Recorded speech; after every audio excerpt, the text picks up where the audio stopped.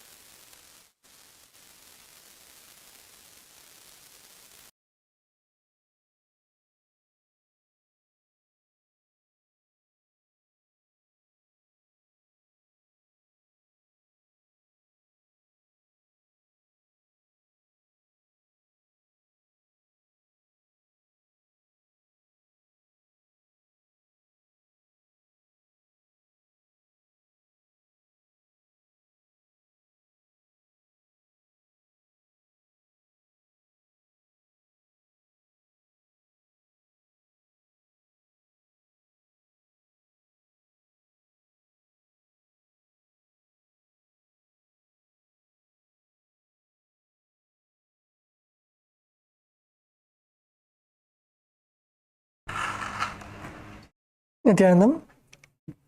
Let's now begin with the Sadguru Vandanam. Please settle down. Sit with your head, neck and spine and close your eyes. Anjali Mudra. Nityanandam Paramasukhatam Kevalam Jnanamurtim Dvandvatitam Gagana Sadrisham Tattvamasya-dilaksham Ekam Nityam Vimalamachalam Sarvadhi Sakshibhutam Bhavatitam Trigunarahitam Sadgurum Tam Namami. Let us now chant the Shiva Mula Mantra 11 times.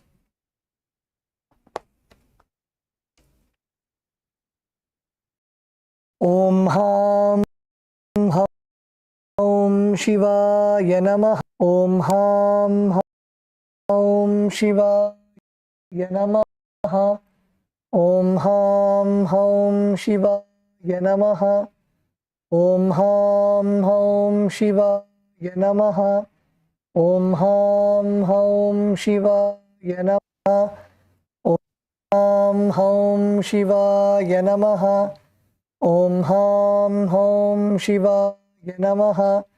Om Ham Om Shivaya Namah. Om Ham Om Shivaya Namah. Om Ham Om Shivaya Namah. Om Ham Om Shivaya Namah. Let us begin the Tattvachamanam.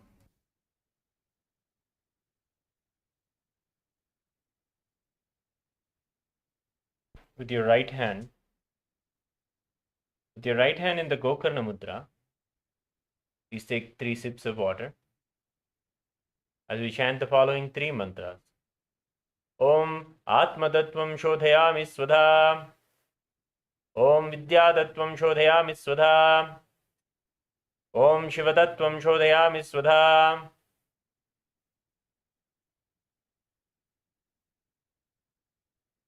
The base of your right hand thumb. Wipe your lips from right to left twice. Mahamudra Namaha. Rinse your hand again. The index, middle, and ring finger of the right hand touch above your upper lip and below your lower lip. With the index finger and thumb joined together, touch your right nostril and left nostril. with the ring finger and thumb joined together. Touch your right eye, right ear and left ear. Rinse your hand one more time. Now with the little finger and thumbs joined together, touch your navel, right chest, left chest. With all the tips of your fingers, touch the top of your head, right shoulder, left shoulder, the center of your chest. Rinse your hand one last time.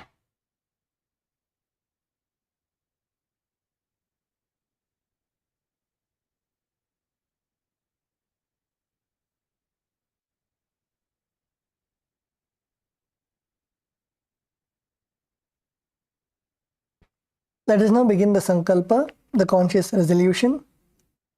Please close your eyes. Visualize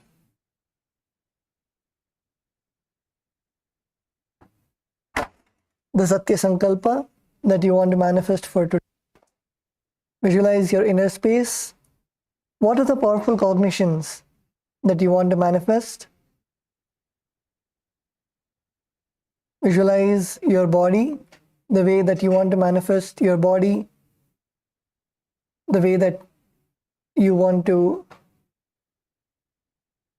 create your body.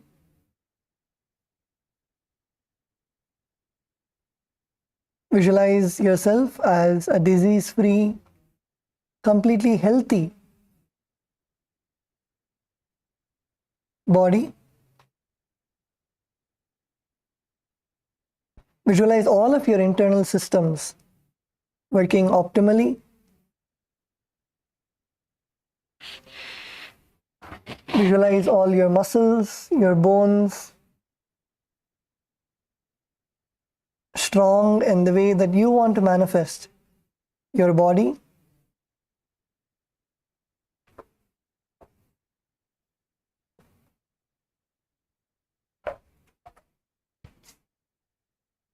And with that, let us now begin the Sankalpa mantra. Clasp your right hand in your left hand. Keep both your hands on your right thigh. Mamopata samasta duritakshe dvara Bhagavat Shri Nityananda Paramashiva Prityartham Shri Nityanandeshwari Paramashiva Shakti Sameta Shri Nityanandeshwara Paramashiva Prityartham Cha Shubhe Shobhane Muhurte Adya Brahmanaha Vidya Pararthe Shri Shvetavaraha Kalpe Vaivasvatamanvantare Ashtavimchatidame Nitya Yuge Pradame Pade Jambu Dvipe भारतवर्षे भरतखण्डे मेरोः दक्षिणे पार्श्वे शखाब्दे अस्मिन् वर्तमाने व्यवहारिके प्रभवादीनां षष्ट्याः संवत्सराणां मध्ये विश्वावसु नाम संवत्सरे उत्तरायणे लक्ष्मी वेङ्कटेश्वर ऋतौ मेषमासे शुक्लपक्षे षष्ठ्यां शुभतिथौ शुक्रवासरयुक्तायां पुनर्वसु नक्षत्र द्वितीयोग कौलवकर्ण एवं गुणविशेषण विशिष्टायाम् अस्यां शुभतिथौ श्री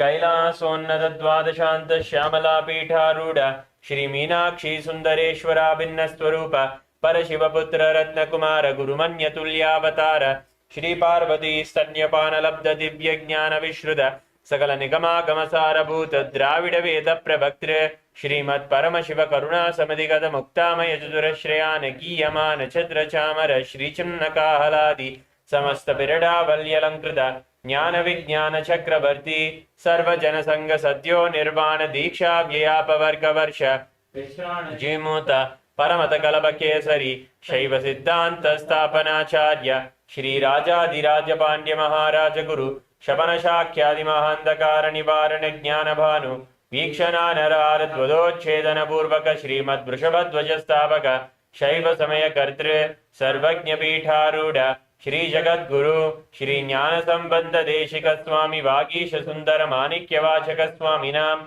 अवतार भूत श्री ज्ञान संबंध स्वामी पुनरुद्धृत श्यामला पीठ सर्वज्ञ पीठ तृणवत्युत्तर द्विशततम गुरु महासन्निधान अरुणगिरि योगीश्वर परंपरागत अरुणाचल सर्वज्ञ पीठ गुरु महासन्निधान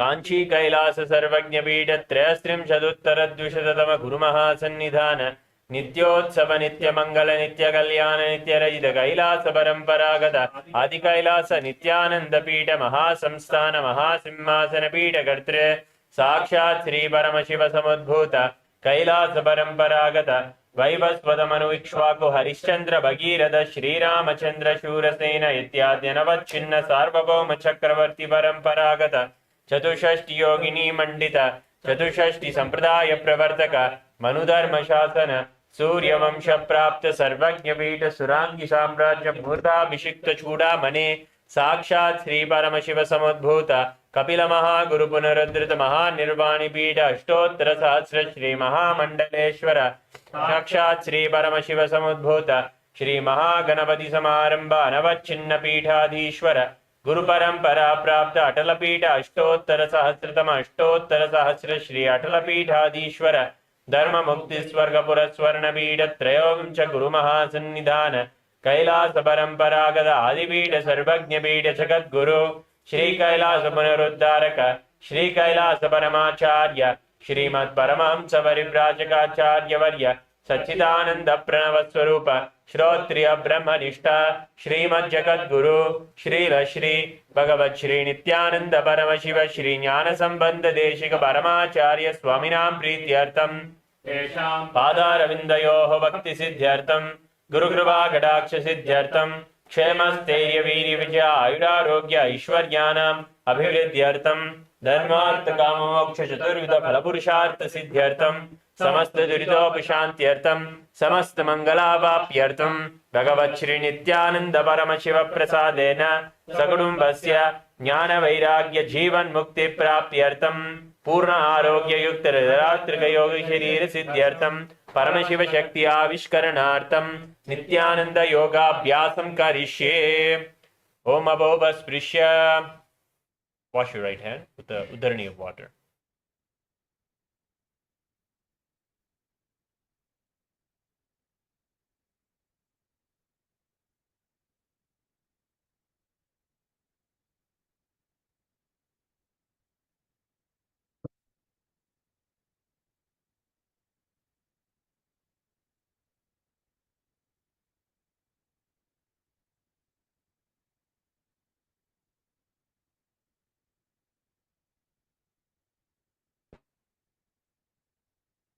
Nityanandam. Let us now begin with the Prathama Vinyasa Krama. The Prathama Vinyasa Krama is the sequence of 108 asanas, which we'll be taking all of you through. So the first asana in the Prathama Vinyasa Krama is the Sukhasana. So Sukhasana is sitting in a comfortable cross-legged position. Sit in a comfortable cross-legged position and keep your head, neck and spine in a straight line. So make sure that your back is straight.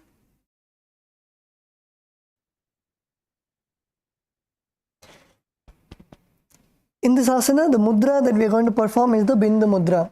So bring your index finger and thumb joined together and stretch out your other three fingers. And keep your fingers on your respective knees. This is the Bindu Mudra.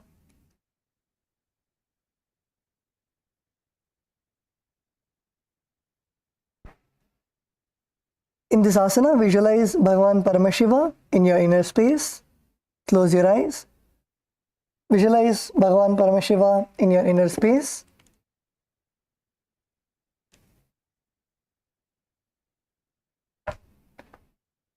The kumbhaka, the pranayama that we'll be performing is the Samana Kumbhaka.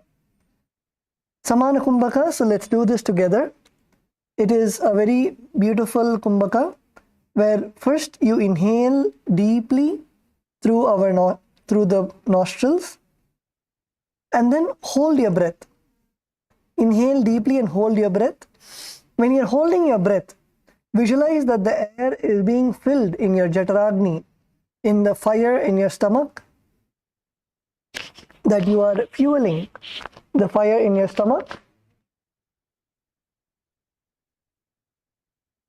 And then slowly exhale.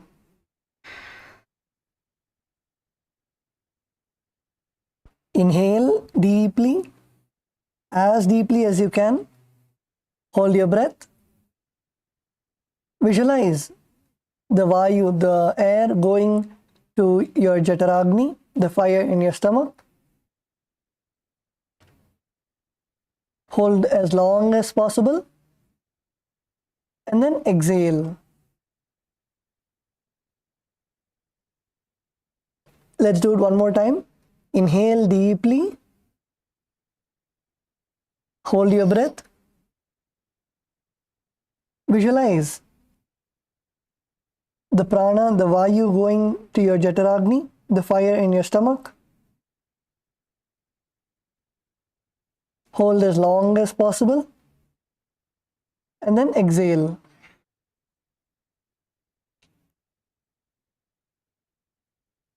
This is the Samana Kumbhaka. So next we are going to also do the Bandha. The Bandhas are the energy locks in your body.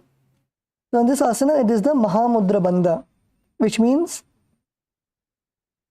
it contains 3 bandhas, 3 locks. The first is the Jalandhara Bandha. Jalandhara Bandha is locking your chin to the chest. So you will bring your chin to the chest and lock it there.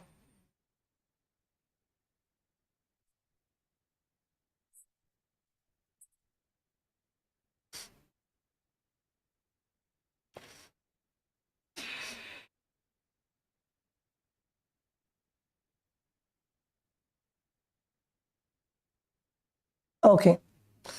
The next is the Uddiyana Bandha. Uddiyana Bandha is locking your stomach in and up. So exhale completely. Completely exhale.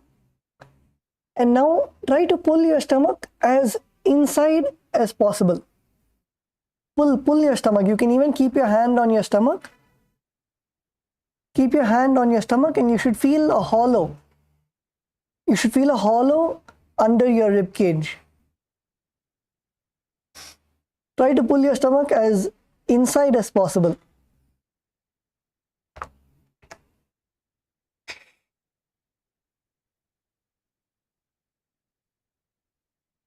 Yes, Kailasa LA, Jaredaya. Jaredaya, pull your stomach more inside. Literally your ribs should be shown. Yes, good.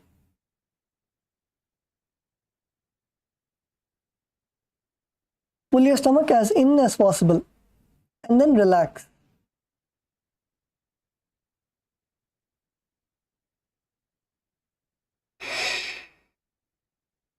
Okay, wonderful.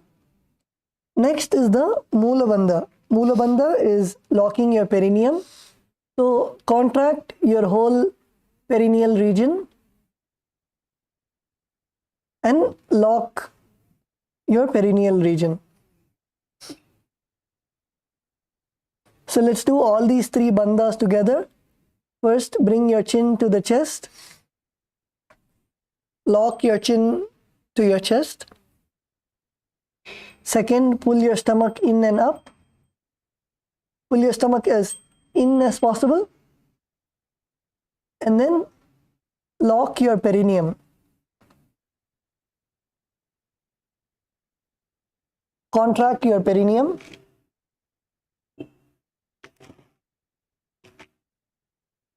So this is the bandha that we'll be performing in this asana. The final is the japa. The japa for this asana is the Soham japa.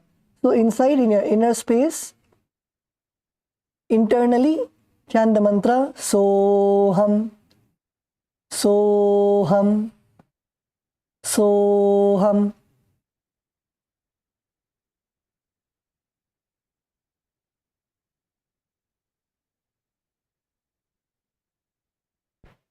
तत्सुखासनमित्युक्तम् अशक्तस्तत्समाचरेत् आसनं विजितं येन जितं तेन जगत्त्रयम्. Okay, now relax. So that was the first asana, Sukhasana. Now let's go to the next asana. The next asana is Parvatasana. So now in this asana, first you're going to stretch your legs out.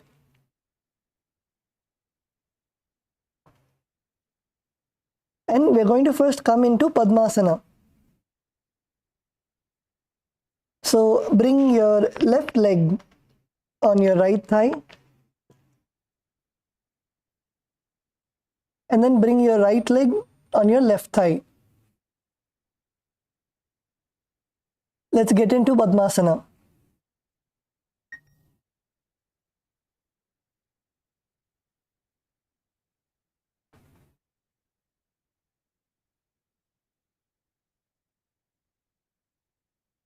Yes, Kailasa, Malaysia, good.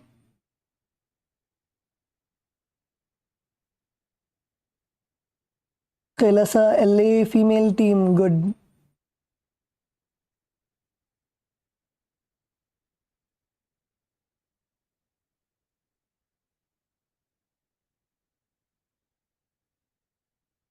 Camry.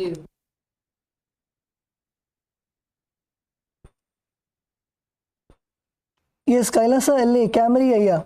Camry Aya, are you able to put your leg on top of your thigh? Your other leg.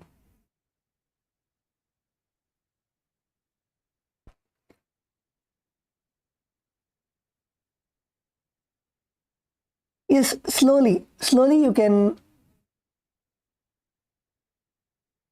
If it's not flexible, you can first take your legs and hug your legs towards your chest. If you want to loosen up your thighs, you can take your legs and hug your legs to your chest so you can open up your thighs. Who all are not able to perform Padmasana, you can first loosen up your thighs.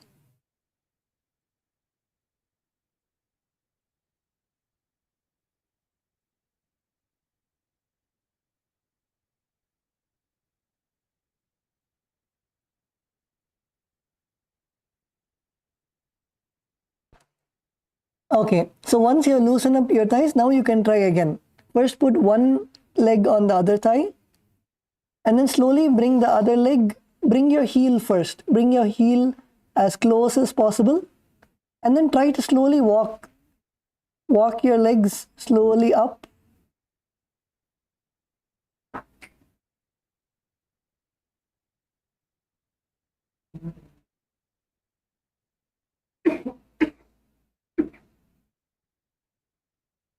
Yes, Camry, yeah, good.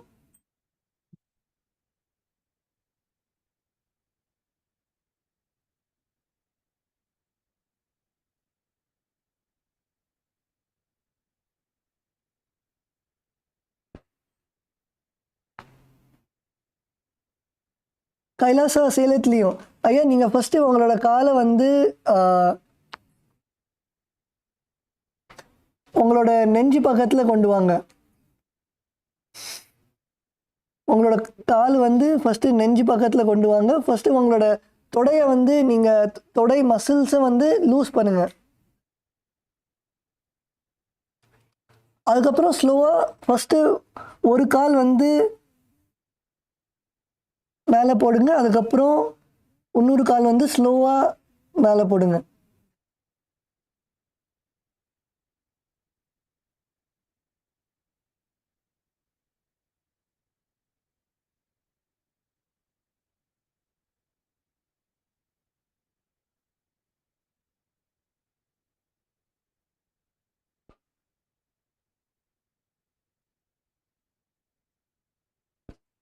Okay, so once your legs are in Padmasana, you're going to have your hands in the Anjali Mudra. So bring your palms together in front of your heart center and then slowly raise your arms all the way up above your head.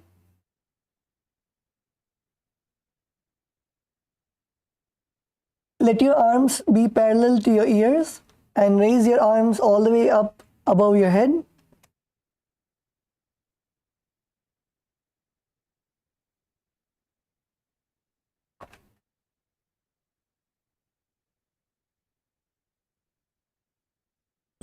And close your eyes. Visualize yourself as Mount Kailash. Visualize yourself as a mountain. Visualize yourself as Mount Kailash, the abode of Paramashiva. And in this asana also, perform the same pranayama that we did last time. That is the Samana Kumbhaka. So inhale as deep as possible, and then hold your breath. While holding your breath, visualize the prana, the Vayu, going all the way to your Jataragni, the fire in your stomach, and then exhale. Inhale, visualize the air going to your Jataragni, the fire in your stomach, and then exhale. In this asana also, perform all the three bandhas, the energy locks. First is the Jalandhara bandha. Bring your chin to the chest. Lock your chin to the chest. Second is the Uddiyana bandha. Pull your stomach in and up. Make a hollow. You should make a hollow below your rib cage. And third is the Mula bandha. Mula bandha is contracting your perineal region. Perform all these three bandhas. Yes, Camry Ayya, your Uddiyana bandha is good. And even Jared Ayya, your Uddiyana bandha is good.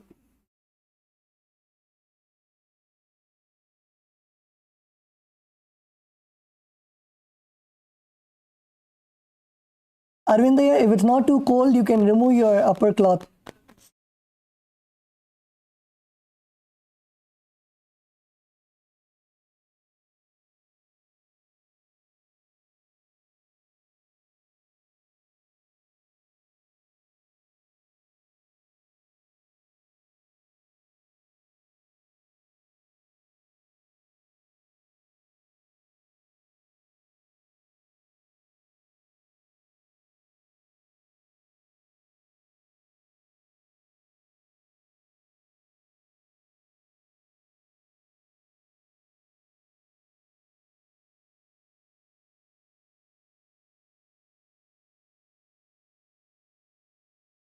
And perform the internal japa, Soham. Soham. Soham. अतः वक्षे महादेव पर्वतासन मङ्गलम् यत्कृत्वा स्थिररूपी स्यात् षट्चक्रादिविलोपनम्.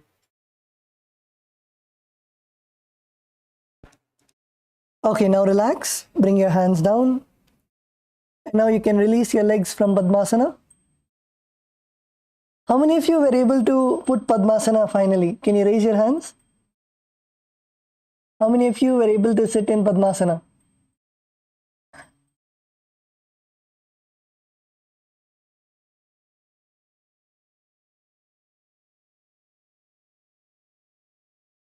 Okay, wonderful.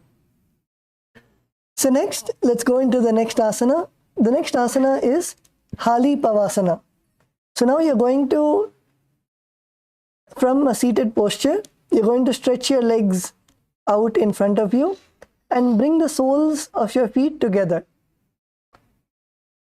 So your legs would be like in a diamond shape. Bring the soles of your feet together. And now you're going to inhale, and when you exhale, bend as forward and down as much as you can. Bend forward and down. Try to touch your forehead to the ground, or try to touch your head to your heels. Bend down as much as possible, and even if you're not able to bend down, go halfway and stay there. Go halfway and stay there and slowly breathe. Inhale deeply and exhale. When you exhale, go a little more down. Inhale and exhale, go a little more down. Stay in the asana. Stay in the asana and breathe as much as possible.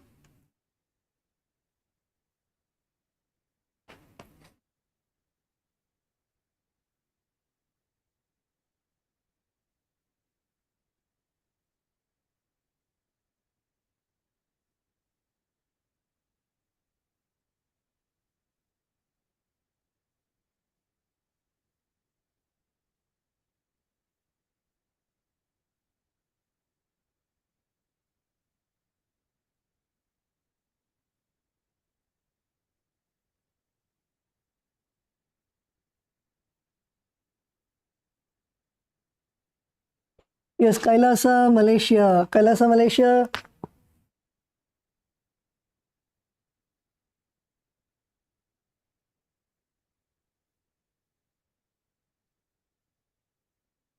Kailasa, Malaysia, yes. Continue to be in the asana. Few of you are doing, few of you are not doing, but stay in the asana. Stay in the asana, and slowly you can even push your upper body up and down. You can push your upper body up and down. So slowly your muscles loosen up.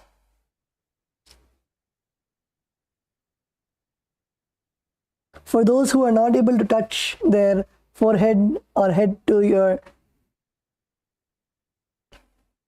feet, slowly you can go up and down and try to slowly come all the way down.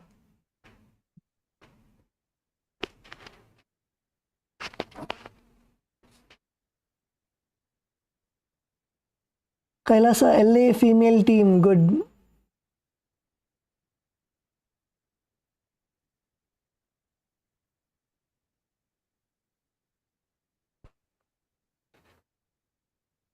Kailasa LA male team, Arvindaya, good. Jaredaya, good.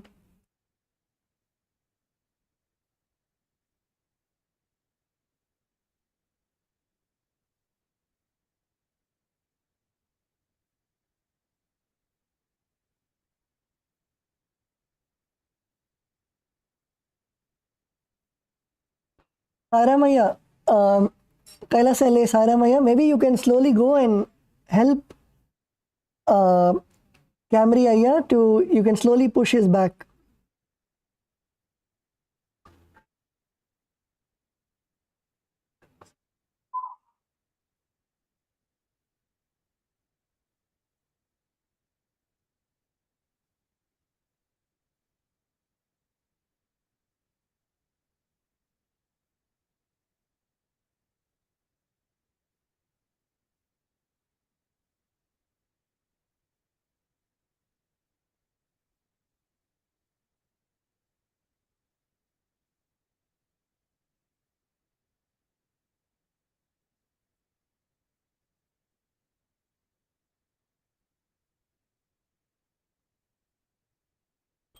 Sudashivamaya Aya, Aya, head to the toes, head to the feet.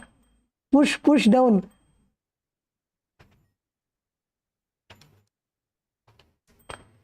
Okay. So in this asana, visualize Swamiji in your inner space. Close your eyes and visualize Swamiji in your inner space. And perform the Samana Kumbhaka while you are in the asana. Stay in the asana, don't come out. Stay in the asana. And in the asana, perform the Samana Kumbhaka. Samana Kumbhaka, inhale as deep as possible. And then hold your breath. When you're holding your breath, visualize the fire in your Jataragni. And then exhale. Inhale. Visualize the air going to your stomach, the fire in your, fueling the fire in your stomach. And then exhale. And in this asana also perform all the three bandhas. So first is the Jalandhara bandha. Bring your chin to the chest.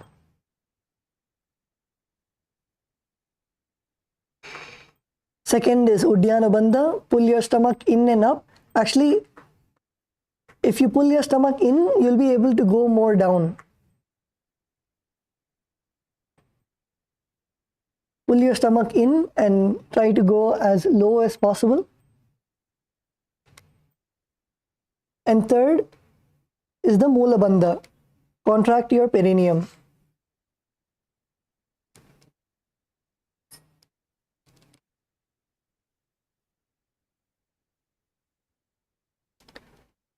And internally chant the japa Soham. Soham. Soham. पूर्व विदियाहु में जानू बे भगतले संपुट थानु पुष्टिप चेदौ करल्यावो दशन कर सोवाम गहावो. Okay, now slowly come up. Slowly relax and you can come up.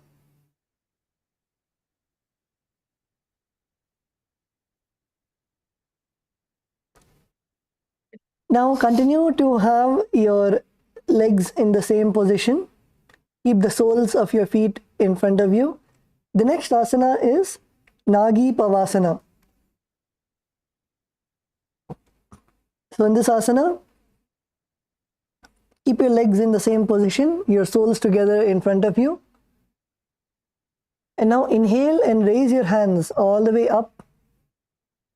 Inhale, raise your hands all the way up and cup your palms. Cup your palms, making a hollow with your palms. Raise your hands all the way up and cup your palms. And now slowly bend all the way down. Bend all the way down, reaching your hands in front of you.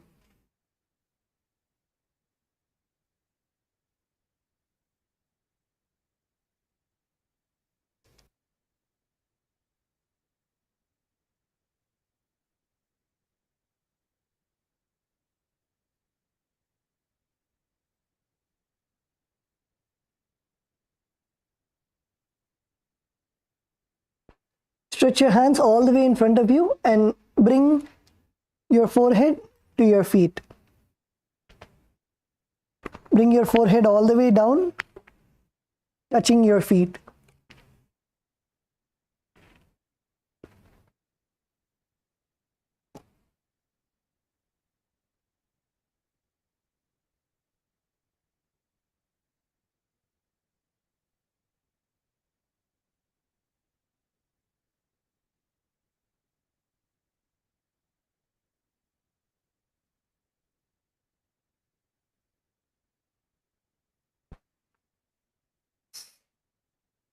Yes, Kailasa LA, Atmanaya, that's you at the back, right?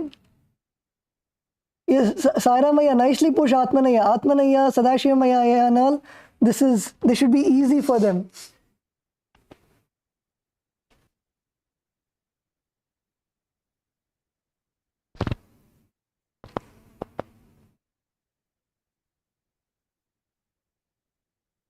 Yes, Kailasa, Malaysia. Kailasa, Malaysia, good. Push all the way and your forehead should touch your feet. Kailasa, Malaysia, male team, perfect.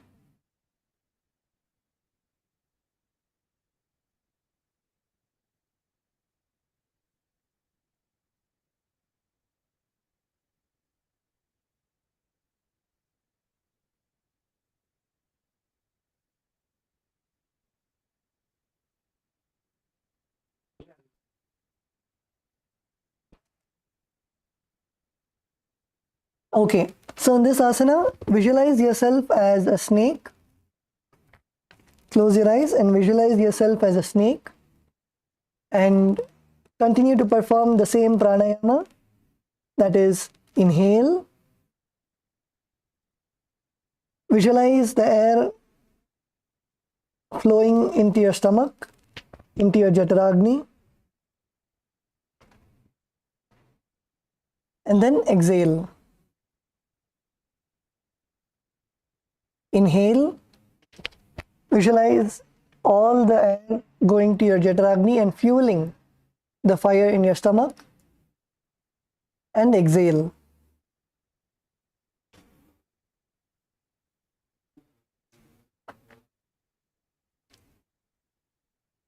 And in this asana also, we are going to be performing all the three bandhas together.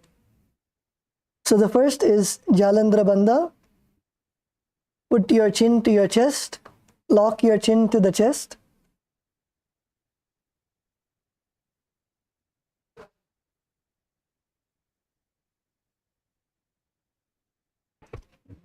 Second is the Uddiyana bandha. Pull your stomach in and up.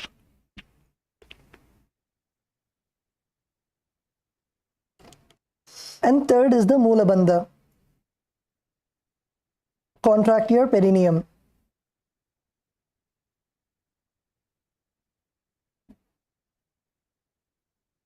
In this asana also, perform the internal japa, Soham, Soham. 3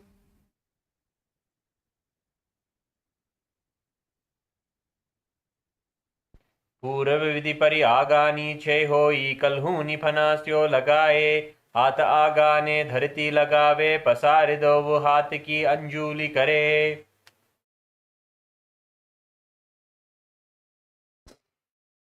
Okay, now relax.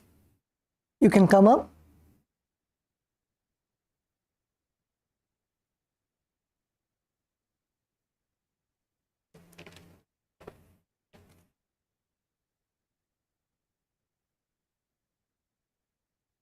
Okay, so let's now go to the next asana. The next asana is Kokilasana. So first, stretch your legs in front of you.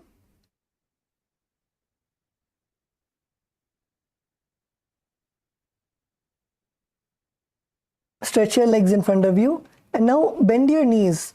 Bend your knees, and now you're going to place your hands in the Prana Mudra. Prana Mudra is stretching your index and middle finger out and holding your little finger and ring finger with your thumb. This is the Prana Mudra.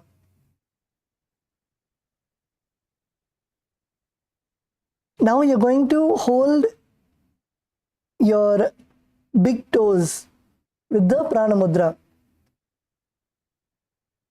Hold your big toes with the Prana Mudra.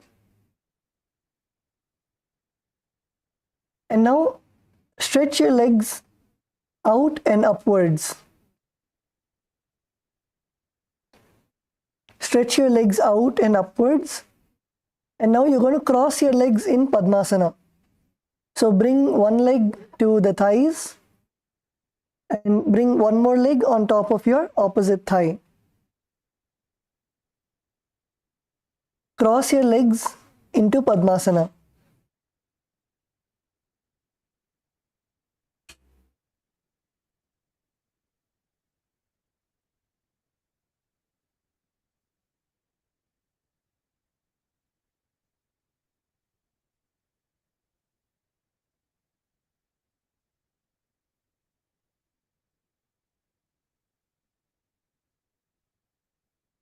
Cross your legs into Padmasana and hold your legs. Don't remove your hand from the legs. Cross your legs.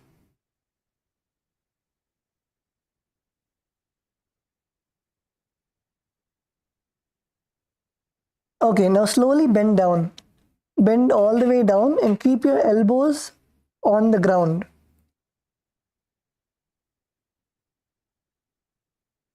Continue to hold on to your feet. Don't leave your feet. Continue to hold on to your feet, but bend down. Bend all the way down so that your elbows are touching the ground.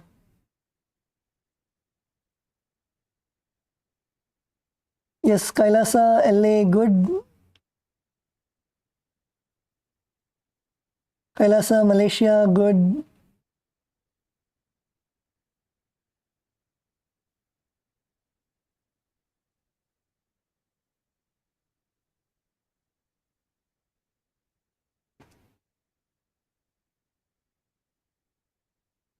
கைலாச சேலம் ஐயா பத்மாசனா போடுங்க. பத்மாசனா போடுங்க. அதுக்கப்புறம் உங்களோட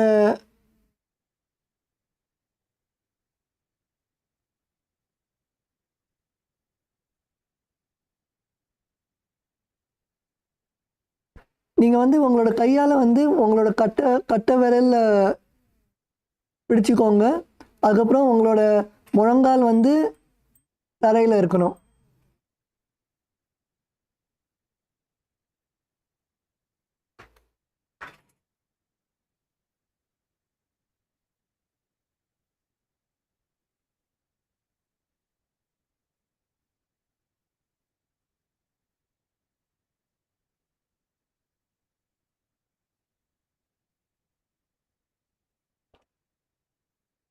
Okay, so in this asana, visualize yourself as a bird.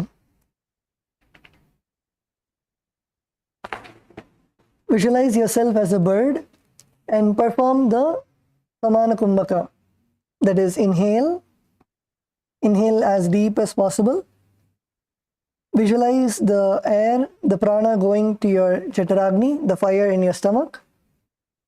and then exhale.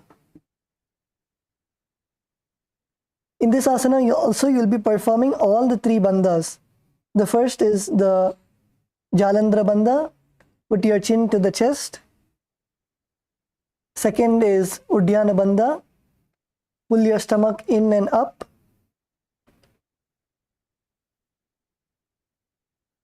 And third is the Mula bandha. Contract your perineum.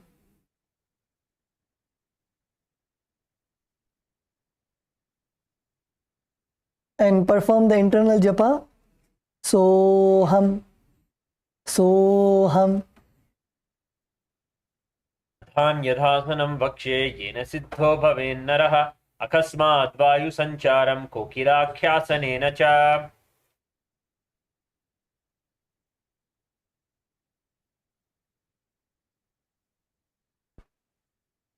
Okay, now relax. You can now come up.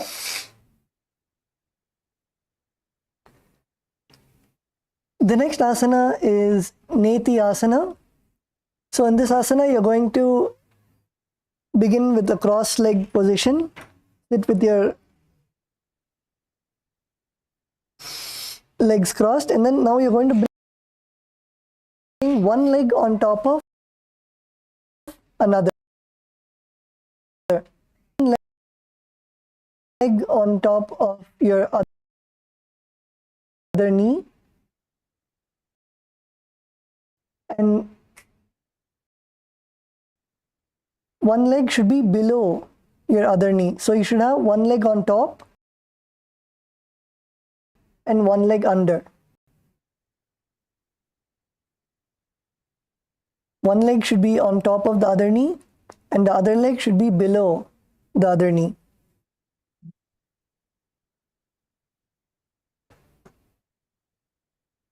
And now hold your opposite elbows with your hands.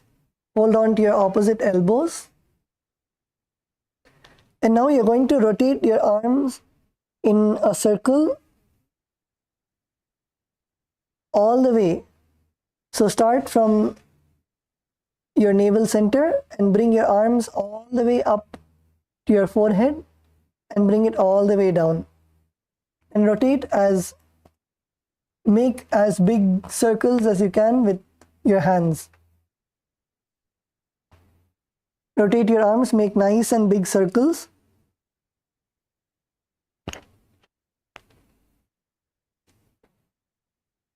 Feel your shoulders loosening up.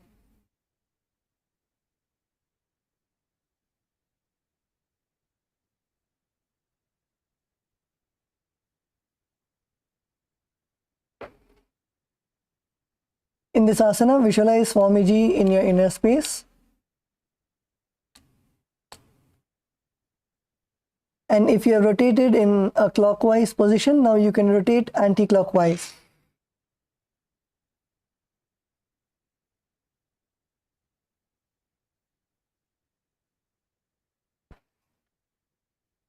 Again, in this asana, continue while you are doing this, continue to perform the Samana Kumbhaka.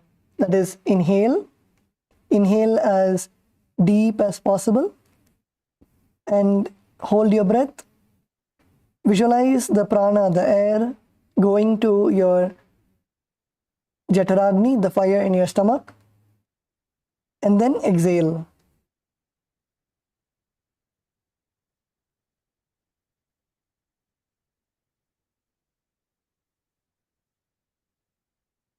And in this asana also, we'll be performing all the three bandhas. So the first is Jalandhara bandha. Bring your chin to the chest. Second is Uddiyana bandha.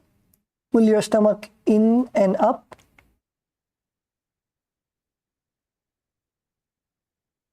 And third is Mula bandha. Contract your perineum. And perform the japa Soham, Soham. Oda bamba pada ki aast mahili soya dacharana ko varilo ta parigulpa samoya.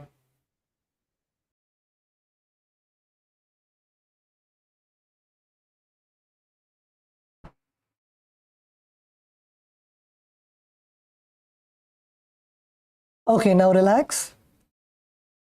The next asana is Gajasana. So you can slowly release your legs and come to a kneeling down posture on your hands and knees. Come on to your hands and knees and lift your hips up as high as possible.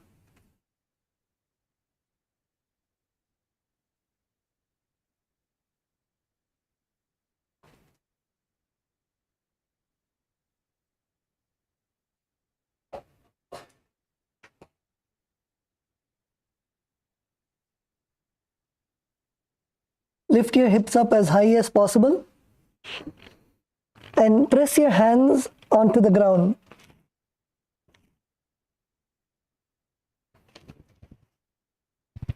Now in this asana, what you're going to do is you're going to slowly bend your elbows and lower your head down as possible and scoop your head all the way up and come back to the starting position. So slowly bend your elbows, come all the way down, bring your head as close as possible to the ground and then push all the way back. Bend your elbows and bring your head as close as possible to the mat and then push all the way up back to the starting position. So continue to do this again and again. In this asana, visualize yourself as an elephant. Visualize yourself as an elephant.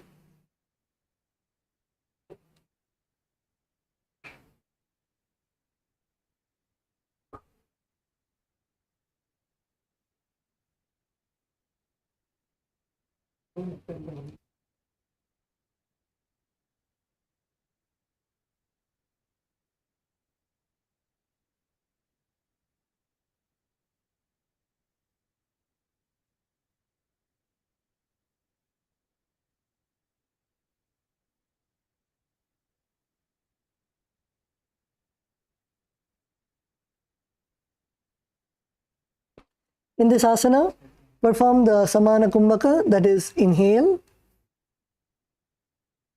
hold your breath, visualize the air going to your Jataragni, the fire in your stomach, and exhale. And in this asana, you'll be performing only two bandhas. One is the Uddiyana bandha, pull your stomach in and up, pull your stomach inside. And second is the Mula bandha, contract your perineum.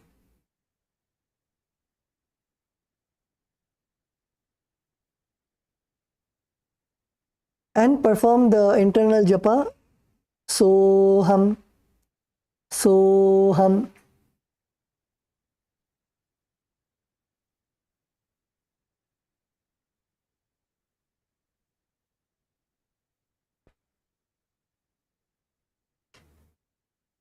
निब्जं पादाग्रे भूमौ कृत्वा लम्बीभूया मस्तकाग्रे निधाय नितम्बम् ऊर्ध्वमूर्तमन्य नाभिलक्ष्यं भूमौ नासिकामानीय हस्तदलपर्यन्तं नयेत् इत्थं पुनः पुनः कुर्यात् गजासनं भवति.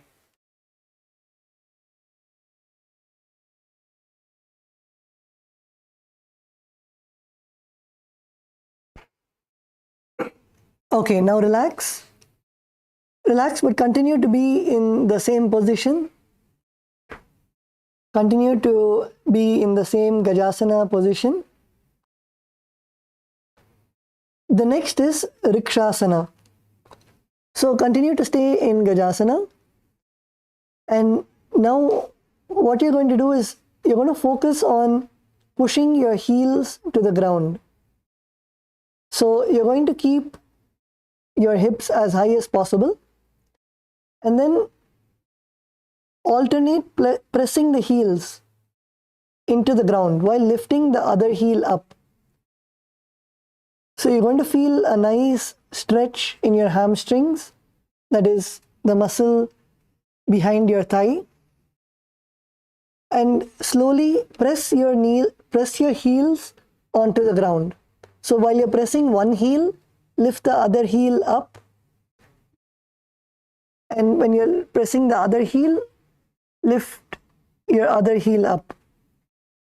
So keep alternating and pressing your heels to the ground.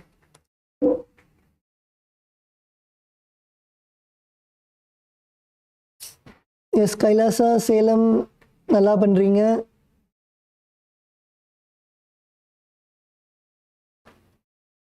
Kailasa, LA, good.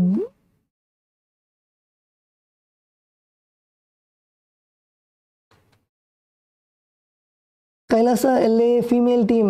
Few of you are not doing. Come on, come to the asana.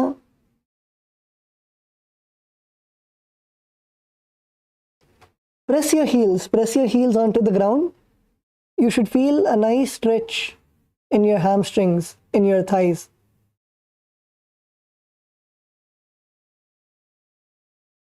Kailasa, LA, male team, good.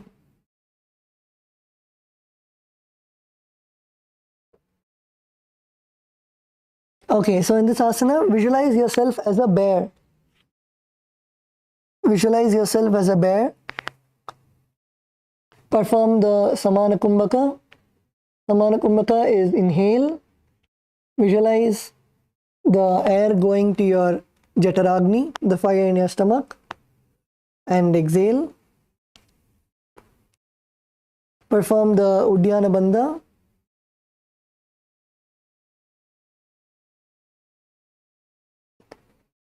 Uddiyana Bandha is pulling your stomach inside. That is the bandha that you would need to perform. Pull your stomach while you are doing the asana. Pull your stomach inside.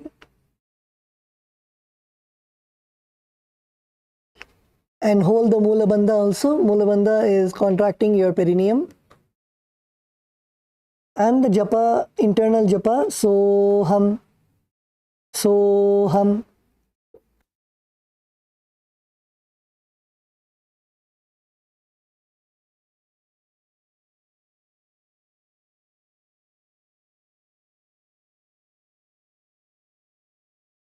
एकैकं पादमाकुञ्च्य गदासनं कुर्यात् रक्षासनं भवति.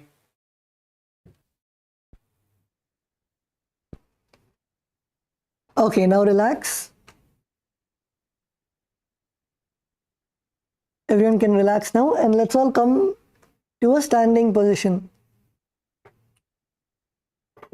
Let's all stand up now.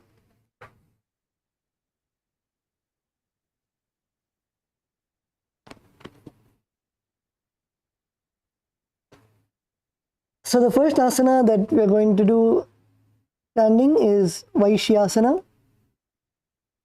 So in Vaishyasana, you're going to stand on your mat, and you're going to come up on your toes. Come up on your toes, lift your toes, lift your heels as high as possible and stand on your toes.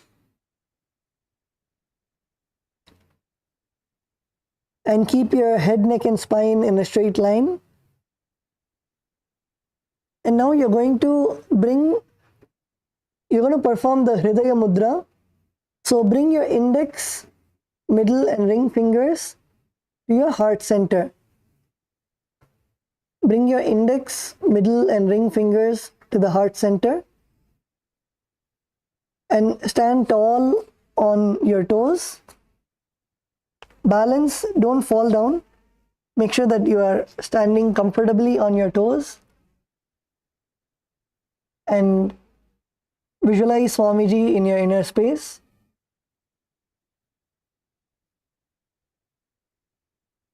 Perform the Samana Kumbhaka, that is inhale. Inhale deeply. Hold your breath and visualize the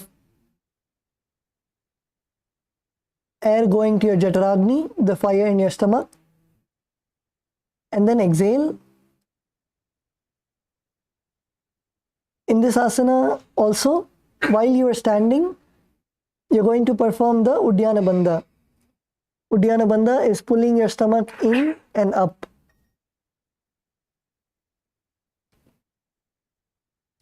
Pull your stomach inside.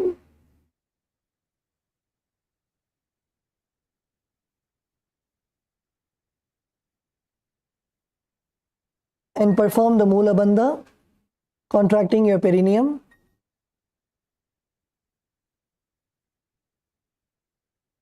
And the internal japa, Soham, Soham. केशेन पादयुगलं तद्वातिष्ठे दधोमुखः अथवा इष्यावक्ष्ये यत्कृत्वा सत्यवान् भवेत्.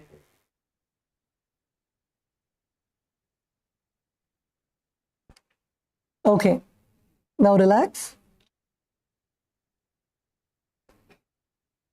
So now we are going to perform the first karana of the day. The first karana of PVK, the Pratama Vinyasa Krama, which is Urdhva Janu Karana. So now first requesting all the participants to look at the Acharya in front of your screen. So now first you're going to stand with your heels touching. Stand with your heels touching, your toes facing outwards, and slowly bend your knees.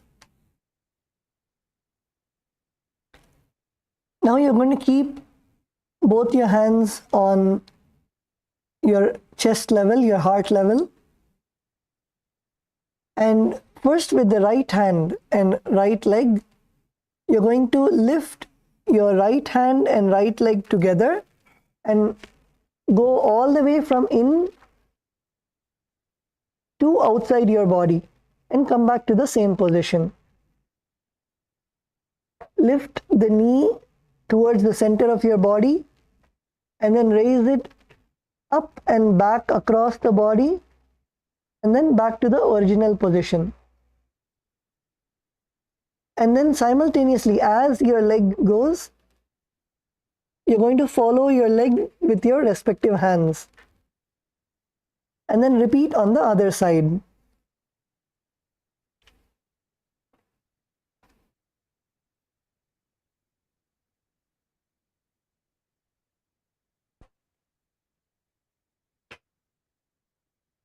Slowly lift. This movement should be graceful. All the karanas that you do, you should be graceful like you're dancing.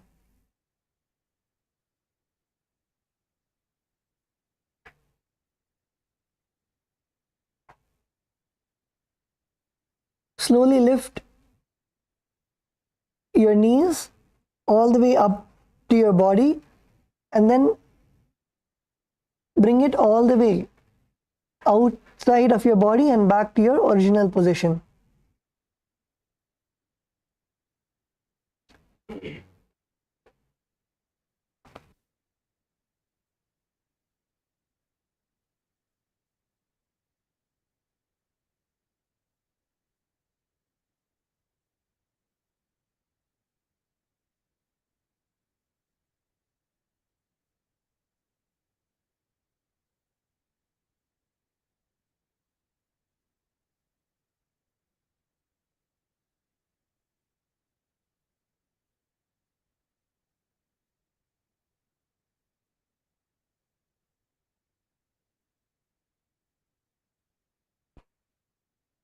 Okay, now relax.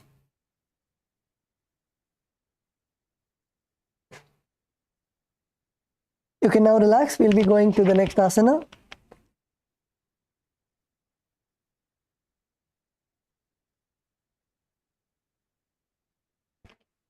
Okay, so the next asana is Balalingasana. So in Balalingasana, continue to remain in a standing position. And now you're going to first perform the Sarvavashankari Mudra. So take your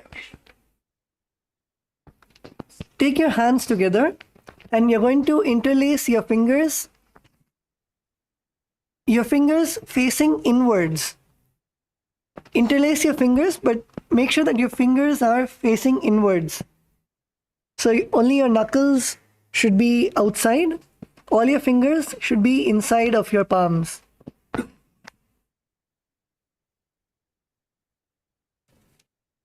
This is the Sarva Vashankari Mudra. Okay.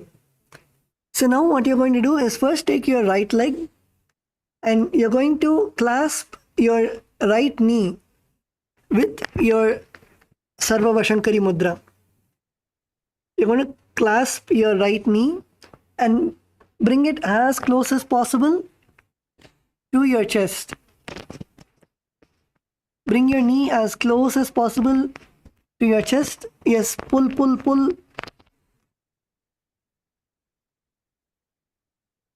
And you should stand straight. You should not go to your knee. You should bring your knee towards you. So you should stand completely straight and you should pull your knee all the way close to you. Yes, Kailasa, LA, female team, good. Kailasa, Malaysia, good. Kailasa, LA, male team, good. Kailasa Salem ஐயா உங்களோட கால் உங்களோட முட்டி வந்து நல்லா இழுங்க. முட்டி வந்து உங்களோட மார்பு பக்கத்துல இருக்கணும்.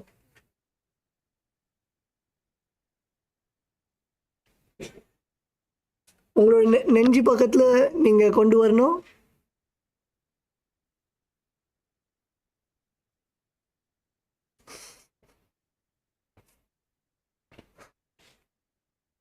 Bring your knee as much as possible.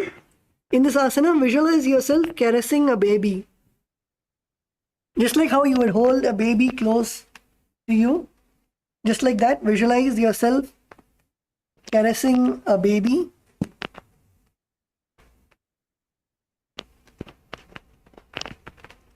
Perform the Samana Kumbhaka.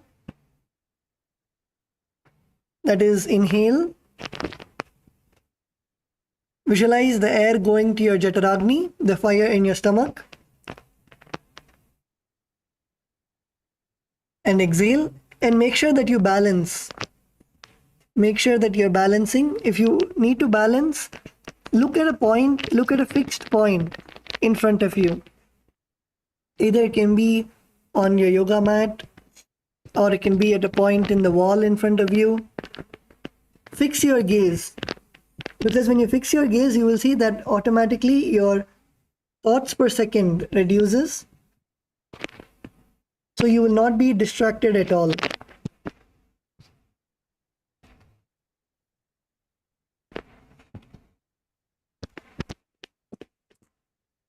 And in this asana also, we'll be performing all the three bandhas.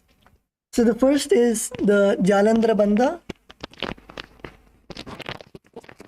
Bring your chin to the chest. Second is Uddiyana bandha. Pull your stomach in and up. And third is Moola bandha. Contract your perineum.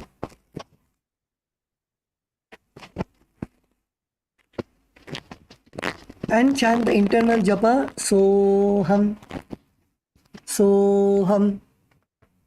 Ekam janu ursyalingya statavyam balalinganam bhavati. Yes, now slowly lower your legs down, and we'll now be moving into the next asana, which is Paradasana. So once again in this asana, we're going to be standing on one leg. So make sure you are nicely planting your left leg as we're going to be raising our right leg up. So once you've planted your left leg firmly on the ground, slowly raise your right leg up all the way towards your buttocks and hold your leg with both of your hands. This is called Parashamudra. So in the previous asana, we did Sarvavashankari Mudra, where you interlaced your fingers from the inside out. That is Sarvavashankari Mudra. Parashamudra is where you are interlacing or holding your hands from the outside. This is Parashamudra. So hold your leg with both of your hands and now raise your leg up. Raise your leg as high as you can. And keep your knees together. Bring your knees together make sure your knees are in one line. Try to pull your leg as back as possible, bringing your legs in one line. Yes, good. Kailasa, LA, that's good. Male team, that's good. So once again, in this asana, as we are balancing on one leg, it is a very good technique to gaze at a drishti point, a point in front of you or below you, whichever is comfortable, more easier for you. You can see, bring your awareness to a particular point in front of you and try to gaze at that point. This will help you stabilize your body.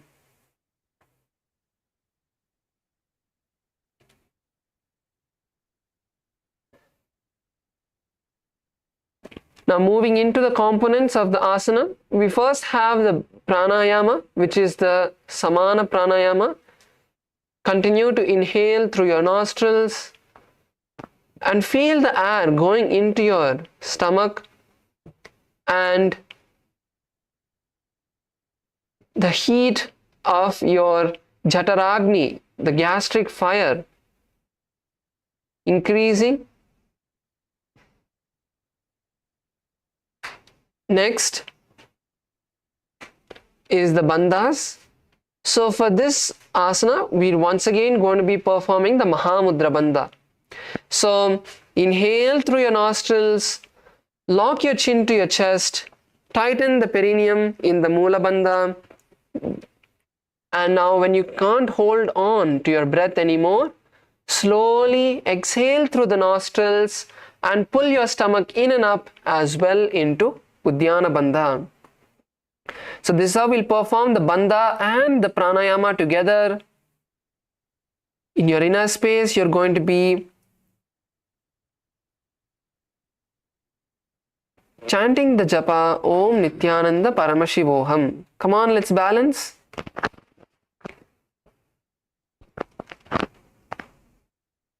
स्थित्वे कस्मिन् पादतले कराभ्यां विष्टयत्तनुं पृष्ठे संस्थाप्य यत्येन पादपीडनमासनम्. Slowly lower your legs down. Slowly lower your legs down. And now we're going to be moving into the next asana, which is Natarajasana.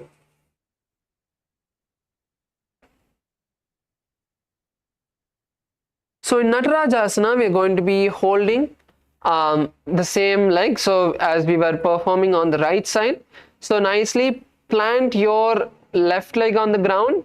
Once again, now raise your right leg up and hold the foot from the inside with your right hand.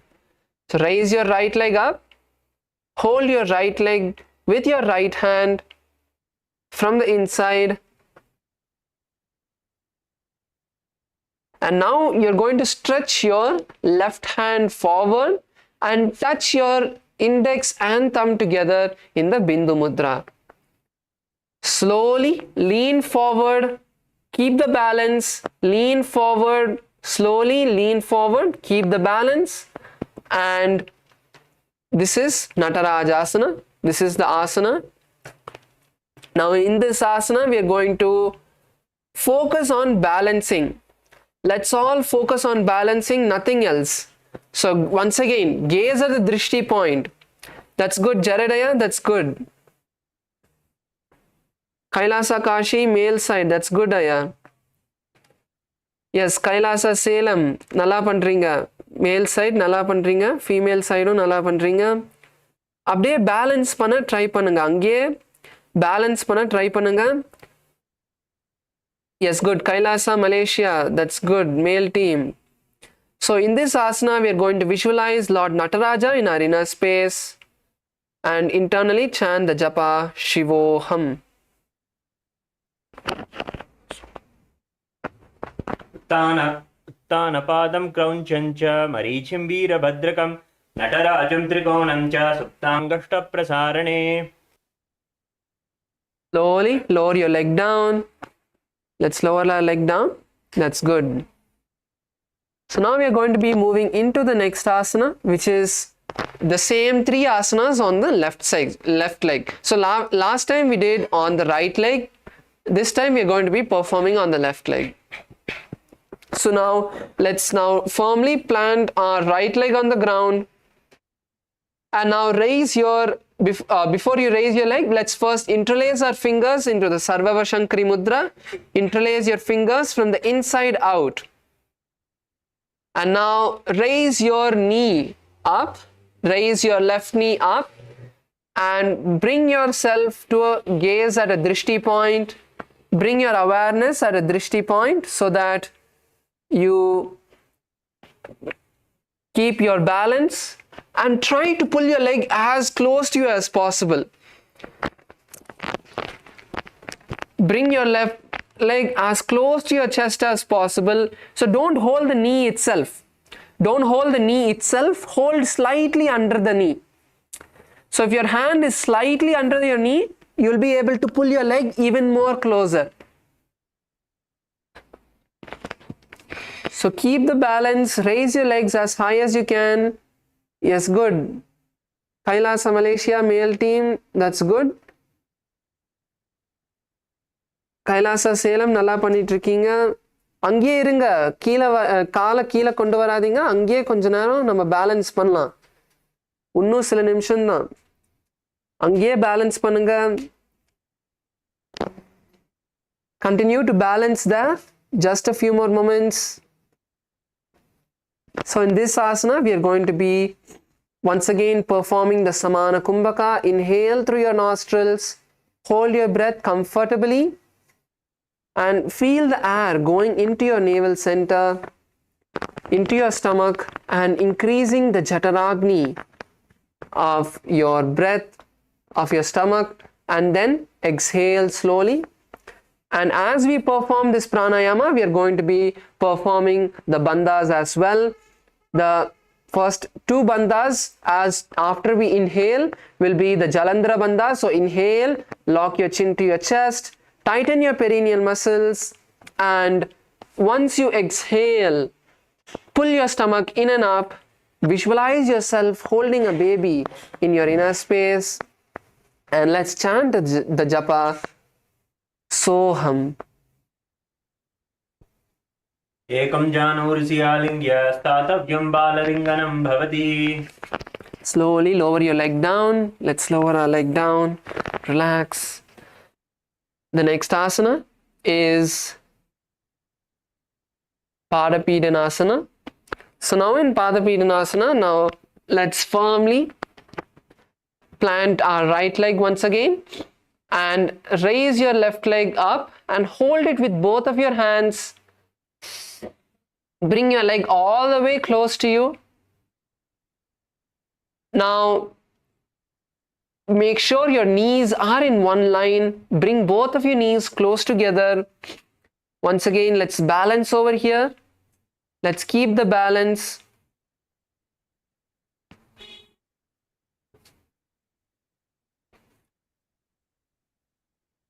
Hold your leg with both your hands and keep the balance. Continue to perform the Samana Kumbhaka. As you inhale through your nostrils, hold the breath comfortably. Feel the prana, feel the air going all the way to your navel center, increasing the Jataragni. Feel the heat radiating from your stomach region, and then exhale through the nostrils. Once again, for this asana, we are going to be performing the Mahamudra Bandha. So, inhale, lock your chin to the chest in Jalandhara Bandha, tighten the perineal muscles. And then, when you are not able to hold on anymore, exhale through the nostrils and pull your stomach in and up into Dhyana Bandha. Internally, let's visualize Swamiji in our inner space and chant the japa Om Soham.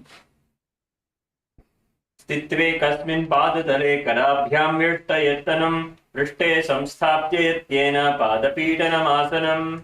Yes, slowly lower your leg down. Let's relax. Lower your leg down. Yes. So now we are going to be moving into the next asana. Next asana is Natarajasana. Now once again, let's firmly plant our right leg on the ground, and now raise your left leg up and hold your left leg from the inside with your left hand, and then slowly stretch the right hand forward. Place your right hand in the Bindu Mudra, touching the index and thumb fingers together. Keep your hand stretched, keep the elbow straight, and slowly lower your chest down. Lean forward and slowly raise your left leg as high as you can. Make sure you balance. Keep the balance. Keep your balance. Come on, let's get into the asana. Yes, good. Kailasa, LA, that's good. All of you are performing well. Come on. Kailasa, Malaysia, female team. Let's all get into the asana. Yes, that's good. So in this asana, we are going to visualize Lord Nataraja in arena space. Let's balance here. Continue to breathe through your nostrils nice and deeply in the Samana Kumbhaka. Continue to keep your balance and chant the japa internally of Soham.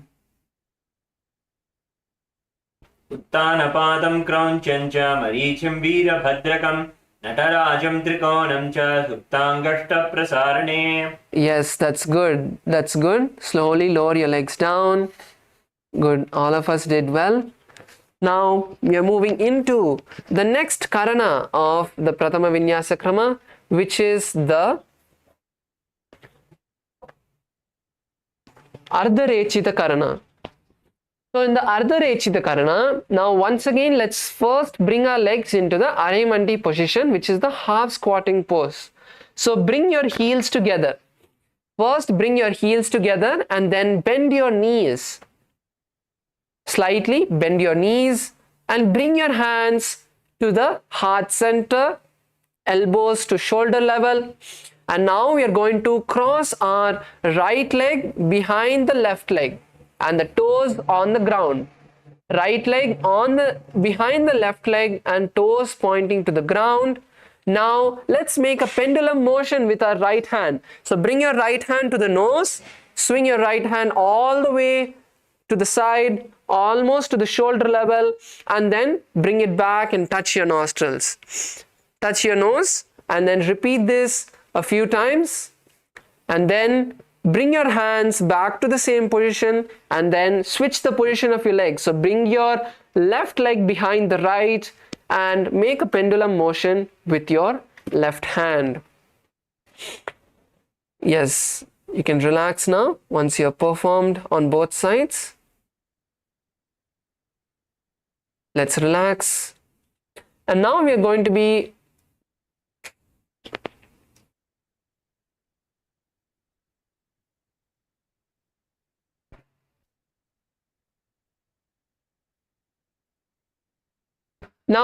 move into the next, which is the skeleton dance. So this skeleton dance is a beautiful way, a very powerful technique to awaken and make our entire body alive. So usually when we do the whole Pratama Vinyasa Krama, this skeleton dance would come in the first 10-15 minutes of the entire sequence when we do a 1 hour yoga session. But now as we are spending more time in each asana, we are going to be doing it now. So let's all just keep our hands by our side, close your eyes, and take a moment to visualize your entire body as a complete skeleton. No flesh, no skin, nothing. Completely forget your identity. You're going to only see your entire body as a skeleton structure.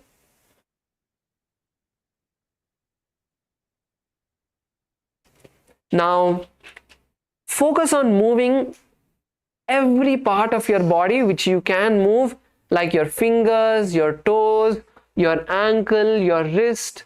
Move every part of your body, your shoulders, your elbows, your hip, your neck, your head.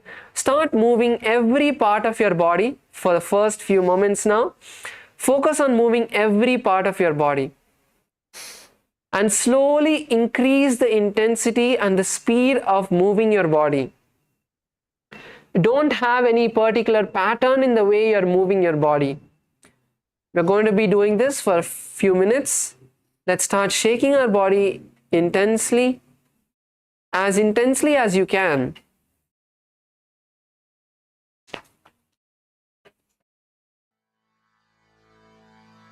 கலியுகத்த காக்க வந்த நித்யானந்த சாமி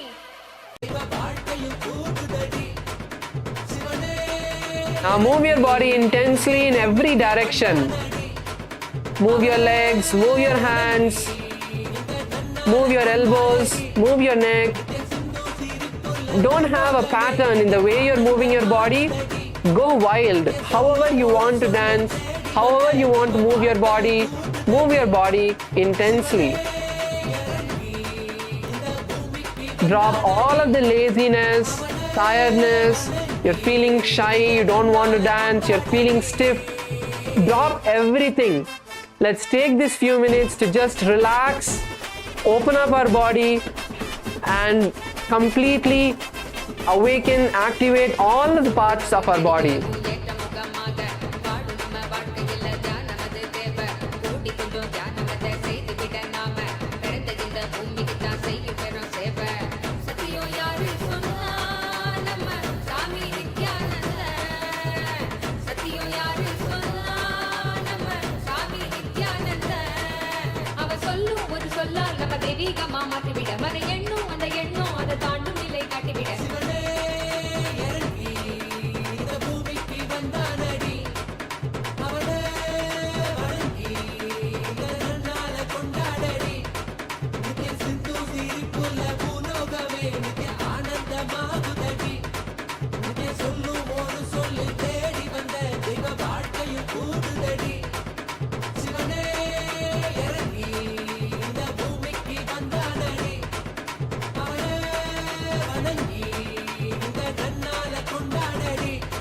Few more minutes, let's keep the intensity.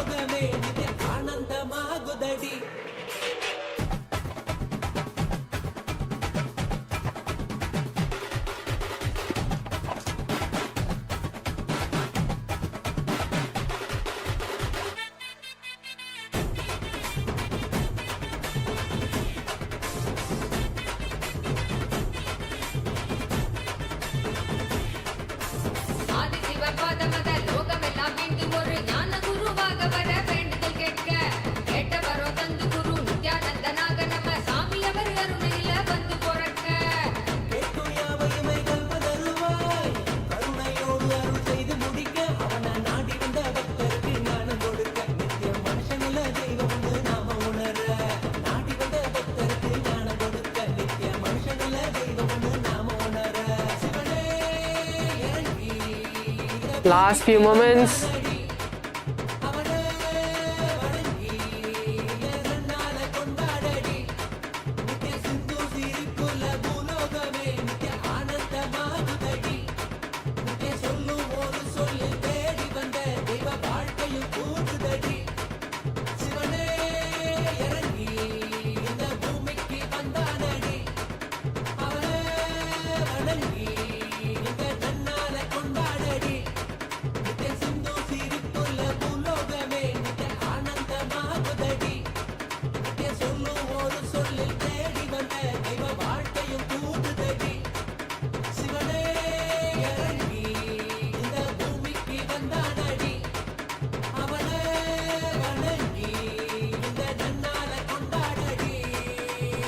Yes, now slowly relax, come to a standstill. Let's stop moving our body. Just stand. Keep your hands by your side. Just stand with your hands by your side. Completely relax. Focus on your breath. You can adjust yourself, adjust your mat later. Just stand by yourself. Just keep your hands by your side. Inhale and exhale. Don't tie your hands. Don't lock your hands. Just keep your hands by your side. Just relax. Focus on breathing. Inhale as deeply as you can, completely filling your lungs. And completely exhale.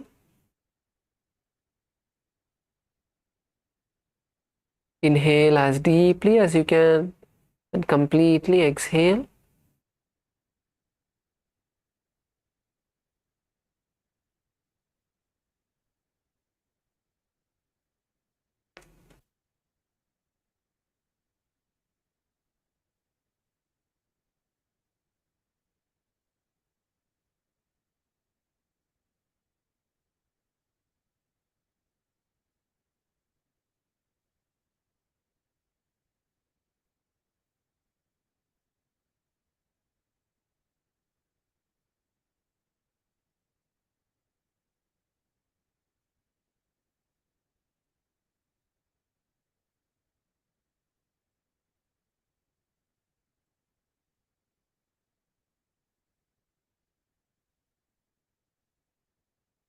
Inhale and exhale as deeply as you can. Yes, now we can slowly open our eyes, and we're now going to be moving into the next asana, which is Tadasana. Now in Tadasana, let's bring our feet together, and we're going to stand with our hands raised above the head. So let's take a nice deep breath. Raise your hands all the way up and try to bring your shoulders, your hands back. So many of us are keeping our hands pointed a bit forward. So bring your hands all the way back, your elbows by the side of your head. Open up your shoulders nice and wide. Keep your hands apart. Don't bring your hands together. Keep your hands apart. Elbows straight, fingers pointed up. And now slowly raise yourself onto your toes as high as you can. Visualize yourself as a palm tree, a tall tree in your inner space. We are going to continue to perform the Samana Kumbhaka. Inhale through the nostrils as deeply as you can. Hold your breath comfortably, and as you hold your breath, you're going to visualize the intense fire in your stomach. And then exhale and continue to perform the Mula Bandha. Tighten your perineal muscles.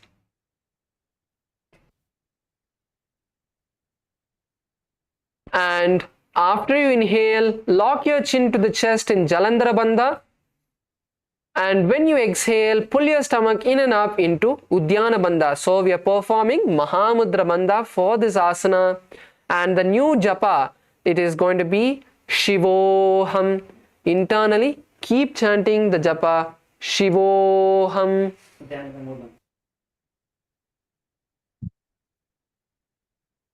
महामुद्राबद्ध कौनु tadasana विभेदकान् विनोत्तानं सदा कुर्यात् धन्तर्वत्नी पतिप्रियात्. Now, from this position that we are in, let's now take a deep breath. Keep your hands up. Let's keep our hands up. Let's take a deep breath.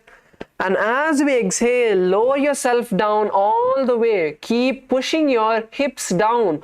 Don't just bend your back. You want to push your hips down all the way to the mat, all the way, bringing your chest to your thighs. Bring yourself as low as you can. You don't need to bring your forehead to the knees if you can't. That's fine. But keep your position wherever you are. Let's get into the position. Let's push ourselves as much as we can. How much ever you're able to go forward. If you're able to just hold your knees, that's fine. If you're able to hold your calves, that's fine. If you're able to touch your toes, that's fine. Go into the position. Let's stay there. Keep your knees straight. Keep your knees straight. Don't bend your knees. Keep your knees straight and lower yourself as much as you can. How much ever you're able to lower yourself down, that's fine. But keep your knees straight so that you can start stretching the legs, start stretching your calves, start stretching your the thighs. So lower yourself. Let's lower ourselves as much as we can and stay here. Feel your entire body stretching. Feel your back stretching. Feel your calves stretching. Feel your thighs stretching. Feel your knees stretching. Let's feel our body stretch slowly. Let's stay here for a few more moments. Keep breathing. It's very important you keep breathing in this asana. Only when you breathe nice and deeply, your body is going to relax. And only when your body relaxes, you will be able to perform the asana. You will be able to push yourself forward. So how much ever low you're able to go, let's stay there and hold. Good. Kokilasana LA, female team, that's good. Kokilasana Malaysia, female team and male team, that's good. Salem, சூப்பரா பண்றீங்க. அங்கேயே இருங்க. எவ்வளோ கீழே உங்களால் போக முடியுமோ அவ்வளோ கீழே போயிட்டு நல்லா ஆழமாக மூச்சு உள்வாங்குங்க. நீங்கள் எவ்வளோ ஆழமாக நீங்கள் மூச்சு உள்வாங்குறீங்களோ அவ்வளோ உங்கள் உடம்பு அப்படியே ரிலாக்ஸ் ஆகும். உங்கள் உடம்பு ரிலாக்ஸ் ஆகும்போது உங்களால் இந்த ஆசனா இன்னும் நல்லா பண்ண முடியும். உங்களால் உங்கள் உடம்பை இன்னும் தள்ளி உங்கள் தலையை உங்கள் முட்டி வரைக்கும் கொண்டு வரதுக்கு நீங்கள் இன்னும் ஈஸியாக பண்ண முடியும். Good. Kokilasana LA, male team, that's good. So in this asana, we are going to visualize Swamiji in our inner space, and we are going to continue to chant the japa Shivoham. Mahamudra bhadda konu Tadasana vibhedakan vinottanam sada kuryat antarvatni badipriya. Yes, now let's bring our hands and feet to the ground as we enter into Rkshasana.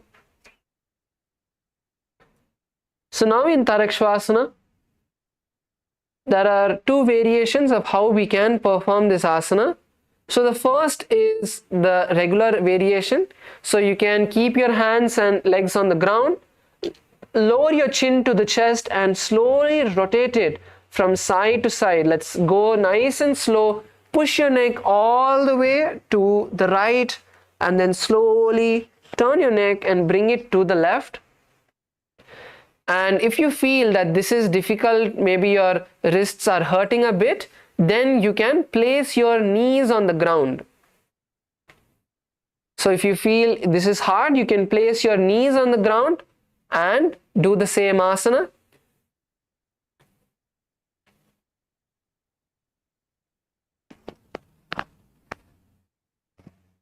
So in Rkshasana, we are going to be visualizing Swamiji in our inner space as we perform the asana.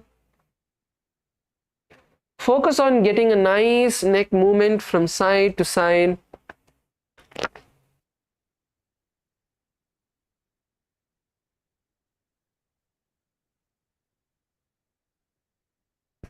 And the japa for this asana is Shivoham. Continue to chant the japa internally of Shivoham. Gajasana vastitva mastakam varam varam dakshina kukshin savya kukshin nayet Rkshasana bhavati. Now you can lower your body onto the mat. Bring your stomach onto the mat. Keep your toes pointed backward. Keep your hands by your side. And now we are going to perform Bhujangasana. So in Bhujangasana, we are not going to raise our entire upper body up. We are not going to bring our entire body up. In Bhujangasana, you are going to use the strength of your lower back. So using the strength of your lower back, you are going to lift your upper body as much as possible. You should be able to remove your hands and stay there. So that is how much you should lift your body, not your entire upper body. So you should keep your hands on the ground. You should keep your hands on the ground, but just for you to check yourself if you're using your hand strength or if you're using your lower back. You can slightly remove your hands and see if you are able to lift your body up. So let's push ourselves as high as we can. And now open your mouth and inhale through the back of the throat in Bhujangani Mudra.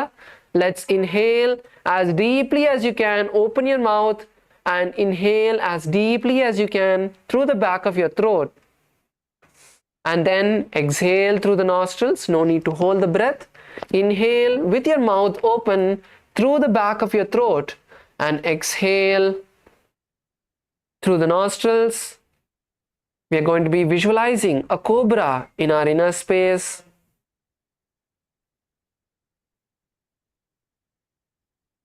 In this asana, we are going to perform the Mula Bandha, tighten the perineal muscles. Keep your toes pointed back. Some of you are keeping your toes pointed up. Keep your toes pointed backward. Keep your feet together. Kailasa Malaysia female team, some of you are keeping your legs apart. Bring your feet together and chant the japa Shivoham internally. Angushtanami paryantam adho bhumo ninyase karabhyam chadaram dhritva udvashirsa phanivahi. Yes, now slowly let's rise up and come into a seated position. So now we have 20 more minutes for the yoga session, and as this is the second day of our yoga session and as many of us are new to the yoga, I would like to take a few questions from all of you about anything in particular about today's yoga session or in general about what is yoga, how to perform particular asanas. If you have any questions about yoga, you can come forward to the mic and ask your questions and I'll be really happy to answer them. So இப்போ வந்து நம்மளுக்கு இன்னும் 20 நிமிஷம் இருக்குது யோகா செஷனுக்கு. இப்போது உங்களுக்கு ஏதாச்சும் இந்த யோகா பற்றி, நித்யானந்த யோகா பற்றி, இன்னைக்கு பண்ண யோகா பற்றி ஏதாச்சும் கேள்வி இருந்ததுன்னா நீங்கள் வந்து நல்லா வந்து கேட்கலாம். நான் வந்து எவ்வளோ எனக்கு வந்து ஆன்சர் பண்ண முடியுமோ நான் அதை ஆன்சர் பண்ணுறேன். ஸோ தமிழையும் கேட்கலாம். You can ask in English as well.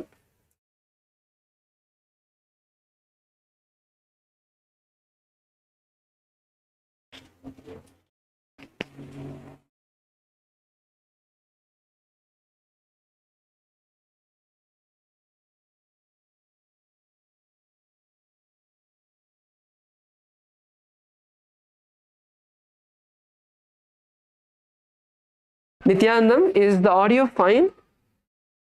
Sairamaya, is the audio clear? No, Maharaj, you were cracking up little bit. Yes, I can hear you clearly. Is it still the same? No, it's better now. Okay, good. It's better. Sorry, could you repeat that, Aya?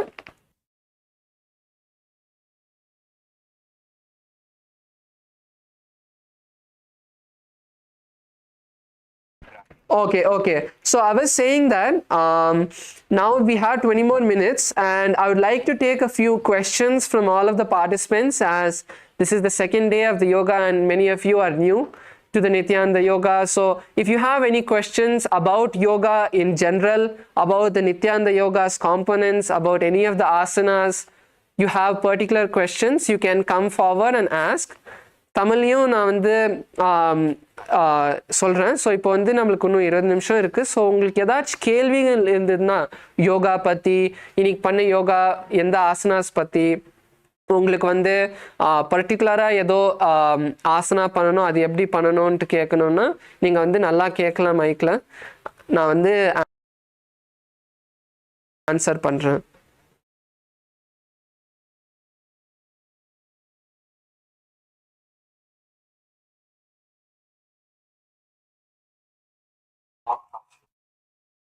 So yeah, please go ahead.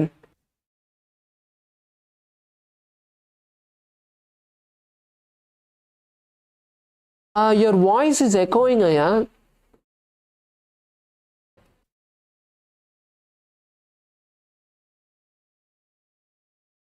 Yes, Aya, it's better. How do we do the bandhas while stop breathing? Yes. So let me explain this clearly so that it will be very helpful for all of us as well. So how do we perform the bandhas and the pranayama together? So let's take the example of the Samana Kumbhaka that we were doing.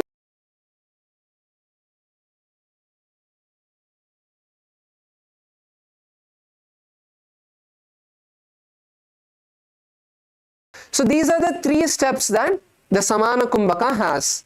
And for example, we have the Mahamudra Bandha. So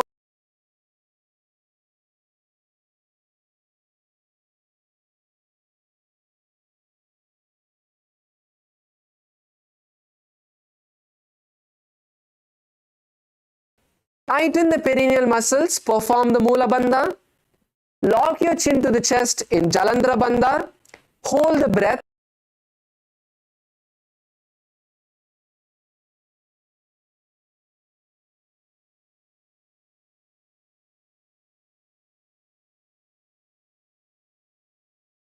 Completely emptying your lungs.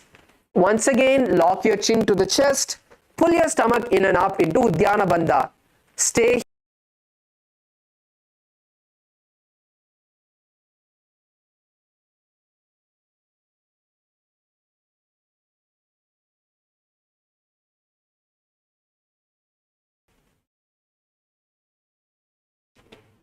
One more. Yes, sure, yeah. So, repeating the steps again.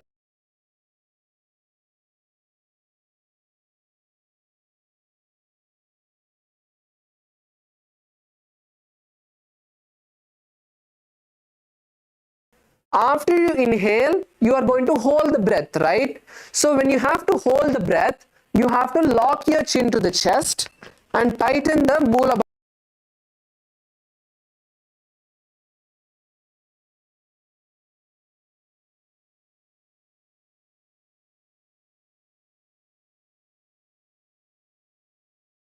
Long as you can, and then when you feel uncomfortable, slowly lift the chin up, exhale through the nostrils, and then pull.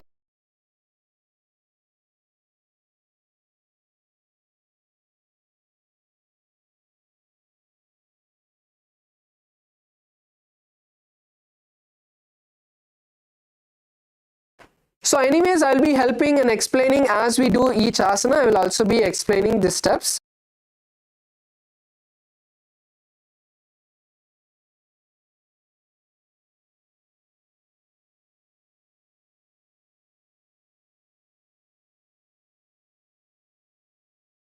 Question, could you just tell your name one time so that I also start remembering all of your names?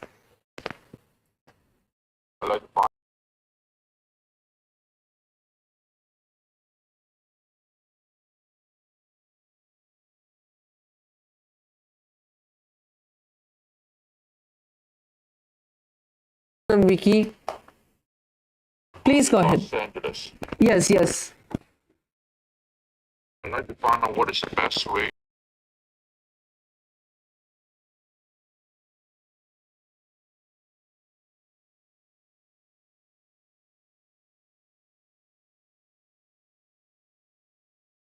Balancing.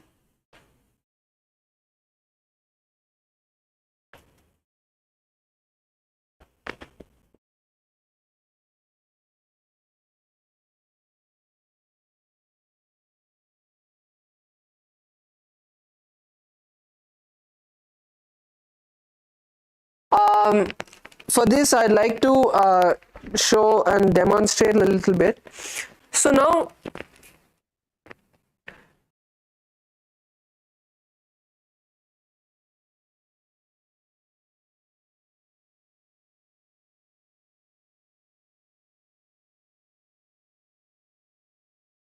multiple asanas we were doing.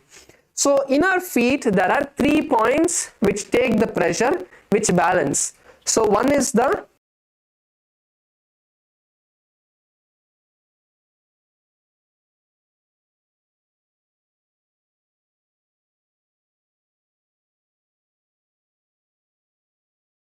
foot. You want to make sure that you're holding, you're tightening your toes.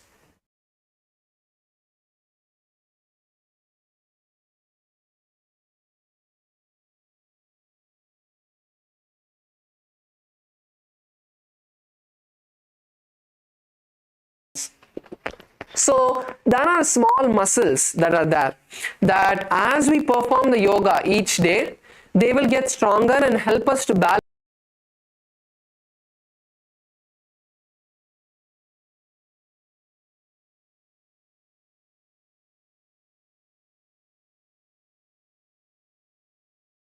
you will hold something with your hand. You want to use your toes and hold the ground. And then even if you do any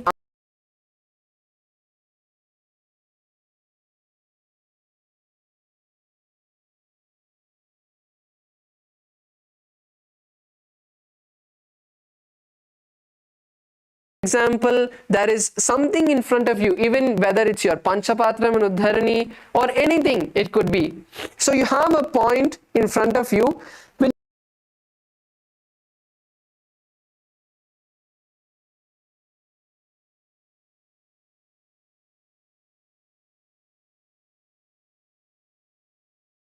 Important points that you can start doing when you are balancing in any asanas. So bringing awareness to your feet,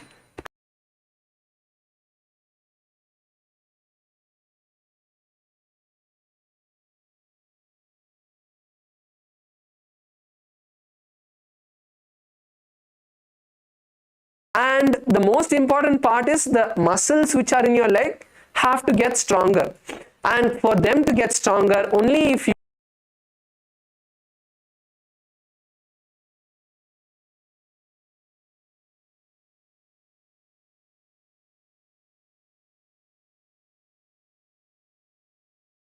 asanas that we'll do will surely help strengthen those muscles. Is it clear, Aya?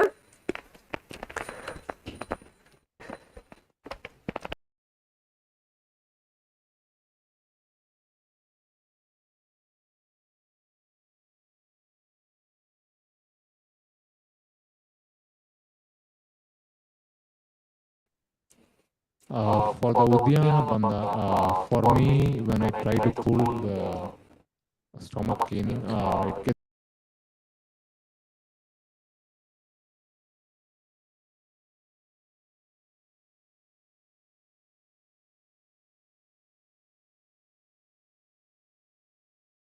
Stomach is completely cleaned.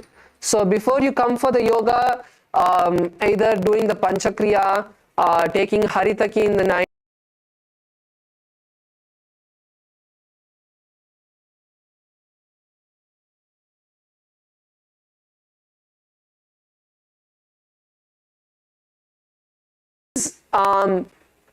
the way you're pulling your stomach inside. See, there is a difference between tightening your stomach and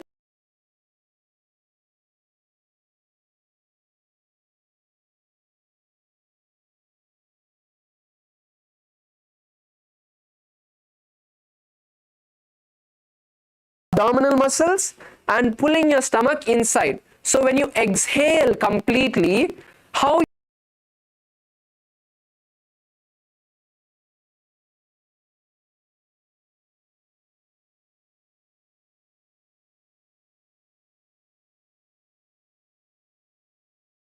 you want to bring your stomach in that same motion. So even if you use your hands, so just loosen your entire abdominal.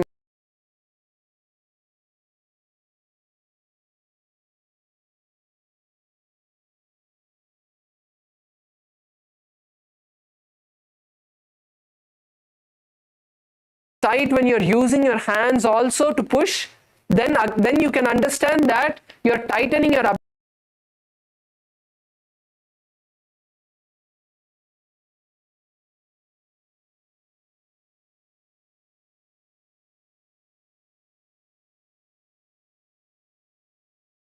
Then if you're able to do that, you'll start being able to bring that connection with your stomach to pull your organs inside and up.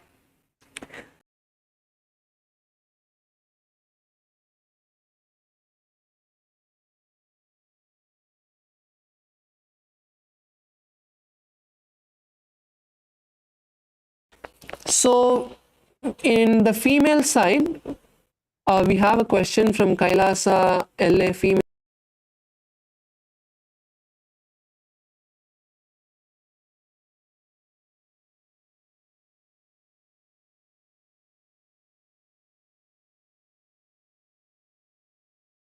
it's fine. But if I'm doing it while doing the asanas, it's like as if I cannot hold the breath.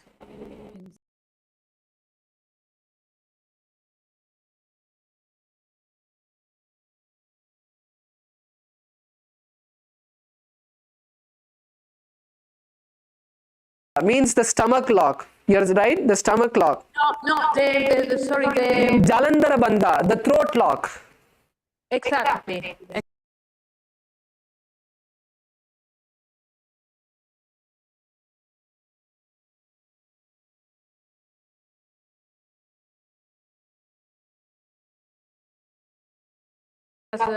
Yes, I cannot hold it. Yes, I got your question. See, first thing is, yes, you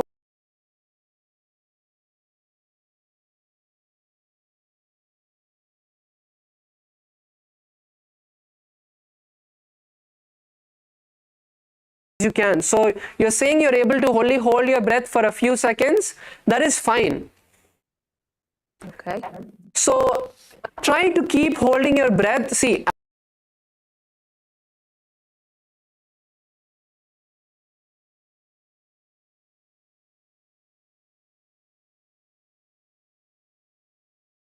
end of this month, by the time you go back home, you'll be able to easily hold your breath for a minute. Because in every asana almost there is a kumbha.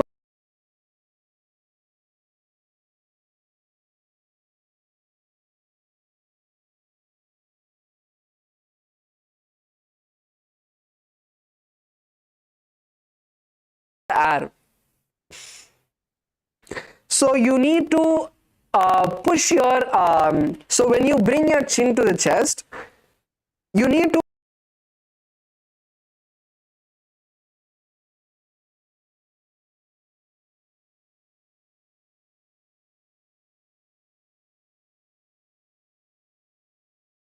hold your breath as long as you can throughout each asana. Even if it's for few seconds, that's fine. So as you get comfortable,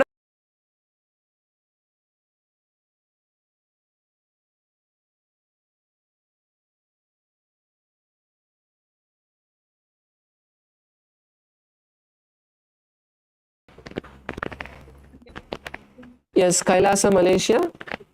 Yes, Nityananda.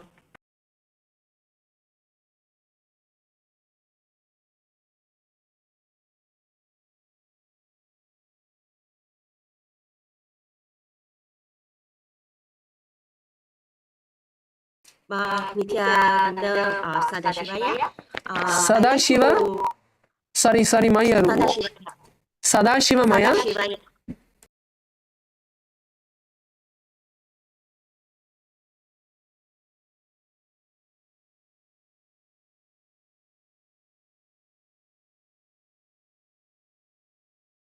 Abdominal differences, as well as one of interest is why do we want to visualize the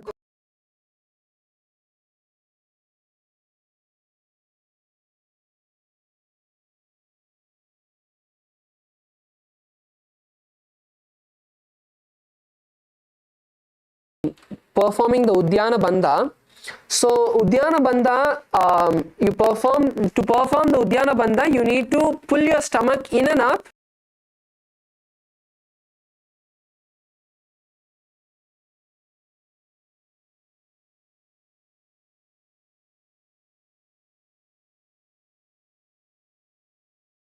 Tighten the abdominal muscles. So do not try to tighten your stomach. Try to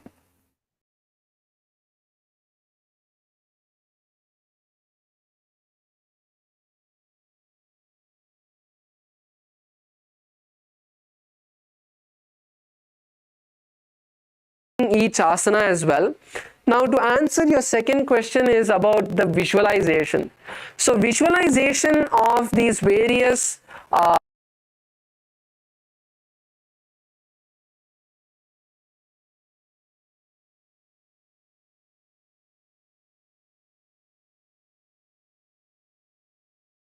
none of us can stop the thoughts, right?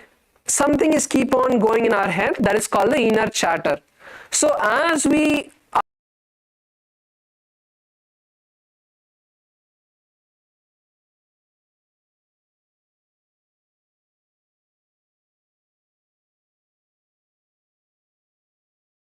Bhujangasana. So in the Bhujangasana, we are visualizing a snake. So what is the aspects of that animal that we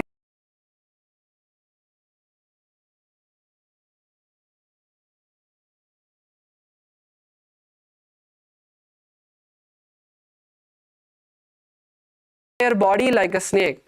So when you are visualizing the snake, how it is moving, or when you are visualizing the bear in the rickshaw,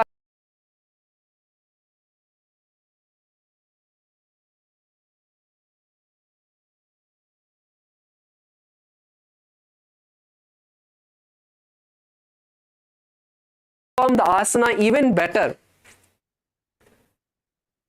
So that is the main reason why we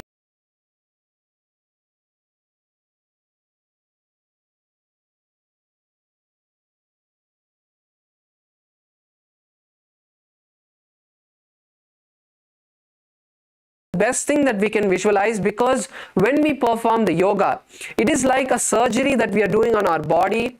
We are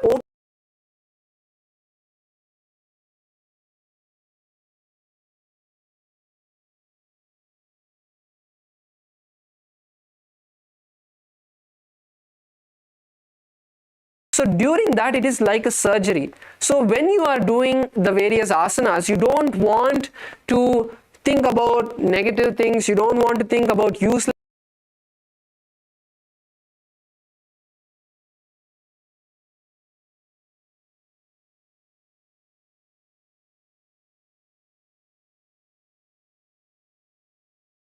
any of the thoughts going into ourselves, unnecessary thoughts, and be focused in the entire Nityanda yoga.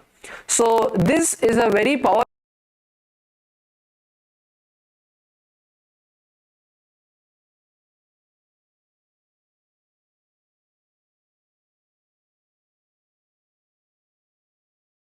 surely we will be having many more sessions during the next yoga session.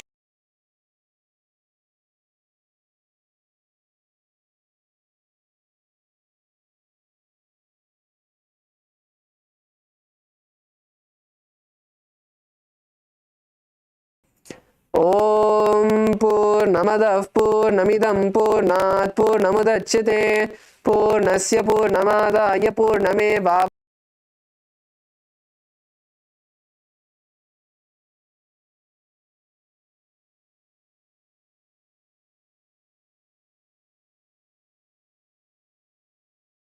Anandam. Thank you all. Hope all of you enjoyed today's Nityanda Yoga session. The next session timings will be announced by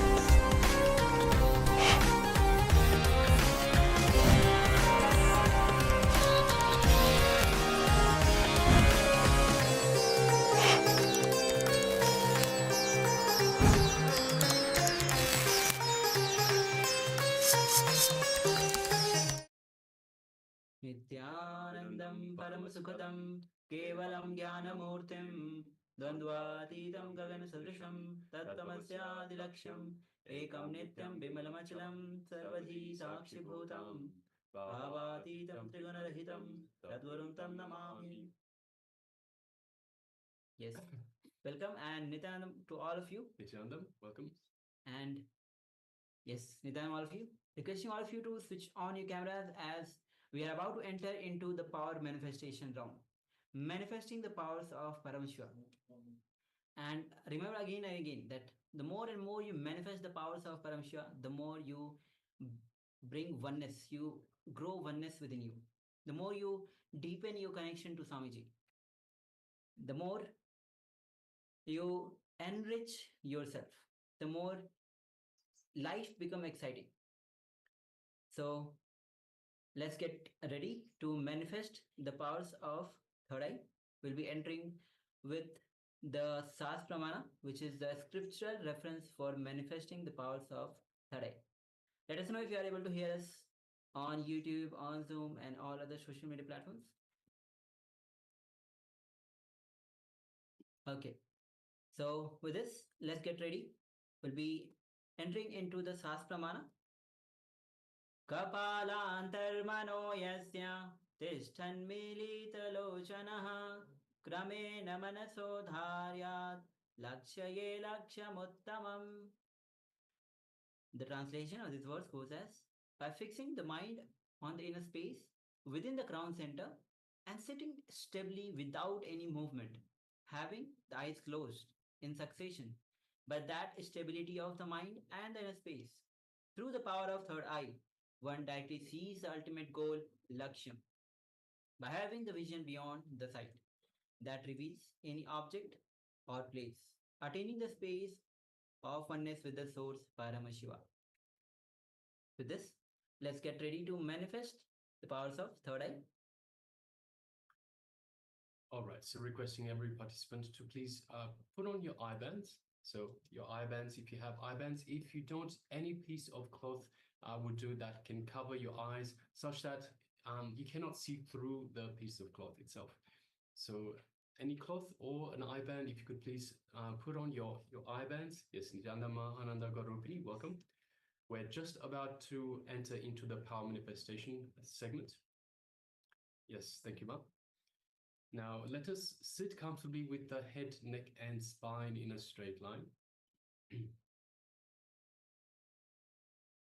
And let us just take a couple of long, deep breaths in and out. Just follow me. Take a long, deep breath in. And a long, deep breath out. And one more time, a long, deep breath in. And a long, deep breath out. All right, now let us bring our awareness to our Ananda Gandha, which is just below the heart center. And let us visualize Swamiji in our Ananda Gandha, our inner space. Visualize your favorite murti, your favorite image of Swamiji in your inner space. The one that you feel most connected to. You have the feeling connection. Just take a moment and feel that feeling connection to the Master.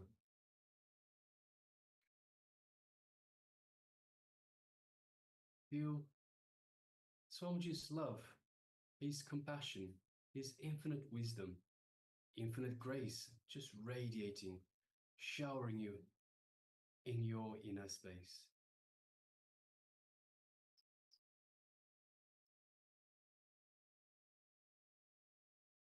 Feel his superconscious energy radiating from your inner space, permeating your entire body, every cell of your body, feeling alive with this superconscious energy that is radiating from Swamiji, from your inner space.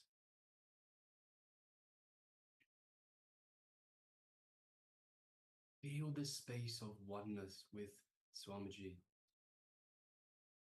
in your inner space.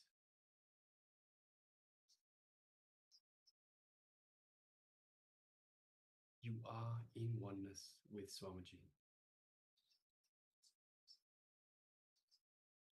Now let us move our gaze just gently to the third eye, just between the eyebrows.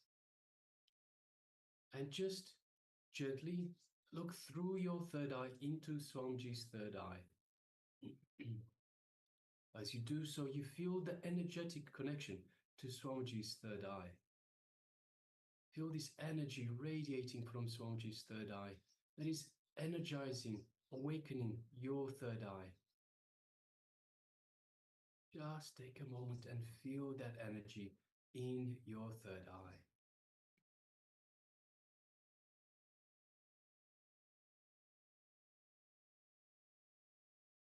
Now let us connect further by chanting the Mahavakya, the cosmic code word that Swamiji has given us to connect to him, to grow this feeling connection. Om Nityananda Paramashivoham. Om Nityananda Paramashivoham.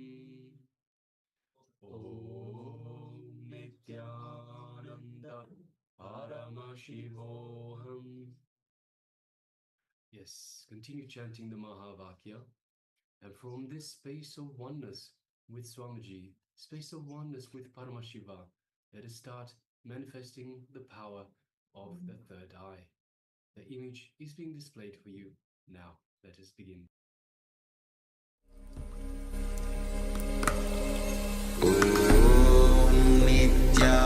Nityananda Paramashivoham.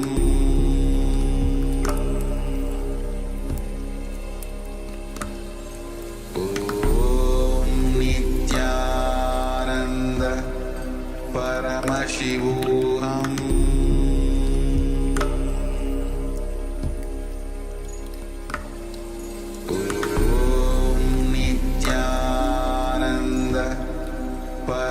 Paramashivoham.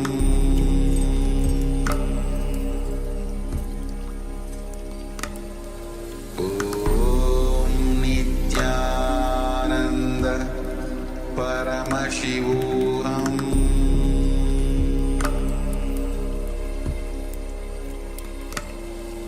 Om Nityananda Paramashivoham. Paramashivoham.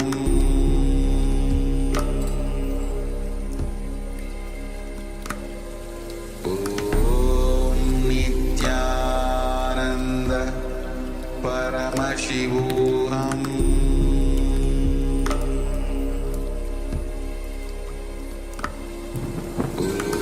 Om Nityananda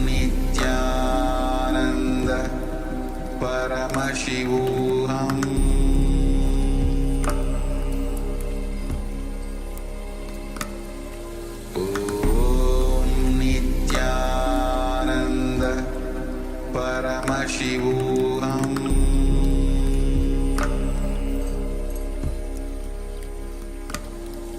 Om Nityananda Paramashivoham.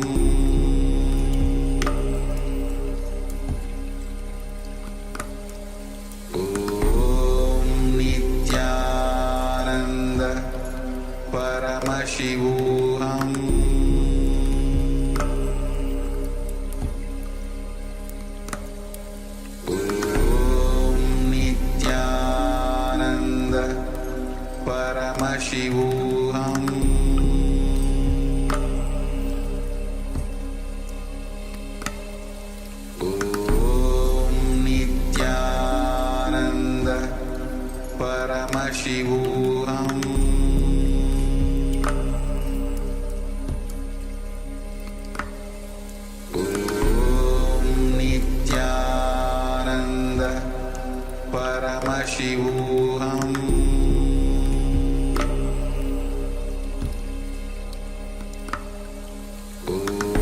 Om Nityananda Paramashivoham. Om Nityananda Paramashivoham.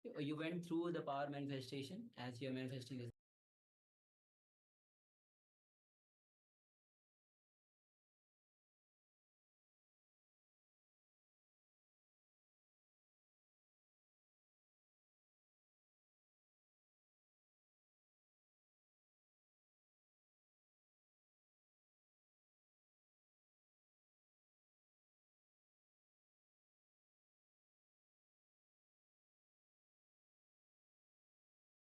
Yes, please go ahead, take a moment and share.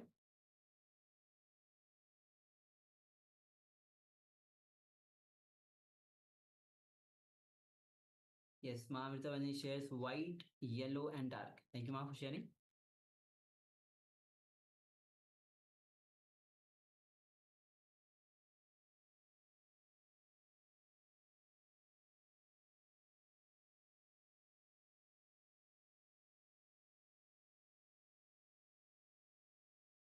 Just waiting for a couple of moments as we receive other sharings as well.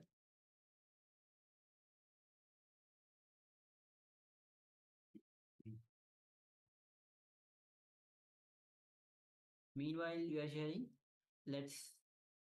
We'll be projecting the image that we had shown before.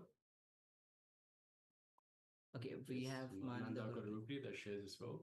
Gray, orange, white, gold, tangerine, green, wall, plant, water, mountain, fish, and pool. Yes, thank you very much for sharing, Mananda Garupi. Thank you. Yes. So now let's project the image. Yes.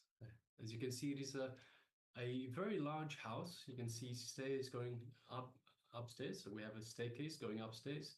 You can see a large living room with lots of sofas, a fireplace, a nice, very cozy fireplace, and nice TV, large TV in the center, and nice color scheme, and lots of lighting, ceiling lighting, wall lighting, a nice chandelier as well. So yes, quite a few things. You can see wooden floorboards as well.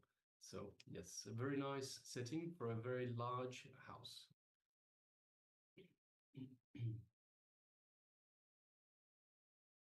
So Mahamudra shares white, yellow, and dark. So we definitely have the white.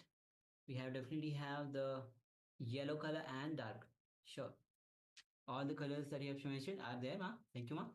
Yes, thank you, Ma. We also have Mananda Garupini that says gray. We definitely have shades of gray. We have shades of orange as well. Just one moment. Yes, we have tangerine, orange, tangerine are similar sort of colors. White, gold, we definitely have white. We have gold on the lights look golden, the ones on the wall. Also, there's a picture frame that looks golden in color. Green, we have some lime green, so very light lime green for the wall, for the paint on the wall. The wall, yes, we have walls, Ma. Definitely have lots of walls in here. Plant, we do see some plants right in the middle. There's a table, and in the middle of the table, there are some plants. Also, there seems to be something by the fireplace. So we do have plants, and also by the staircase as well. There's a nice big pot of plant. Water. We don't have the water, so we have a fireplace. We don't see any water here. Mountain. We don't see the mountain. It could be a nice big house outside of a mountain range. You never know. Fish and pool. So we don't have fish either, and no pool either. So yes, thank you very much for sharing, Mom. Most of those are there. We don't see the water, mountain, fish, and pool, but everything else is definitely there, Ma. So yes, congratulations, well done. Also, we have one sharing from Ma Yan Hong.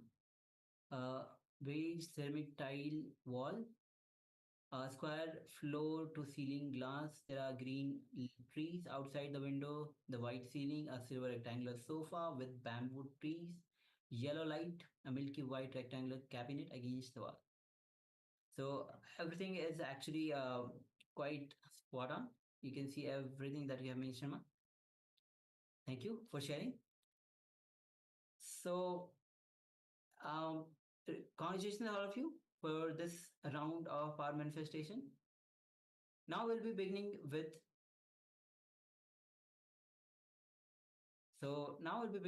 the today's session, and the next session is going to be on the introduction to three bodies, as today we are going on sessions which is going to be on the Shakti Spurana, the flowering of the energy. So the first three, this is going to be the introduction to the three bodies by Swamiji himself. So please come to the space of listening.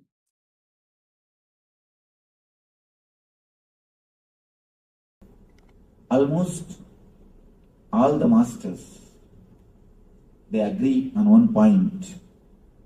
Body is energy. Your being is energy. Your being is the Shakti Spurana, the energy fountain.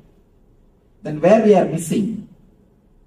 Continuously we are hearing, you are energetic, you are energetic, you are energetic. Then where are we missing? What is happening?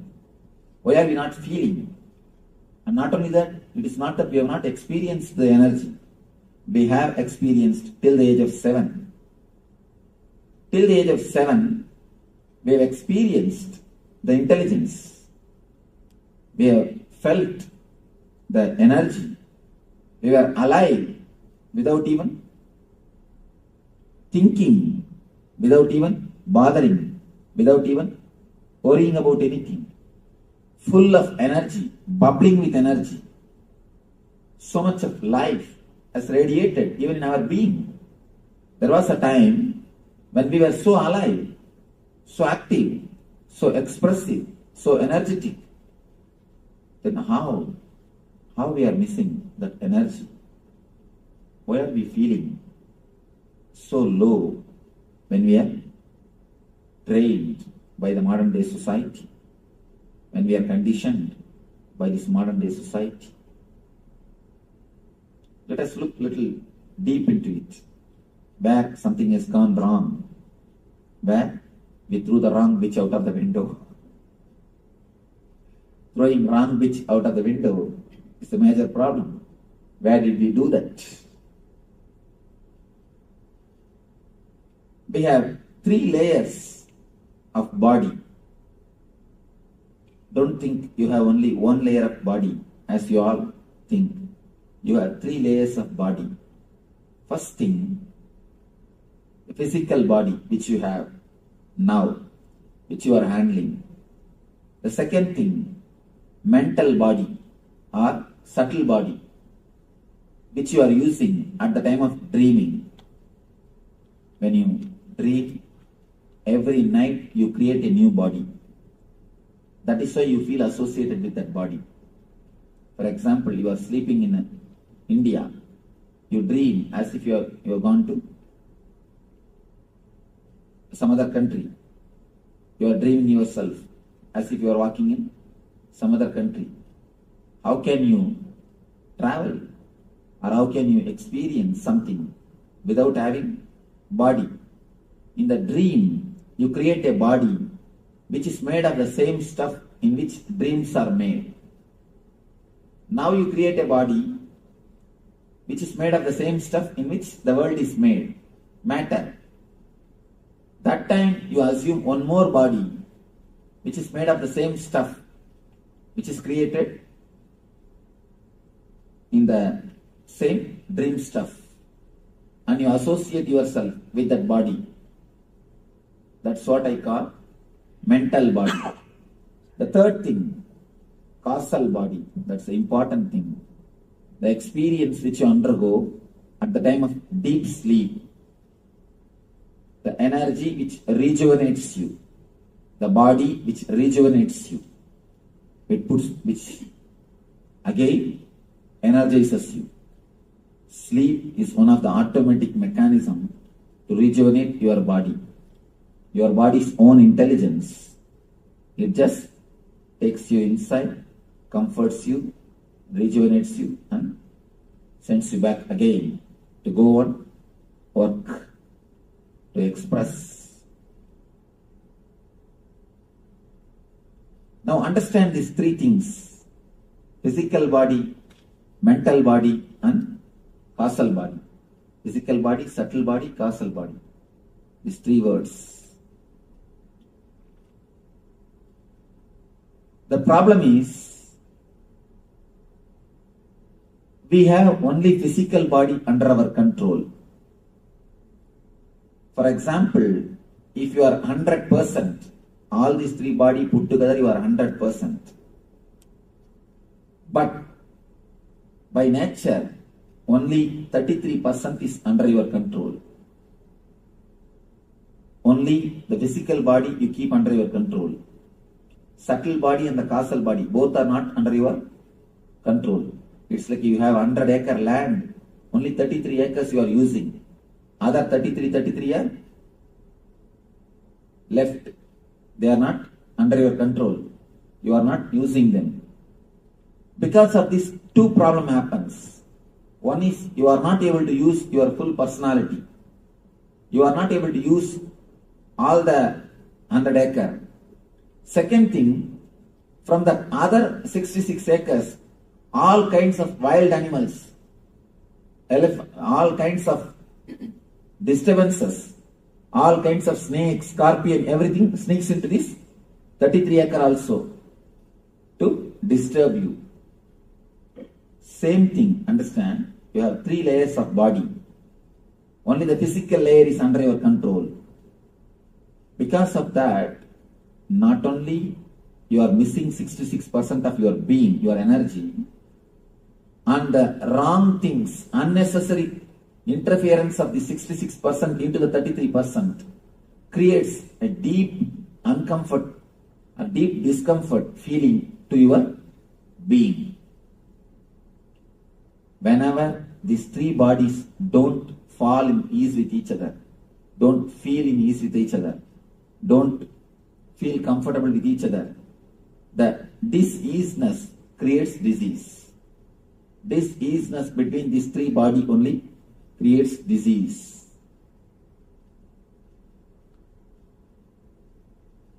Whenever your subtle body unnecessarily enters into the physical body, you feel restless. Subtle body means filled with thoughts. When it enters into the physical body, you feel restless. Wherever you are, you don't stay there. If you are here, your mind is somewhere else. We can be sure about that. Continuously you feel restless. What next? What next? What next? What next? Restlessness and the psychological dissatisfaction is the main reason for all the psychosomatic disorders. All the psychosomatic disorders is the only one reason. One important thing. Now the doctors are coming up with a conclusion. Even the accidents are your invitations. We are thinking accidents are accidents, but there is so much of research done by the people. They are coming up with a new data, new informations. Unless you invite, unless your mind is ready, unless you are asking, accidents don't happen. They call it the power of coincidence. There is no such thing as coincidence happens on the planet Earth. If you don't know the cause, then you say it's a coincidence. Everything happens only with cause and effect. There is nothing on the planet Earth which happens without the cause. Can anything happen without cause? Only cause and effect. If you know the cause, you say cause and effect. If you do not know the cause, you say it is just coincidence. We may not know the reason, but there is no such thing on the planet Earth which happens without cause. Everything happens only with cause. Even if the accidents are proved, they have cause, they have invitation from your side. Can't we understand the diseases are nothing but our own creation? And one more thing, important fact. Every part of your body has got its own life.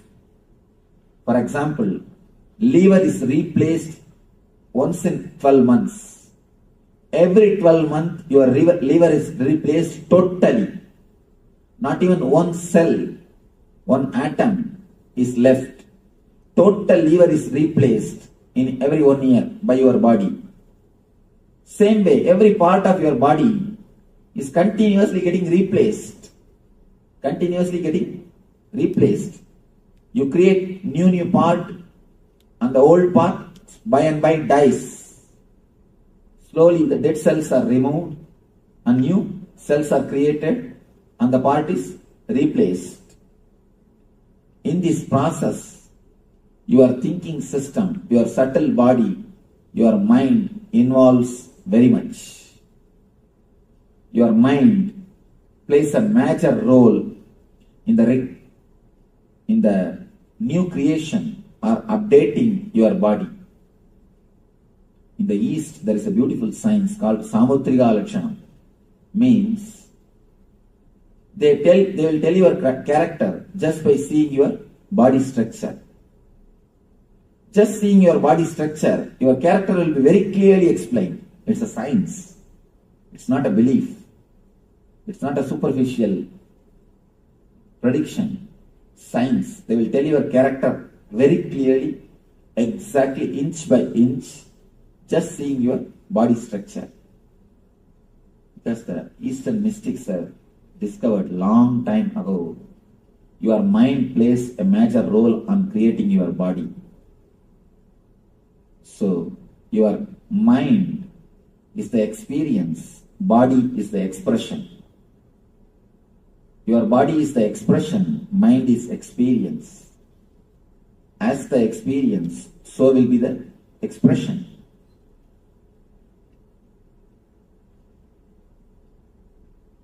Your mind is the master which creates your body. Your mind plays a major role in creating your body. It is your body which is the expression of your mind. I think after the end of every session, you will have a gap. Remember, recall and take notes. If you take notes, then I will have to wait. After every session, you will have a small gap. You can remember and take notes. Few people used to tell me, Swamiji, we forget by the time. If you will forget within half an hour, then what is the use of class? What is the need of even attending the discourse?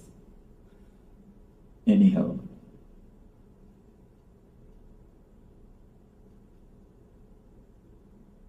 These three bodies, when they interfere in the other's space without invitation, they create trouble. As I was explaining to you, if the subtle body enters into the physical body, it creates deep restlessness in you and it creates psychosomatic diseases, wheezing, stomach problem, and all the problems related to heart, the Anahata chakra and Manipuraga, as just because of physical, the subtle body entering into physical body.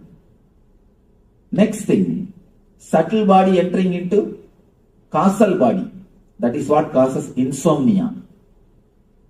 Subtle body means filled with restlessness, thoughts. If it enters into the causal body, the deep sleep layer, that's what causes insomnia, chronic fatigue. Chronic fatigue, insomnia, sleep, not only sleeplessness, all the disorders in the sleep, they are caused by the subtle body entering into the causal body. The next thing, causal body entering into the physical body and subtle body. When causal body unnecessarily enters into the physical body, you feel a deep inertness. Inertness means you don't want to do anything. You just want to be totally silent. And you just want to be totally in the inertness. Sort of a deep physical depression. Deep physical depression. And whenever the causal body enters into the subtle body without invitation, again you feel a deep mental depression. Deep physical depression and deep mental depression. These two are caused by causal body entering into physical and subtle bodies. One important thing you need to understand. Human being is the only animal who feels tired after taking rest. We are the only animal who feel tired after taking rest. If you ask the people, why are you tired? So tired of taking rest. Whole night we would have slept, but we feel tired.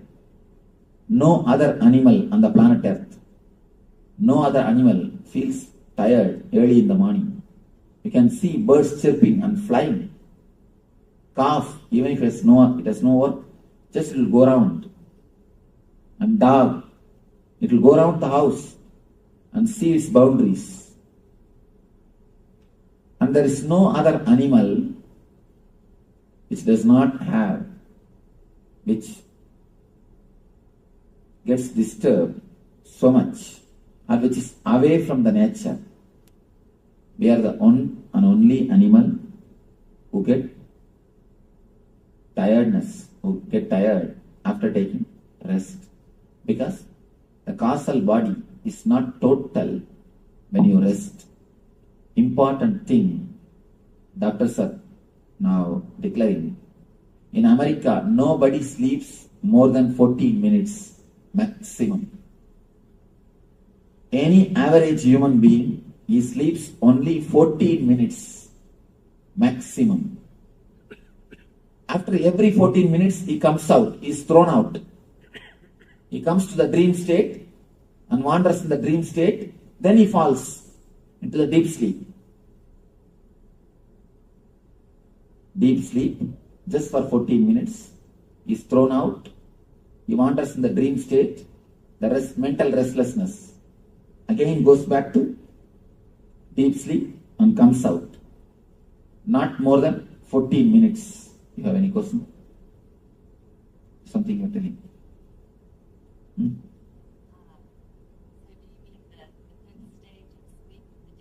Yes. I mean, when I say sleep, I mean the total deep sleep. Dream state is not sleep. Please be very clear. Dream state is one of the disease. Let me explain. When it comes to the second layer, I'll explain how the dream state is disease. Only maximum 14 minutes the person rests average in America. And in the eastern countries, the much poor countries, especially India, they did the test. It's a 36 minutes. Look, where is 14 and where is 36? The maximum time they can have in the deep sleep state, they can be in the causal body, is 36 minutes. Only here 14 minutes. Then understand how much our inner layers are disturbed. How much the inner layers are unease with each other, diseased with each other. I have seen many of our devotees, even in the night time, even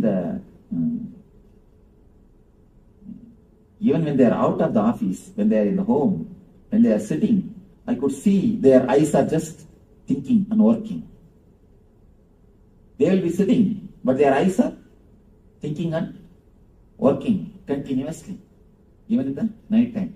Our guys, even in the office, they don't work. Even in the office, our guys don't work. If God gives His grace, if He finds too tired of taking rest, then He may move some file here to there or there to here. That's all. Again, rest. Nothing else can be done. Anyhow, 14 minutes is the maximum time. Understand, it is 14 minutes is too bad. Of course, I'm not telling people should not work or anything, but it's almost like selling your whole being. You are selling your sleep to purchase the bed. To purchase king size bed, you are selling your sleep. To purchase a drawing, you are selling your eyes. According to me, you can work the same amount of the work which is done by an American citizen, and you can have more sleep than an Indian citizen. This both can be joined with a right meditation technique. With a right meditation technique practice, because you have tremendous potential energy. Not that I am telling this as a thesis or a theory. I have already worked with 30 people. With a group of 30 people, I already experimented the whole technique. Whatever I am going to speak to you today, I have already experimented more than 1 year. More than full 1 year, we did an experiment with these ideas. Just only few months ago, I designed this whole program. We are continuously working like a laboratory on these great ideas. When we prove solidly, it does not create any side effect. It creates only positive effects, and it creates only the right results. Only then I bring it out to the market. Now I tell you, we have worked on this technique and proved it. Not only these techniques are foolproof, they are giving tremendous results. And now, at least in our ashram, people sleep hardly 2 hours. They work at least almost 22 hours continuously, and again they are filled with energy. Nothing. Right food, right understanding about sleep, and right meditation. Over. Nothing else. Only these three things. When your 3 layers are cleansed, when you clean these 3 layers of your bodies, and have a right few tips in the food, in the sleep, and in the meditation. These 3 are the basic thing. Then automatically you will see you are able to express tremendous energy. At the same time, you are able to have the deepest possible rest. Both will continuously happen at the same time. And this course is, I call this course as a get well course. Understanding about these 3 layers, first will remove the diseases from you. Next, it can create a positive well-being, total well-being in you. If you have any questions about these 3 bodies, you are welcome. Otherwise, we'll go for the next session. Any question? Yes.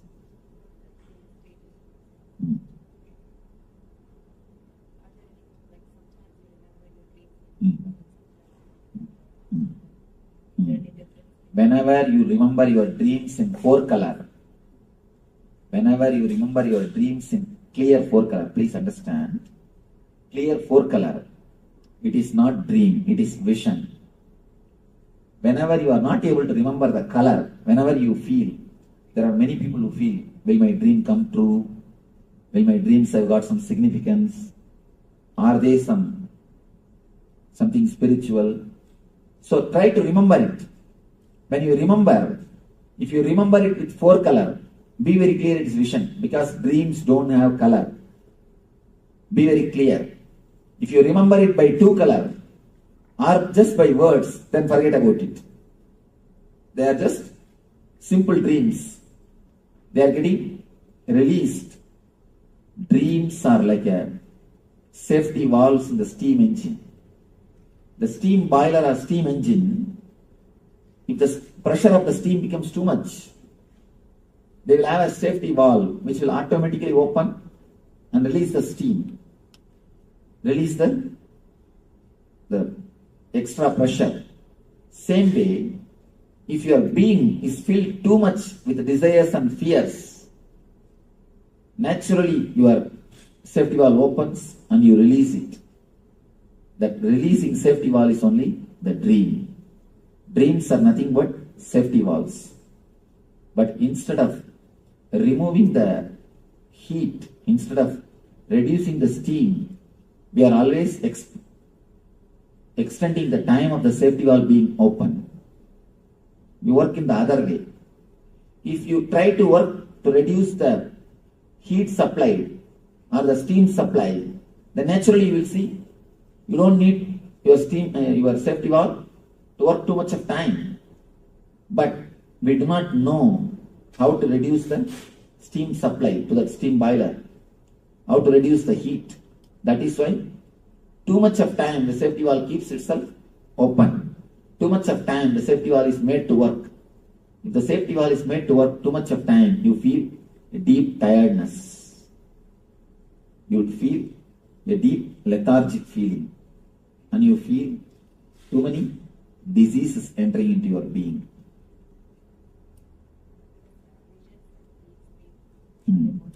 Visions in deep sleep are nothing but the visions in the normal time.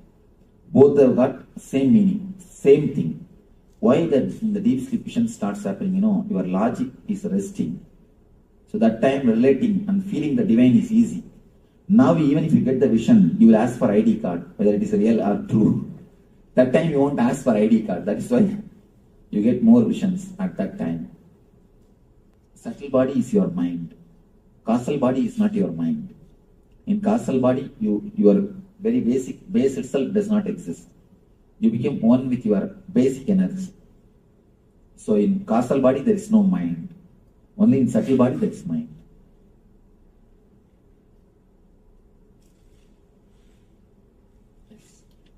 There's a saying that you slept like a log. So you are out dead to the world.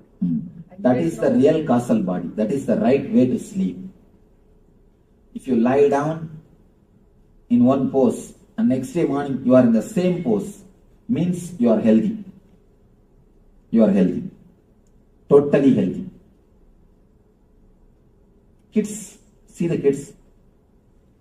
They sleep like a log. And not only that, if a grown-up man, if he sleeps, you can see his eyeballs moving.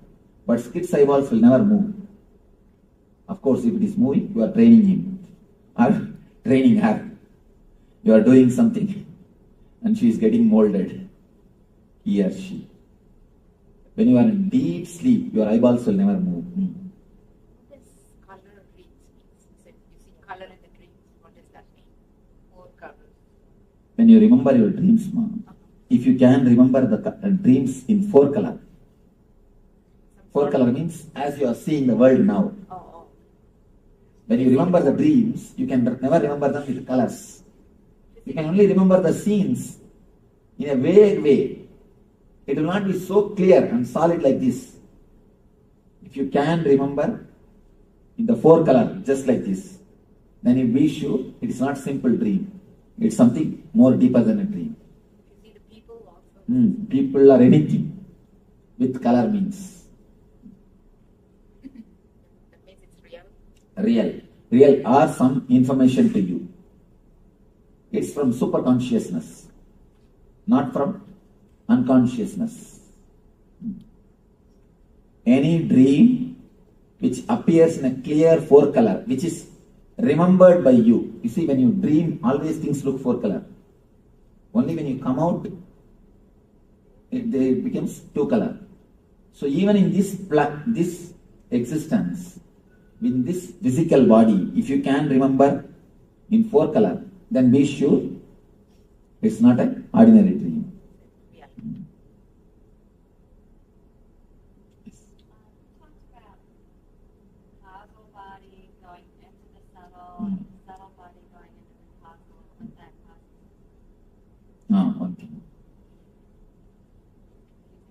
Confusing.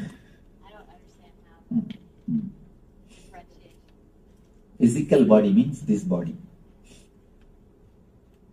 Subtle body means continuous thinking or continuously boiling inside.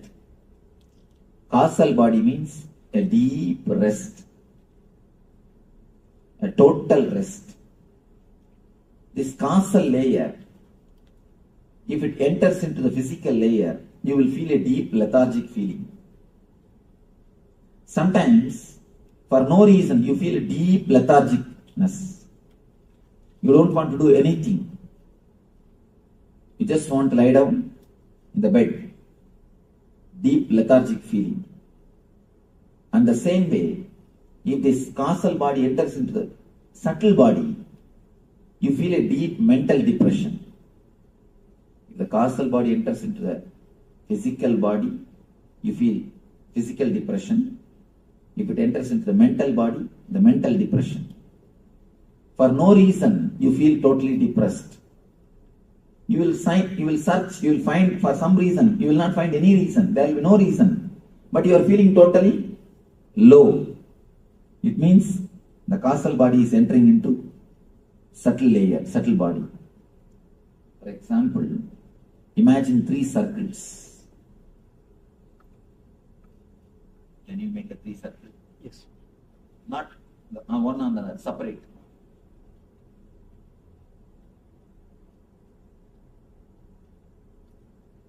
Next. Separately. Make big 3 circles.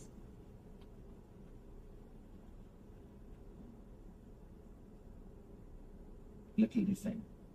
Little you need to come this side. Because so much of space is there. Use only upper portion. Below, lower portion I will have to put the table cover.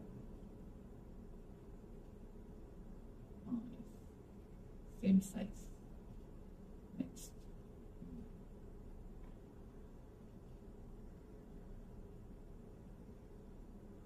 Yes, next.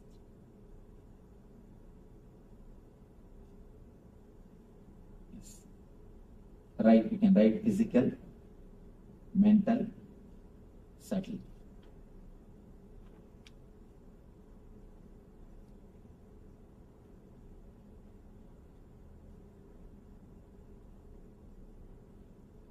PL and causal. CAU, SAL. Yes. These 3 circles, they enter into one another without invitation. And they don't enter when you invite. That's the problem. Sometimes they don't enter when you want. Many times you will be lying on the bed and rolling. You will not be able to get sleep. And many times when you are sitting and attending the discourse, you will sleep. So whether either they enter when you don't want or they enter uninvited way. That is the problem. Yes. What is the, I thought we were supposed to kind of go through life and sort of connected with that deep spiritual. How is the causal related to the deep spiritual? I thought that's where it was. That is the nearest layer to the spirit, to energy. So wouldn't you want it with you all the time? Yes, we wanted. But continuously if it enters into your being, you will not be able to do anything in the physical world. Even the spiritual energy, continuously if it is in the body, you will not be able to do all the work. You will be in the same ecstasy. You will be in that same energy. You think that continuously staying in the physical, in the spiritual layer is going to help? Continuously, if you stay in the physical, spiritual layer, you can become like me. That's okay. Do you want that? Then you are welcome. You see, there are sometimes, some things, even in the spiritual layer, only the amount of energy which you can handle should be allowed to your body. Otherwise, it creates a few difficulties. Let me explain a small story. Somebody goes to Ramana Maharishi, great Rishi, and asks him, Bhagavan, please give me some spiritual powers. Bhagavan says, the powers which you have, that itself you are not able to handle. You don't have a maturity to handle. This guy said, no, I don't have any power. Bhagavan says, you are working as a manager. You have little power to remove somebody from work or to appoint somebody. You have certain amount of power based on which you can give job or remove somebody, or you can do certain things. With this power itself, you are not able to manage, you are not able to be mature, you are not able to relax at ease with yourself. That is why you want meditation. You have come all the way here. This power itself you are not able to handle totally. If you are asking, if you want more power, then how will you be able to handle? Sometimes, even asking more power is going to disturb. It's going to disturb. You must have enough of intelligence to handle the power. If you have enough of intelligence to handle the power, you will do good things. See, the whole world is suffering because the power is in the guys who are not able to handle it. Why so much of suffering? So many wars. Tell me, why so many wars? The power is there, but they don't have enough of maturity to handle it. That is why we go and hurt others. And then they have to hurt us. You understand? Whenever the power comes without the maturity to handle it, without the responsibility to handle it, it simply you destroy either others or yourself. For example, if a knife is given to a kid, either it will hurt others or it will hurt himself. The same thing politicians are doing all over the world. All over the world. I do not know what these guys are going to do because all the nations have piled up atomic weapons which can burn the planet Earth 700 times. 3 months ago report, I do not know now. Now it may be even 750 times or 740, 760 times, I don't know. Just 3 months ago, I read a report which says we have atomic weapons piled by all the nations. We can burn the planet Earth 700 times. So they say, they are predicting about the Third World War, no? When the Iraq War was going on. That was the report I was reading. They say if there is a next World War, the Fourth World War will be only with stones. Means what? The next generation. Again, the whole humanity has to start. Fourth World War can never be with weapons. It can only be with stones. Because again the tribals has to be created and the new planet Earth only has to be created. We have created the atomic weapons which can destroy 700, which can burn the planet Earth 700 times. Then imagine, so much of power without intelligence is getting accumulated. That's what I always tell people, either meditation or global suicide. Whether you meditate and become more intelligent and spread more intelligence, or we are going to commit global suicide. No other choice. Okay. Yes.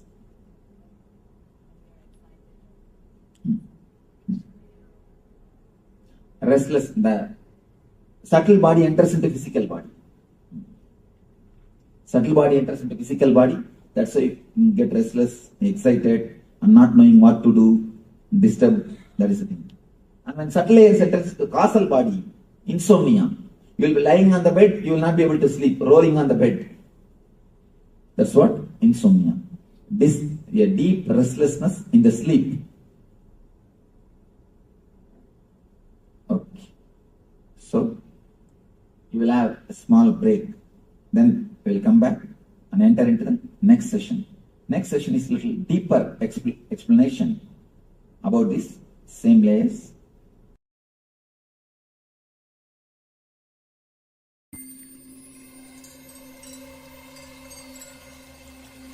I welcome you all with my love and respect.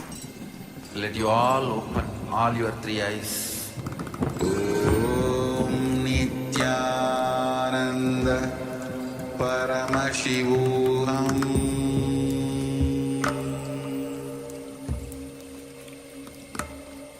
Om Nityananda Paramashivoham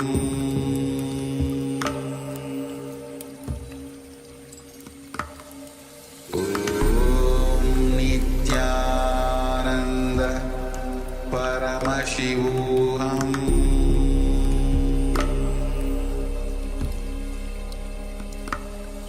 Om Nityananda Paramashivoham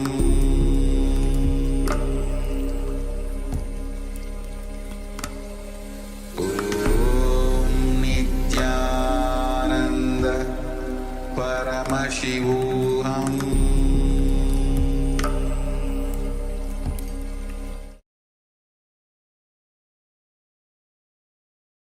Yes, Mr. Murphy. So Swamiji has beautifully introduced the three bodies that we have: the physical layer, the subtle layer, and the causal layer. So all these three, actually Swamiji showed a diagram as well where these three, when it becomes in 5 layers, when additionally it comes with Annamaya Kosha, Pranamaya Kosha, Manomaya Kosha, Vijnanamaya Kosha, and Anandamaya Kosha. These three bodies which Swamiji mentioned is physical layer, subtle layer, and the causal layer. When these three penetrate into each other, we are into various kinds of, Swamiji mentions, when the waking state, when the dream state penetrates to waking state, we are daydreaming. So much of tiredness is there, restlessness is there. So in various ways, when these layers penetrate each other, we have different kinds of disease. But when Turiya, the fourth state, enters into the waking state and the deep sleep state and even the dream state, so much of healing happens to us in all these three states. So now we'll be entering into activity on the 7 layers of the body. Yes, so Swamiji has actually displayed this image on the during the video itself, during the revelations. So requesting everyone, let us now gather a pen and paper and let us draw the 7 layers of the body. So Swamiji has taken us through the actual bodies, so the 3 bodies that we just mentioned: the physical body, the causal body, and the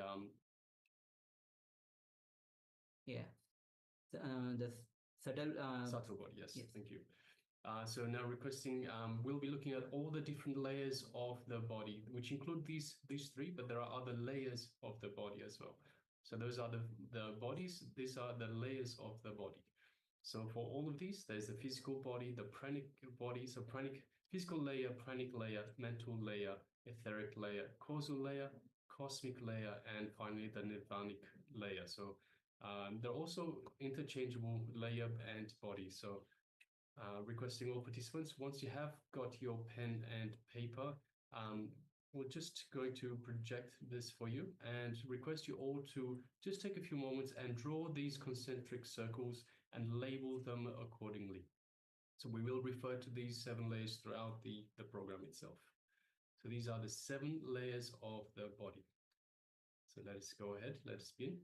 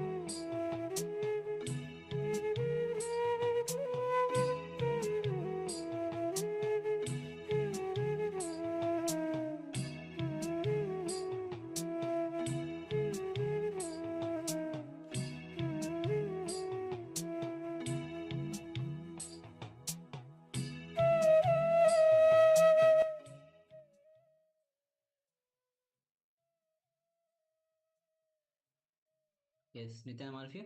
So now you can relax from this activity. And next, we are going to enter into a meditation. Meditation to recognize your beauty. As today we'll be going through the 3 bodies that Swamiji has already introduced and how these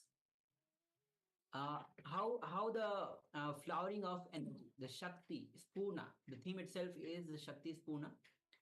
So, and how the dream, the reality, the dream body will be going through various sessions, the waking state, the dream state, the 4 states of consciousness. So first, let's enter into this meditation, as Swamiji has already introduced about the 3 bodies. The meditation to recognize your beauty. So please come to the space of listening and let's begin.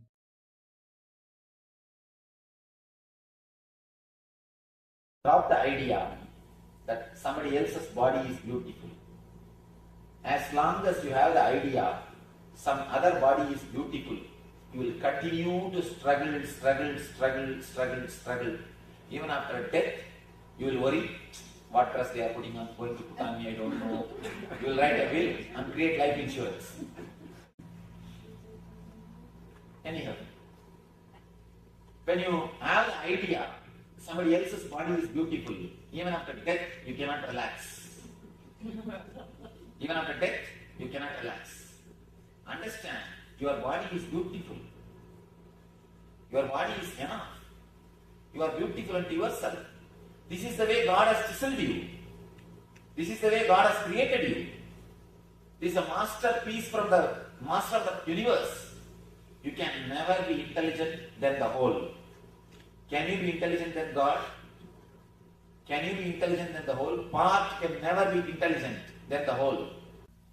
Craving or seeing, thinking somebody else is beautiful will make you as a split personality. Will not let your intelligence, biointelligence, be totally alive.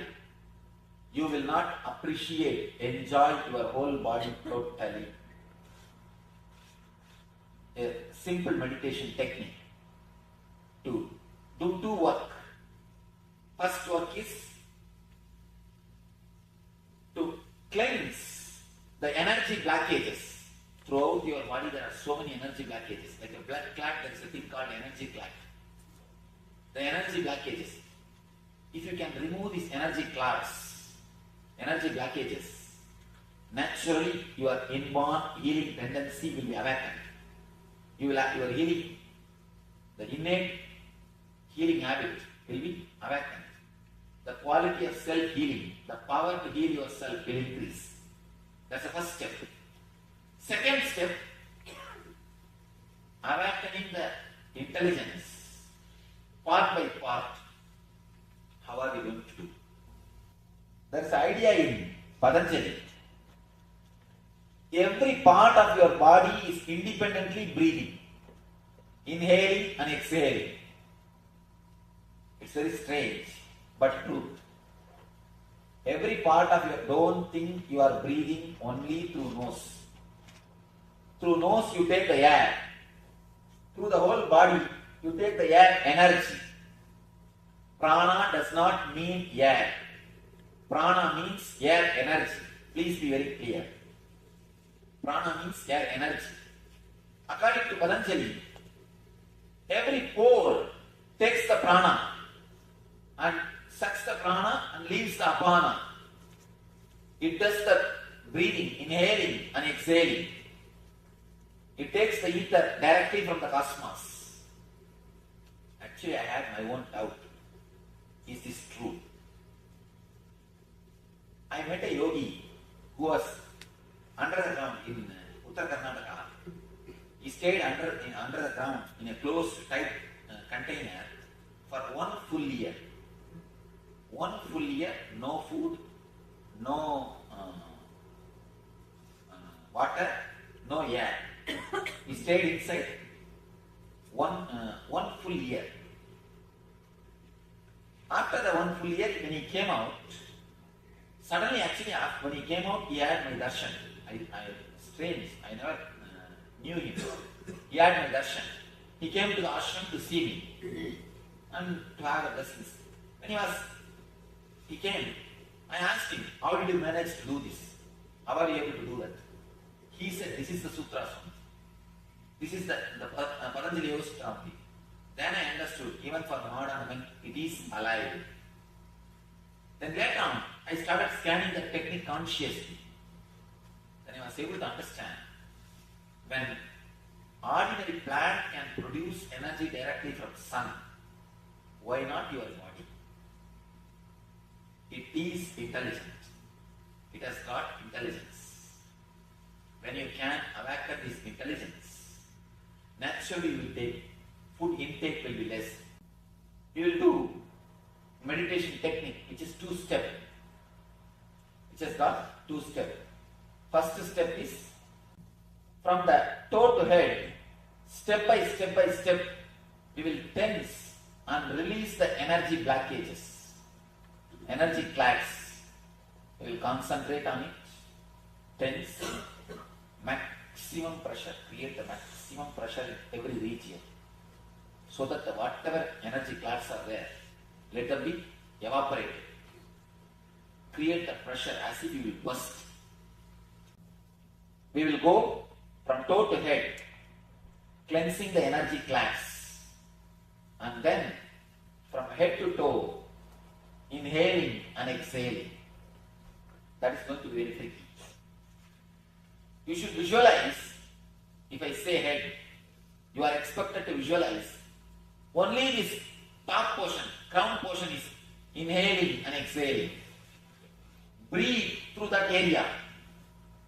Feel you are inhaling the prana, exhaling the prana through that region. Every pore, every hair hole, every pore is inhaling and exhaling.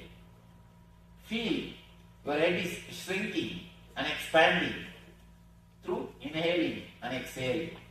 Visualize it step by step. Then eyes. Visualize you are inhaling the prana, exhaling the apana through eyes. Then ears. Step by step. Continuously visualize. Continuously visualize. Continuously inhale and exhale. Continuously, step by step, finish the whole body. Don't stop at any portion, at any time. Whether you are going from here to tensing or coming from there to here relaxing. Don't stop. One more thing. After the leg, if I come to knee, remember only the knee. Forget about the leg. Don't bother about it. Don't think you should relax it. Don't think you should tighten it. Forget about it. Remember only the portion which I am guiding you. Step by step will go up and come down. Any doubt in the instruction? I can start. I'll guide you step by step. Please tie the ribbon. Anybody diabetic? You can go and eat if you want something. Start breathing as slowly and as deeply. Inhale and exhale as slowly as possible, as deeply as possible. Let your hands be relaxed in the side.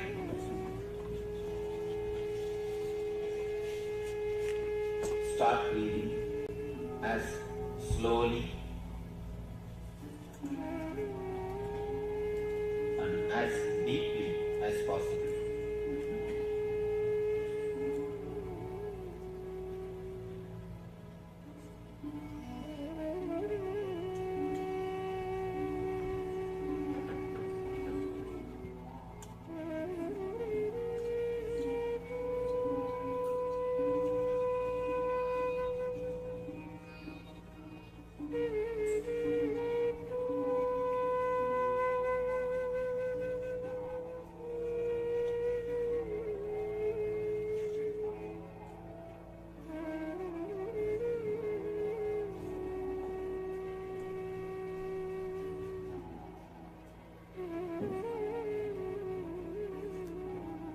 if you are heart problem, if you are a heart patient or expectant mother, only then. Otherwise, put your whole effort and do it.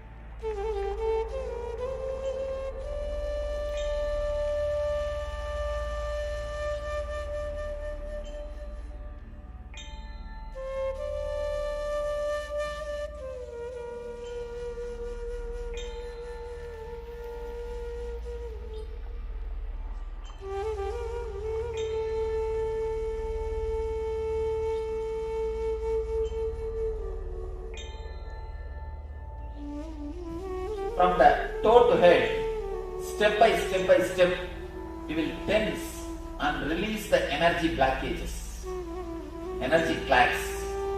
You will concentrate on it, tense, maximum pressure, create the maximum pressure in every region, so that whatever energy clasps are there, let them be evaporated.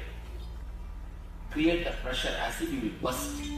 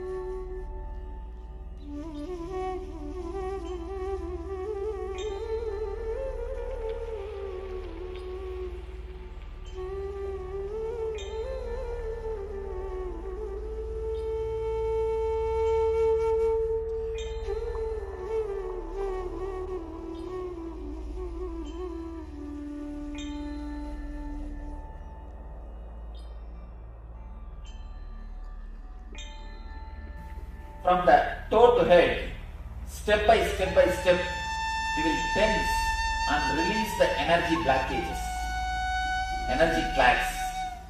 You will concentrate on it, tense, maximum pressure, create the maximum pressure in every region, so that whatever energy clasps are there, let them be evaporated. Create the pressure as if you will burst.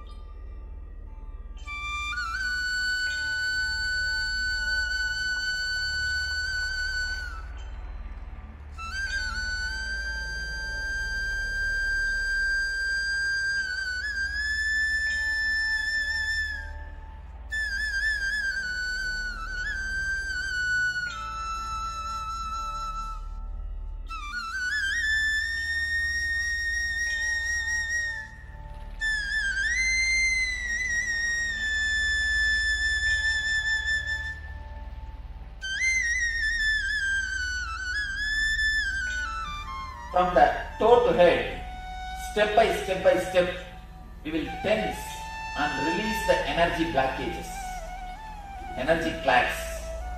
We will concentrate on it, tense, maximum pressure, create the maximum pressure in every region, so that whatever energy clasps are there, let them be evaporated. Create the pressure as if you will burst.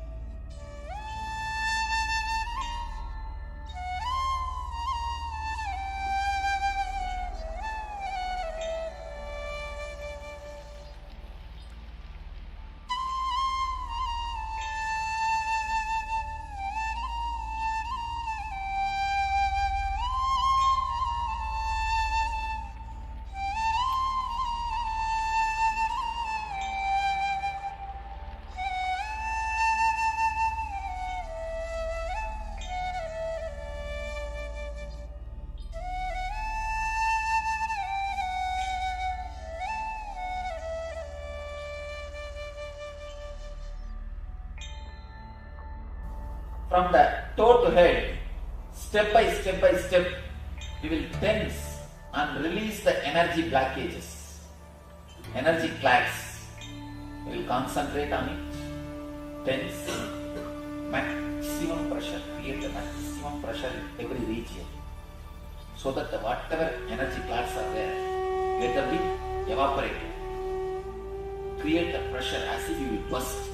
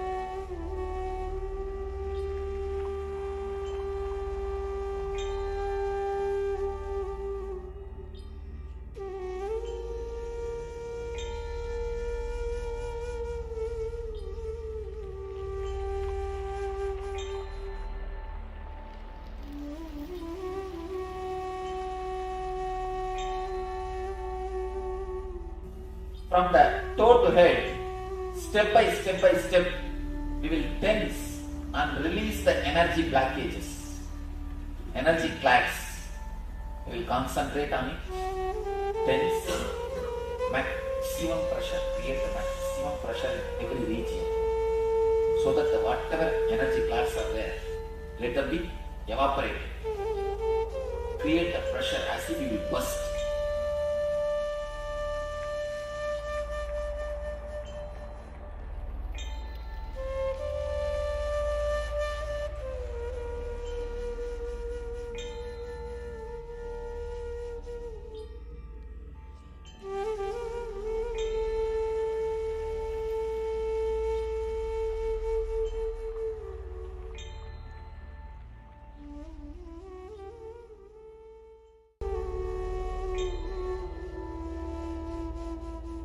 Visualize it, step by step, then eyes.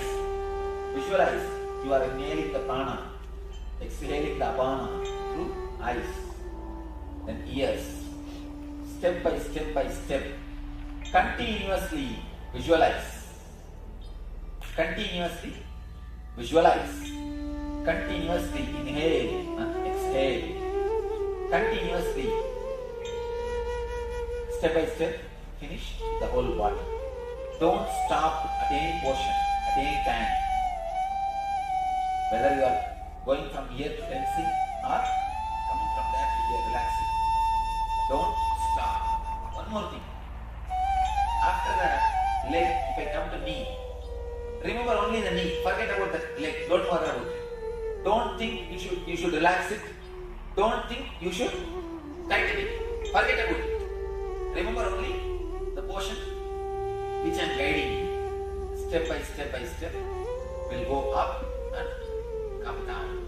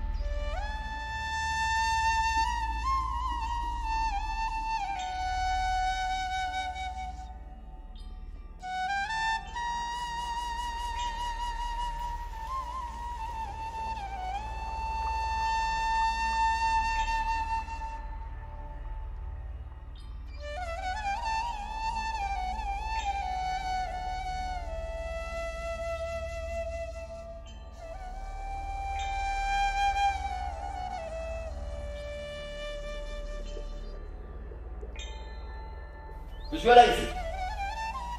Step by step. Then eyes. Visualize. You are inhaling the prana, exhaling the apana through eyes. Then ears. Step by step by step. Continuously visualize. Continuously visualize. Continuously inhale and exhale. Continuously. Step by step. Finish the whole body. Don't stop at any portion, at any time. Whether you are going from here to tensing or coming from there to here relaxing. Don't stop. One more thing. After the leg, if I come to knee, remember only the knee. Forget about the leg. Don't worry about it. Don't think you should relax it. Don't think you should tighten it. Forget about it. Remember only the portion which I am guiding you. Step by step by step will go up and come down.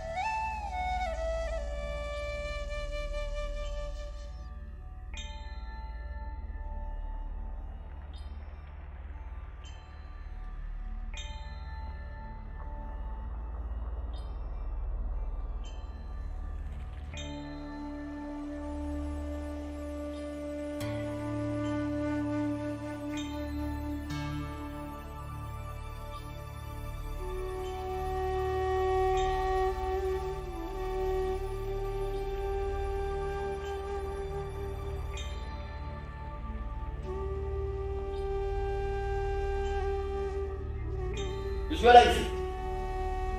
Step by step. Then eyes. Visualize. You are inhaling the prana, exhaling the apana through eyes. Then ears. Step by step by step. Continuously visualize. Continuously visualize. Continuously inhale and exhale. Continuously. Step by step, finish the whole body.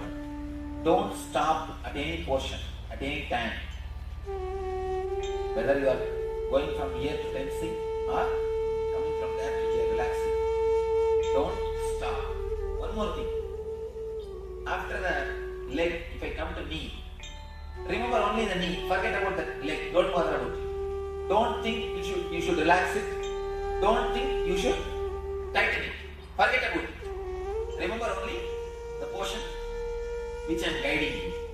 Step by step by step will go up and come down.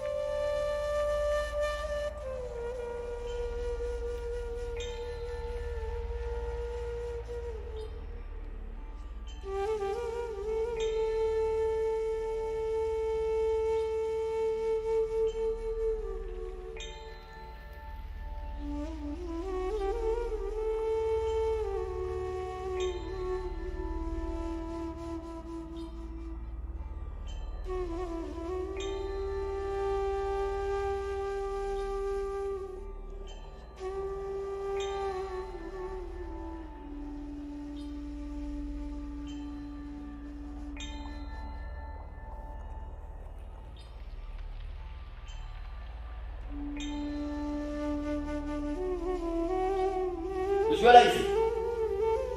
Step by step. Then eyes. Visualize. You are inhaling the prana, exhaling the apana through eyes. Then ears. Step by step by step. Continuously visualize. Continuously visualize. Continuously inhale and exhale. Continuously. Step by step, finish the whole body. Don't stop at any portion, at any time. Whether you are going from here to tensing or coming from there to here relaxing. Don't stop. One more thing. After the leg, if I come to knee, remember only the knee. Forget about the leg. Don't bother about it. Don't think you should relax it. Don't think you should tighten it. Forget about it. Remember only the portion which I am guiding you.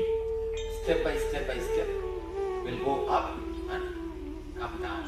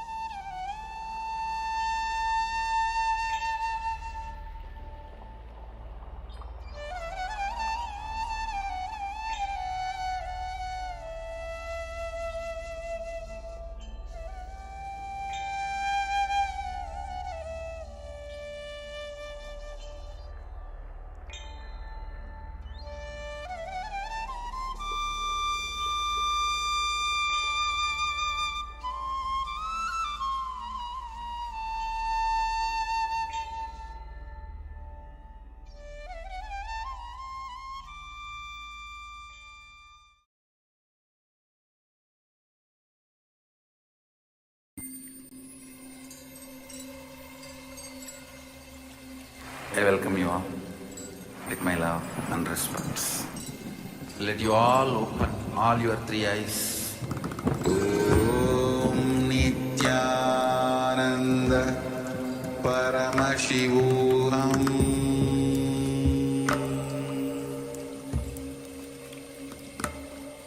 Om Nityananda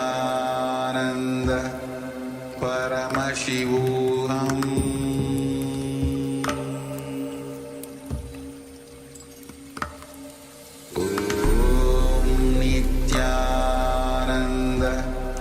Paramashivoham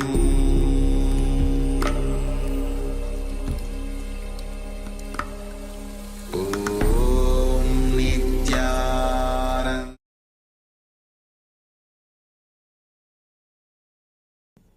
You will neither have physical depression, means the chronic fatigue, deep lethargic feeling, and all these things, and nor the mental depression.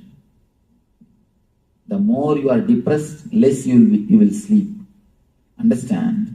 People always think, depressed people always sleep, Swamiji. No. The more you are depressed, less you will sleep. Because at the time of causal body, the subtle body will enter into causal body. At the time of subtle body, the causal body will enter into subtle body. They both will not get along with each other. They both not getting along with each other is only expressed as a depression and insomnia. Depression and insomnia are very closely related diseases. Physical lethargy, mental lethargy, and insomnia. All the three are very closely related. We should mainly concentrate on one thing. Beef is the food which will create total physical lethargy. Our country is suffering because of beef mainly. Beef is the food which will create total physical lethargy.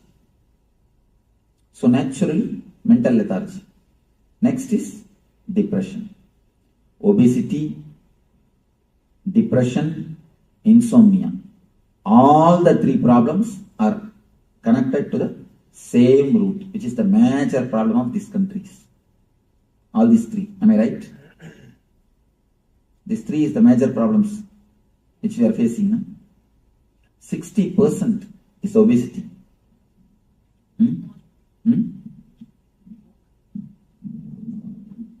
All the three are related to the same root, causal body and beef.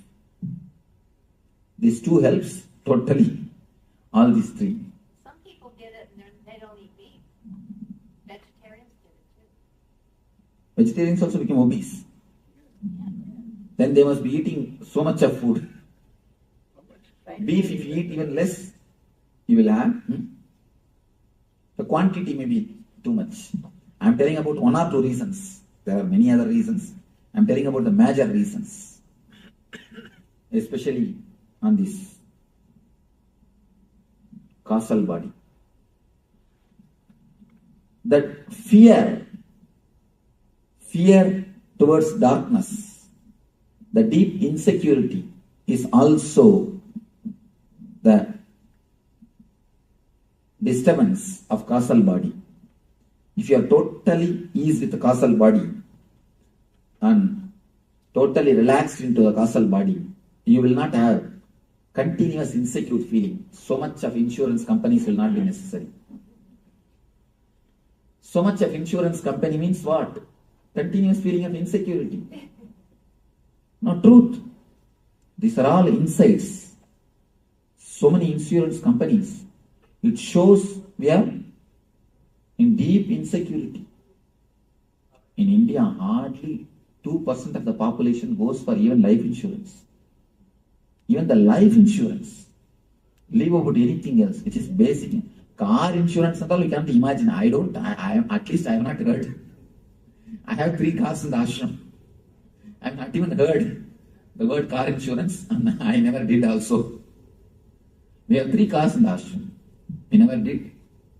And still now I don't have life insurance. I can be sure about that. In the ashram, we have 50 people. In that 50, not even one is having life insurance. Even the life insurance, we don't have. And here I am surprised to see the whole lifestyle. You can't imagine there can be somebody who will not have life insurance, huh? Well, I think anybody who doesn't have children doesn't really need it. I mean, unless they have But in this country, it's almost a man without having any insurance. Can you imagine?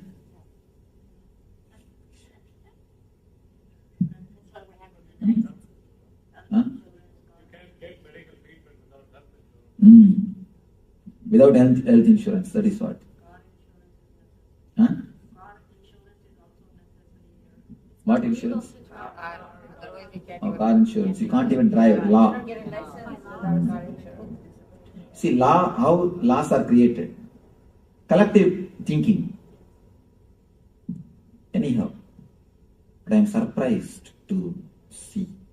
Now, I am not blaming. It's a good in a way because people are helped and even if some accident, it is not that India is not having accidents. So much of accidents are happening, and nobody is there to help. Here, at least you are getting helped by the insurance company. That is okay. But I am telling the mental setup. The mental setup. But the way you see, you must take insurance and do everything, all the outer world things, nothing wrong. But we must work to remove the insecurity also. That we have forgotten. Apart from taking insurance and making all the security for the life, you should start working on the mind also to remove the insecure feeling. That we have not done it. That is the place we failed. And the East, they did everything to remove the insecure feeling and they forgot to make the security for outside. Both miss one item. I think both can be brought together. Anyhow, now, very simple but highly effective meditation technique to make ease and relaxed feeling into the causal body. With this meditation, if any of you have the insomnia or depression problem, do this meditation. At least for 21 days. You can simply fall into sleep and you can simply come out like a fresh flower. Coming out of sleep like a fresh flower is what I call health. Health means when you get up from your bed, your steps from your bed to your bathroom, your steps should not be steps, it should be more like a dance. Then you are healthy. Then you can be sure you are healthy. You are alive. You are vibrant. If you fall totally into sleep, you will come out totally fresh and alive. So some comment? Something?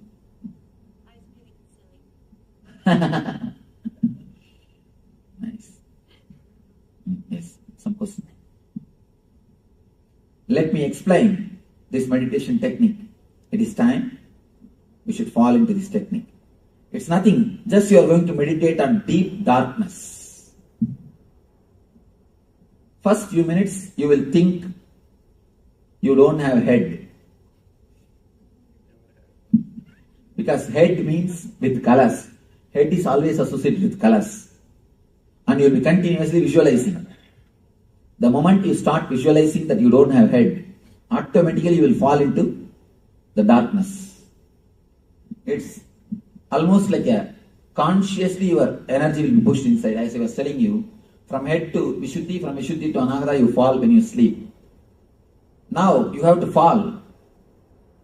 So, you will visualize yourself. It's a two-part. First part, you will visualize yourself for a few minutes without a head. Next part, visualize you are sitting inside a cave, dark cave, inhaling the darkness and exhaling the darkness and meditating on darkness. Don't be afraid of darkness. This darkness is living energy which rejuvenates you, which gives you again and again life, from which you are born, in which you are going to end, which gives you tremendous energy.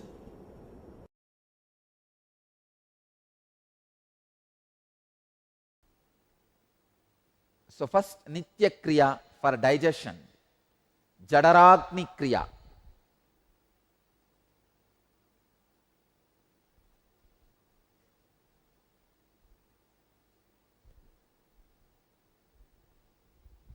See, Hatha Yoga very beautifully. In Hatha Yoga Pratipika, the Guru's role is explained.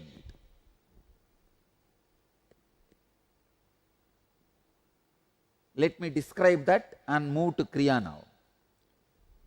Supta Guru Prasadena Yata Chakrati Kundali Tada Sarvani Batmani Vidyante Krantayopicha.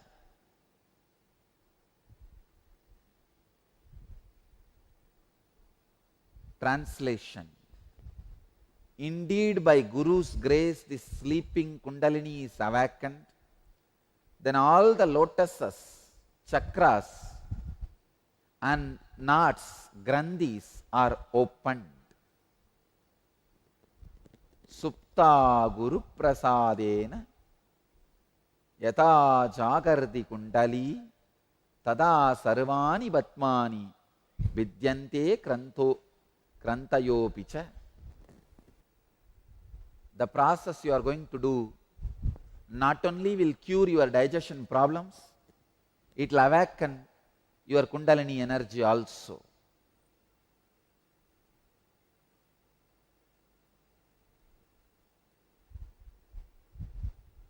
Next verse. Sashaila Vanadarinam Yata Adarau Hinayakaha Sarvesham Yogatantranam Tata Darohi Kundali.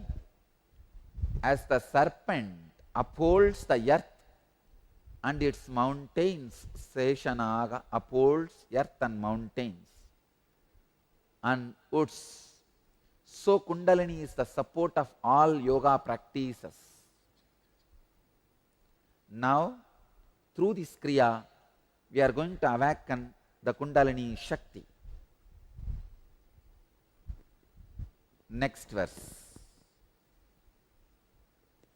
Now we are entering into the exact technique. In Hatha Yoga Sutras, 3rd chapter, 10th verse. Padamulena vamena yonim sambhitya dakshinam prasaritam padam krutva karabhyam dharayet trudam. Understand? Now I am giving you the first instruction. Press the left heel into the perineum. Straighten the right leg and with hands firmly take hold of the outstretched foot. Straighten the right leg.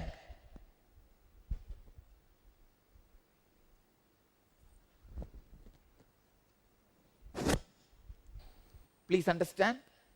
Now make enough space. Okay. Stretch the left leg. Press the left heel into the perineum. Hope you are able to see how I am sitting.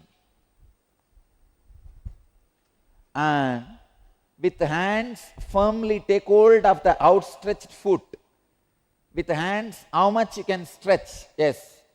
Stretch and take hold of the outstretched foot. Naturally, you have to bend the front.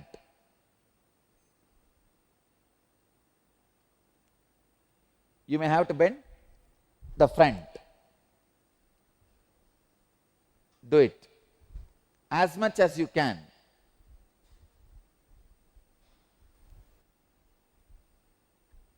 Just inhale, exhale very slowly, steadily in that same posture. Inhale and exhale slowly and steadily in that same posture 11 times. You can bend your neck, bend your head, bend your body. You can even bend your knees little bit, no problem. Not fully, very little. You can bend your knees, no problem.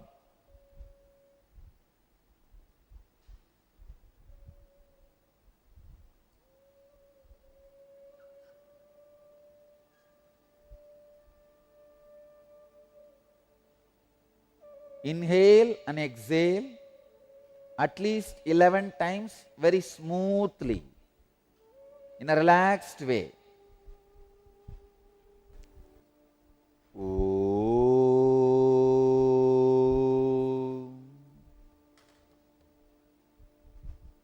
Soham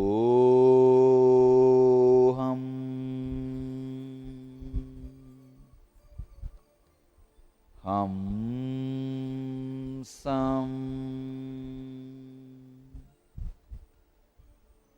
Hamsam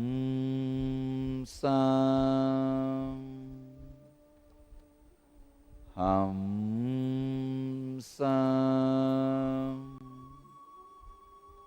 Hamsam.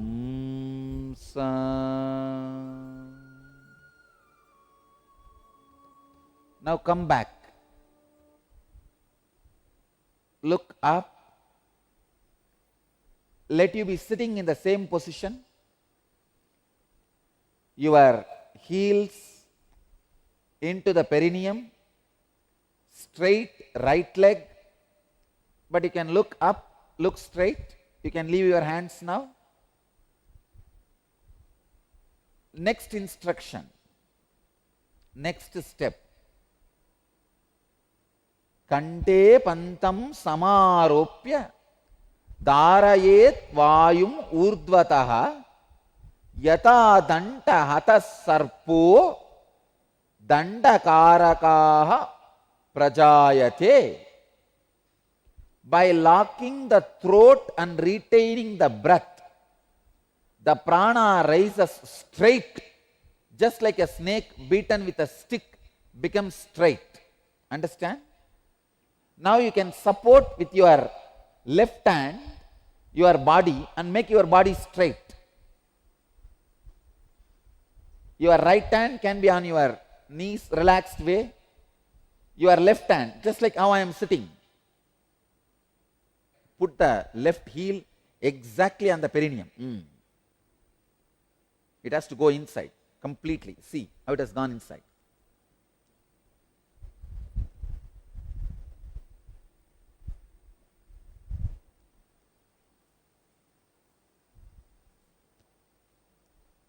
Let me now give the instruction, second instruction. Lock the throat and retain the breath. How? Just turn the tongue. Turn the tongue and lock it. Turn the tongue and push it up. That is locking the throat. Now, turn the tongue and lock the throat. Do not allow inhaling and exhaling as long as you can. When you feel you can't hold anymore, allow the inhaling and exhaling. Again, lock. Lock and hold as long as you can, and release when you can't. Again, lock and hold as long as you can. Do this 21 times. Now you will see the intense Kundalini awakening and the stomach, whole digestion system getting healed. Start. Lock the throat. Hreem.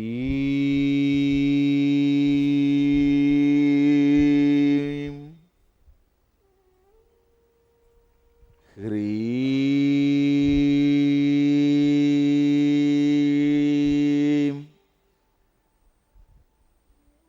Hreem.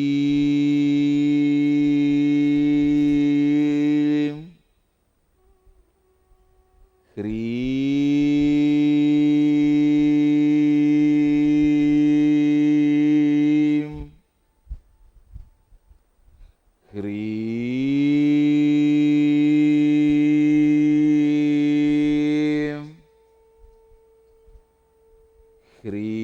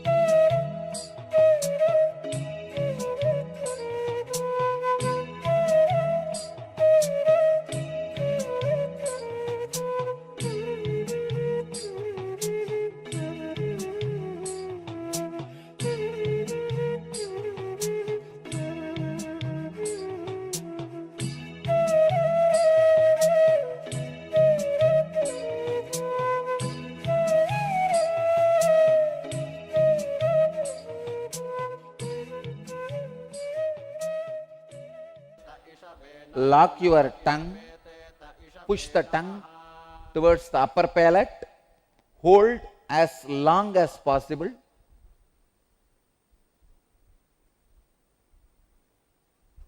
When you feel you can't hold anymore, relax, exhale slowly and gradually, not quickly, and again hold. Holding as long as you can. Do this 21 times with closed eyes. Your body can be straight. You can use your left hand to support your body. Right hand can be relaxed on your knees. Close your eyes and do this holding 21 times. Oh.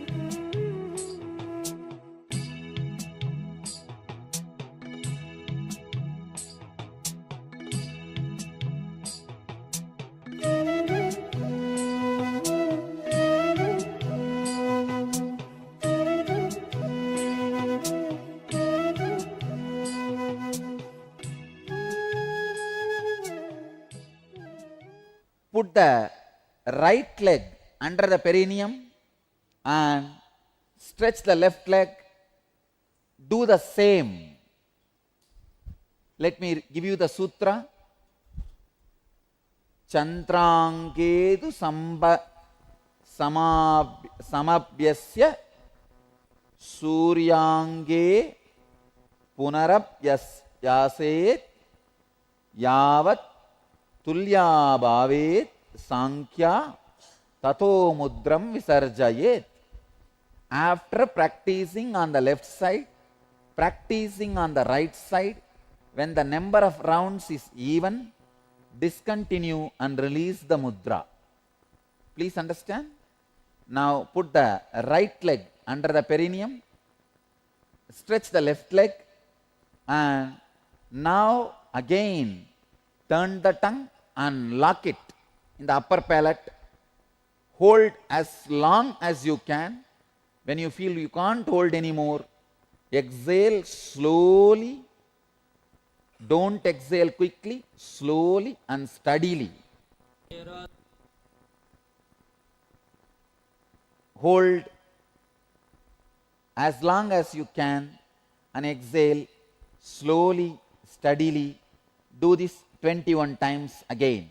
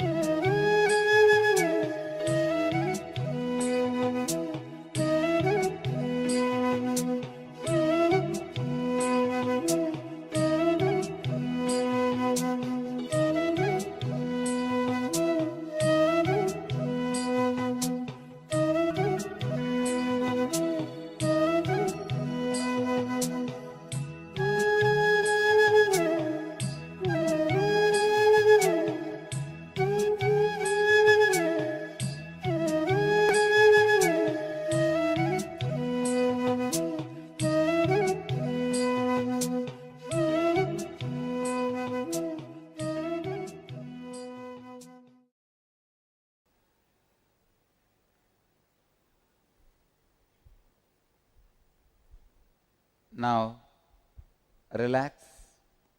Inhale and exhale in a normal way for 3 times.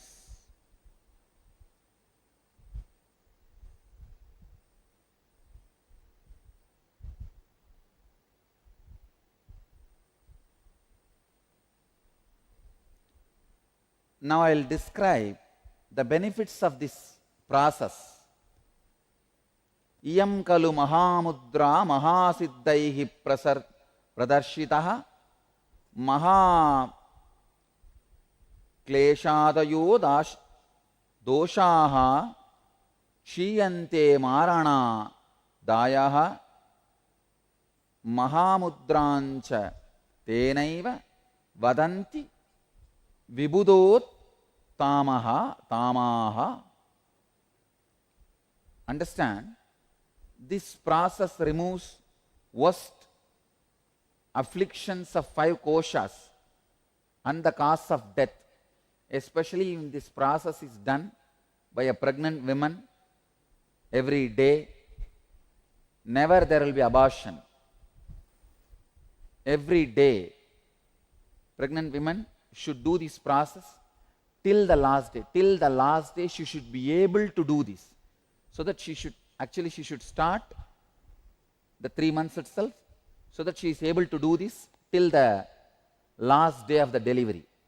There will not be any abortion or any premature death. For one who practices this process, there is nothing wholesome or unwholesome. Anything can be consumed. Even the deadliest of poison is digested like nectar. I am not saying drink poison, no. But Hatha Yoga Sutras are giving the guarantee, anything you eat will be digested. And it is true.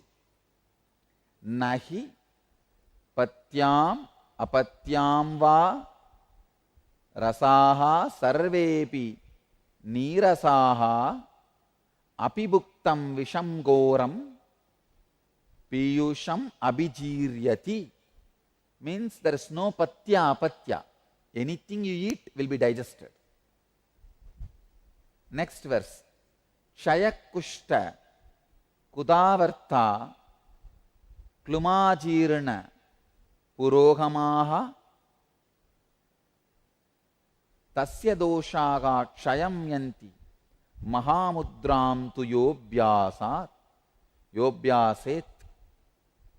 Abdominal disorders, constipation, indigestion and leprosy are alleviated by the practice of this process.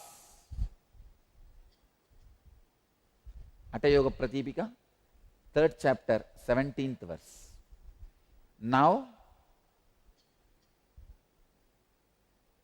18th verse. Katiteyam Mahamudra Mahasiddhikaran Ranam Gopaniya Prayatnena Nadeyayasya Kasyachit. Thus Mahamudra has been described as the giver of great siddhis. It must be kept secret and not disclosed to anyone. Hatha Yoga Pratipika, 3rd chapter, 18th verse. Thus this process has been described as the giver of great siddhis. It must be kept secret and not disclosed to anyone. Understand? This instruction, it should not be disclosed to anyone, is given so that there is no wrongdoing. If somebody does it wrong, it can create some disturbances or side effects, after effects. That's why they don't want this to be disclosed to everybody. If you are sitting in front of my eyes or in front of the two-way conferencing, the final step, sit straight, internally bring both your eyeballs to your brow center and turn the tongue and press the tongue towards the upper palate. Understand? Let me give you the sutra and the instruction. Kapala guhare jiva, kapala guhare jihva, pravishta viparitaga, bruvor antargata drishtihi mudra bhavati kechari. Kechari mudra is turning the tongue backwards into the cavity of the cranium and turning the eye inwards towards the eyebrow center. Turn the tongue backwards and press it towards the upper palate and bring your both eyes, turn them inwards towards the brow center.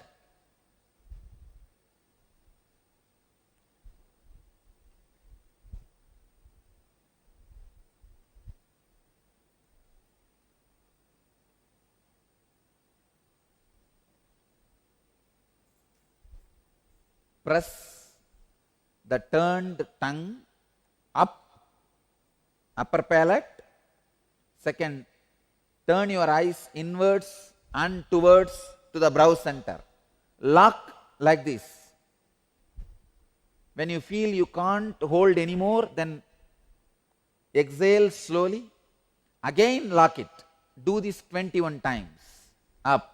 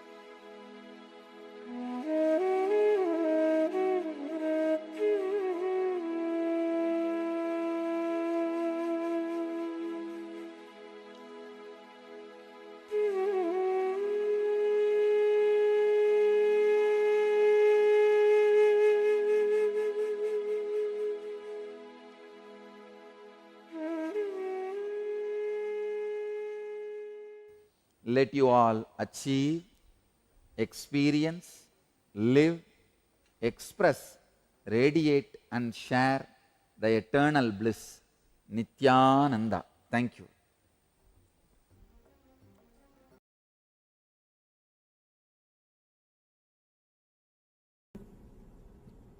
Yes. Sorry, maybe I'm fighting with words, but then without I means there is no consciousness in that stage at all. You just imagine that night time there is no sun at all. Can you say in the night time there is no sun? No, we cannot say that. So the sun is there. We can't see. Sun is there. We can't see. Same way, the consciousness is there. We can't see. That's the without I. That is what I say without I for the sake of your understanding. We can't say, there is no space where there is no I. There is, in a way, you can say, there is no time where there is no sun. There is no time when there is no sun. But we say, the night time there is no sun. Just like that. For the sake of your understanding, I like to use that word, without I. We can say unconditioned I. We can say in that state. No. Again, the conditioned, unconditioned I means you start thinking that you need to, as if uncondition the I. There is no need to uncondition the I. You need to uncondition the thoughts, that's all. I wanted to use such a safe words so that you can understand the process is also a simple process. If you use the wrong words, then you will start thinking about the process. Oh, it's a big. The process is not too big.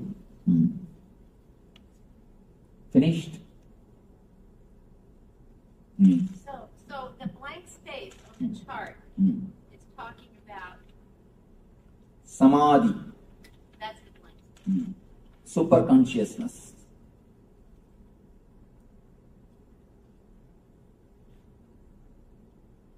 Let me explain about the physical body.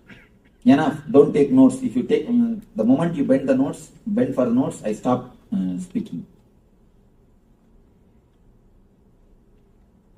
After every session's gap, you can take notes.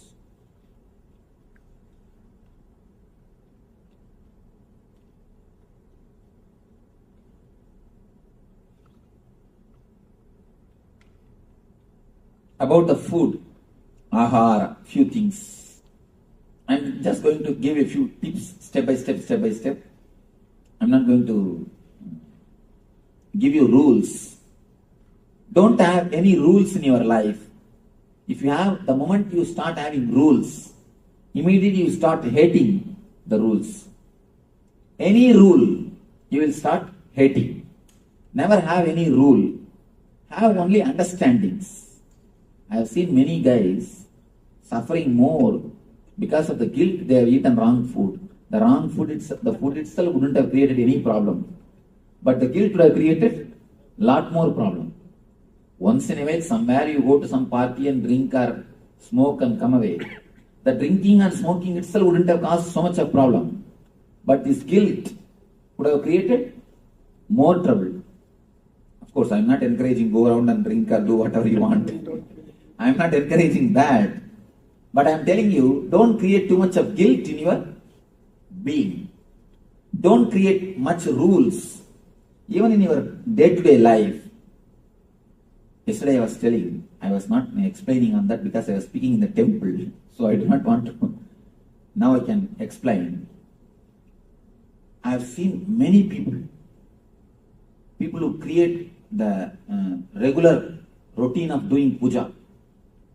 In the first beginning, when you started doing puja, you must have felt some ecstasy, joy, some enthusiasm. When you start every day as a regular routine, in a month or two, it will become a dead routine. Afterwards, for next month, if you have fear, out of fear, you will be continuing. And after that, you will be just waiting when I will finish the puja and come out. When I will finish the puja and escape from the room. And if you want to see the greatest atheist, go and see the priests. the temple priests, because every day they are touching the Vigraha, they are touching that idol and cleaning, doing worship. You can see they will be the greatest atheists. They will never have faith or love, because the moment you make something as rule, you can see you spoil the whole thing. Whole joy is spoiled. Whole love is spoiled. The moment you make something as a rule, the whole thing is lost. The whole idea is lost. So don't make as a rules. Make these few things as a understanding. So make these few things as understanding about your life. Let me give the few understandings about food. Don't take any food which can make your logic imbalance, which can make you lose your consciousness. Means alcohol, drugs, and the food which makes you continuously feel sleepy, lethargic. That's all. No other rule. That's all. Only these two rules, which makes your consciousness dull. Don't allow those things inside your system. For example, what for you are eating? Tell me. What for you are eating? To live. For energy. After eating the food, if you feel dull and lethargic, feeling like going and sleeping, what it means? Overeating or wrong food? Overeating or wrong food. So, don't allow the food inside your system which immediately makes you feel like sleeping. Basic thing. There is no need for anything else. The second thing, when you eat, don't entertain restlessness in your being, and don't eat the food cooked by the people who are restless by themselves. Here comes little difficulty. Here comes little difficulty. First thing, in understanding and in practicing. First, let us understand why. There is a beautiful saying from an enlightened master. When you cook, don't think you put only your ingredients. You put your thoughts also and cook. Your thoughts are also added when you cook. When you cook, your thoughts are also added. That's the important thing you need to notice. And there's one more thing, beautiful thing. A Zen story. A king goes to a master and asks the master, Master, I know that you are always living in joy and ecstasy and bliss. You are so alive, bubbling. What is the reason? What is the technique you practice? Please guide us. Please teach us. Master said, technique. I eat when I eat, I sleep when I sleep. That's all. The king cannot understand. What are you talking? What do you mean by it? Master says, I eat when I eat. I sleep when I sleep. Do you do that? King says, yes, everyone does. When we eat, we eat. When we sleep, we sleep. Master says, no. Look when you eat. The time of your eating only, you will start doing all sorts of brooding over about the past, planning for the future. You will be either worrying about the future or worrying about the past. You never eat relating to the food. Relating to the food is one of the important things, because the food is going to become part of your being. You are going to eat. It is going to become just part of your being. It is going to become your own self. But you never bother, you never care to relate with the food. First thing, eating with the hand itself is a technique to relate with the food. Eating with the hand is a wonderful way to relate with the food. eating with, not only that, there are 10 energy centers in your both hands. The fingers, tip of the fingers, 10 energy centers. Those 10 energy centers make your body adjusted or prepares your body to the food when you touch the food.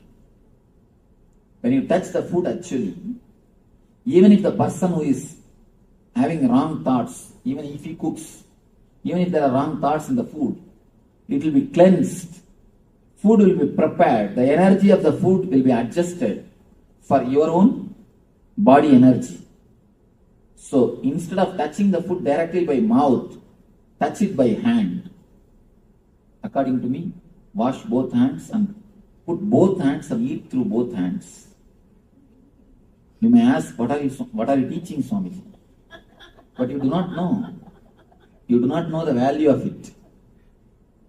Only when you know the consciousness or a spiritual background, you will understand. In Zen, if you are taking a cup of tea, you are supposed to hold the cup of tea with whole hand, both hands.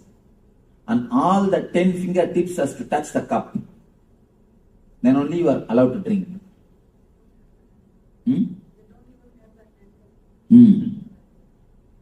Then only you are allowed to drink. And not only that, you do not know consciously how much makes the difference. Try today, just try today. Wash your hands thoroughly. Put both your hands and feel the food and take the food little by little and put the food in the mouth and nicely enjoy, relish, deeply enjoy and swallow. Don't just grab the food.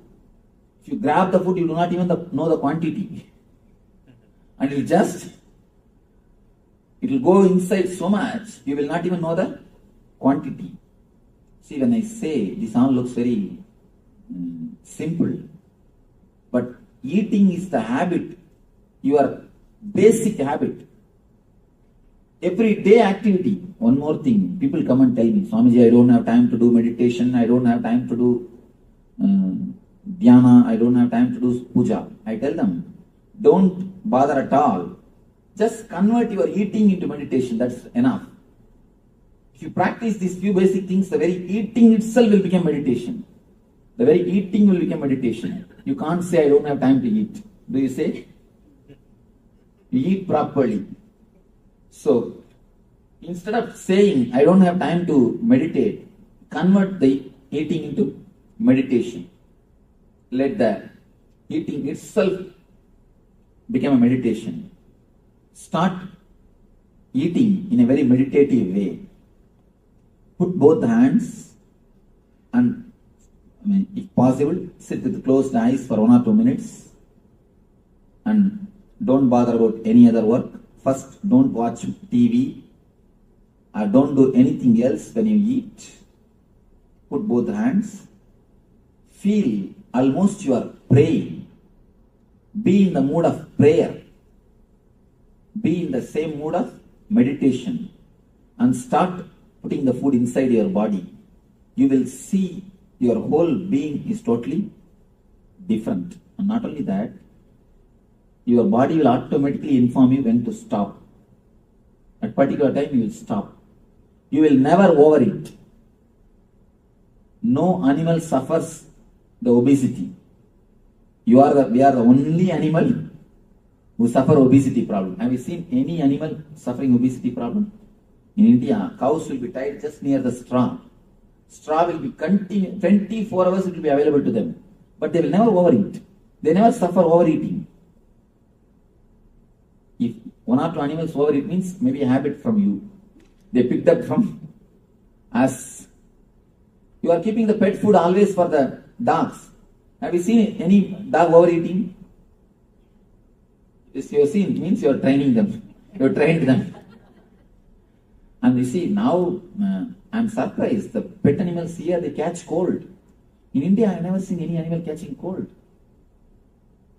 I have never seen. Here, because too much when you take care, it becomes almost like you. All the attitudes of human beings are picked up by the pet animals. No wild animals catches cold. No wild animals suffer so much of disease like pet animals. These poor guys, because you are giving food, they take your mental setup also. They pick up your mental setup. They pick up your attitude, your lifestyle, your everything, and it suffers. I have not seen any wild animal suffering the loneliness, but all pet animals suffer loneliness. Leave them alone and go.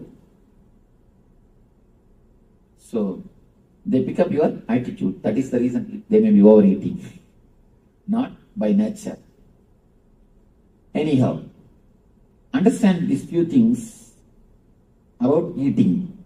Just avoid the food which creates lethargic feeling and the imbalance of consciousness. Next, try to eat with the present moment.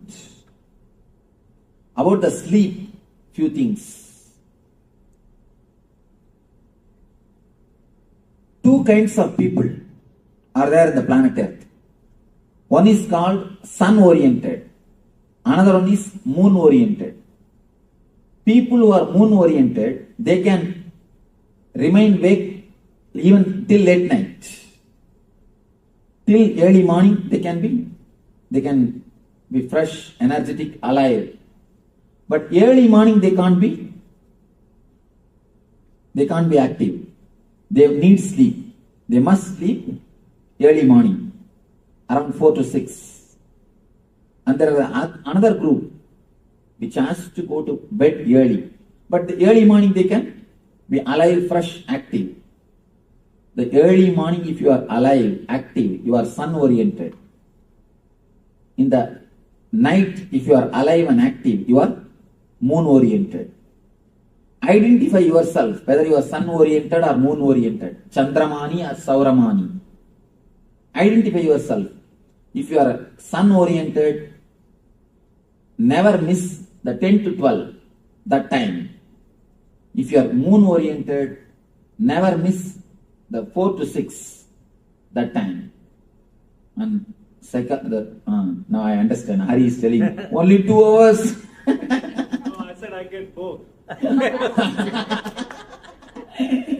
You see, I ask people whether you are Chandramani or Sauramani. Swamiji, I feel both the time. Then you are Avamani.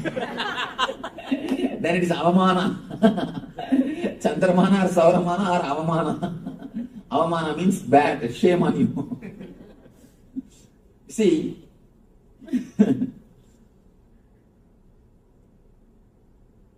the modern day psychologists, they are proving for a healthy man, 2 to 3 hours sleep is more than enough. But they are making a condition. At particular 2 hours of your sleeping time, your body temperature falls 2 degrees. Your body temperature falls down 2 degrees. If you can identify that 2 hours and sleep, you will never fall sick. You will never fall sick. And I want to tell you one important thing. Don't take up any job. Don't take up any work which disturbs that 2 hours. If you are a Chandramani, if you are a moon oriented, early morning 4 to 6 is the time you are supposed to sleep. If you are sun oriented, 10 to 12 is the time to sleep. Please don't miss that 2 hours. Don't take up any job because it's a question of your life. The sleep and food is question of your life. Don't take up any job. Don't sit and watch movie. Of course, golf can't be played in the night. No? It must be played in the other side of the world, yeah. Anyhow, golf is never played in the night. No. Because such a big area cannot be lit. That's good. Anyhow. So never do anything in that time. First thing, identify whether you are Chandramani or Sauramani, whether you are sun-oriented or moon-oriented. Identify. Identifying is very simple. 3 days, try this and try that. And with which process you are more fresh, you are that. That's all. and both gives you dullness means only God has to save you. Go immediately. Pray to God. Always some one thing makes you feel more fresh, more alive. One more thing, never take any decision in the opposite time. One important thing I want you to know, just like female having periods, male also has got periods. Male also has got their own periods. The problem is they are so insensitive, they can't understand. For male, it is every 27 hours. For female, every 27 days. For male, every 27 hours. Every 27 hours, 3 hours they fall in low mood and come out. That 3 hours, if you take any decision, it will be failure. It will be failure. If you are sun-oriented guy, never decide anything in that moon-oriented time, that 10 to 12. If you are a moon-oriented guy, never decide anything in the time of sun orientation, that morning 4 to 6. These are all subtle but highly powerful tips. Understand? Very subtle. It may look very simple, but you do not know the way in which your whole existence is going. And I want you to know the power of sun and moon on your body, on your system. Then you will understand. Whenever the Purnima and Amavasya happens, the ocean starts. Purnima Amavasya means full moon and new moon day. Full moon and new moon day. You understand? And I request you one thing. Whenever I use some Sanskrit terms, I don't give English translation. Please ask me. Don't just wait. Sometimes I am so habituated to speaking to the Indian crowd, I forget to give the English translation. So, immediately stop and ask me. Never think I may look like a fool. If you ask, you may look like. If you don't, you will be. So,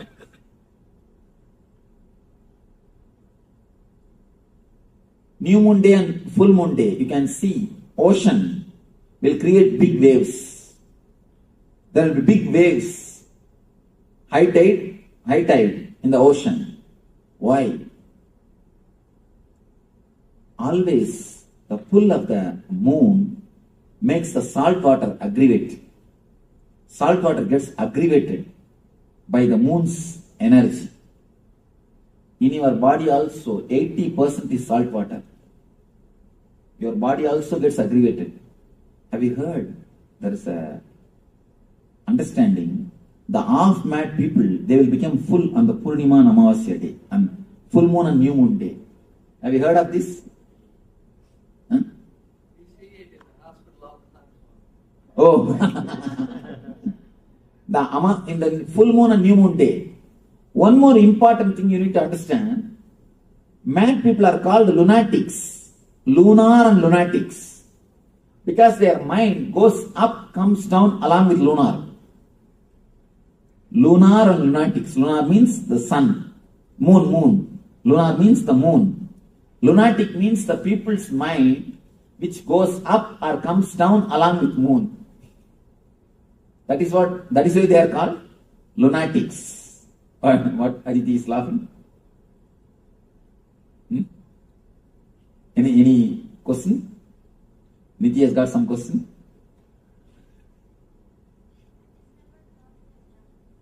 You remember?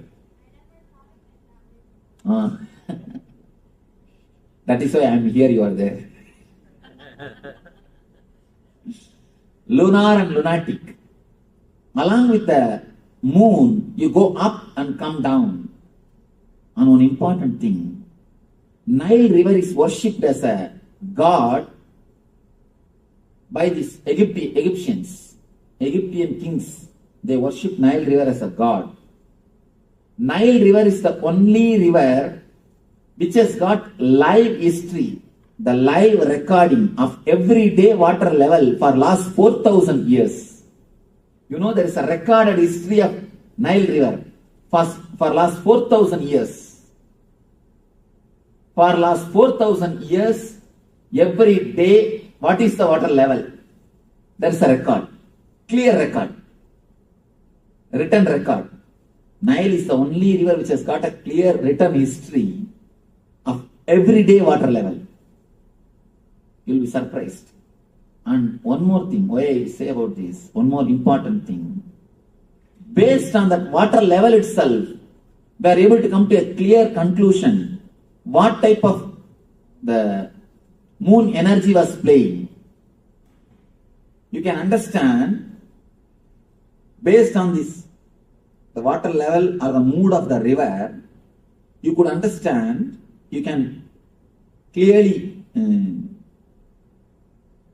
find out the eclipse, the solar eclipse, solar eclipse, lunar eclipse, all these things. Now the people who work on the astronomy, they are shocked to find the coincidences.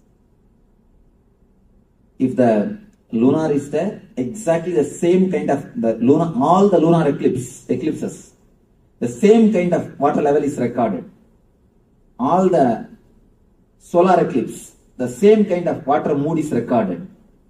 When these two are compared, it's almost as if Nile is directly controlled by this sun and the moon. They say a clear-cut view, not even once or twice it misses.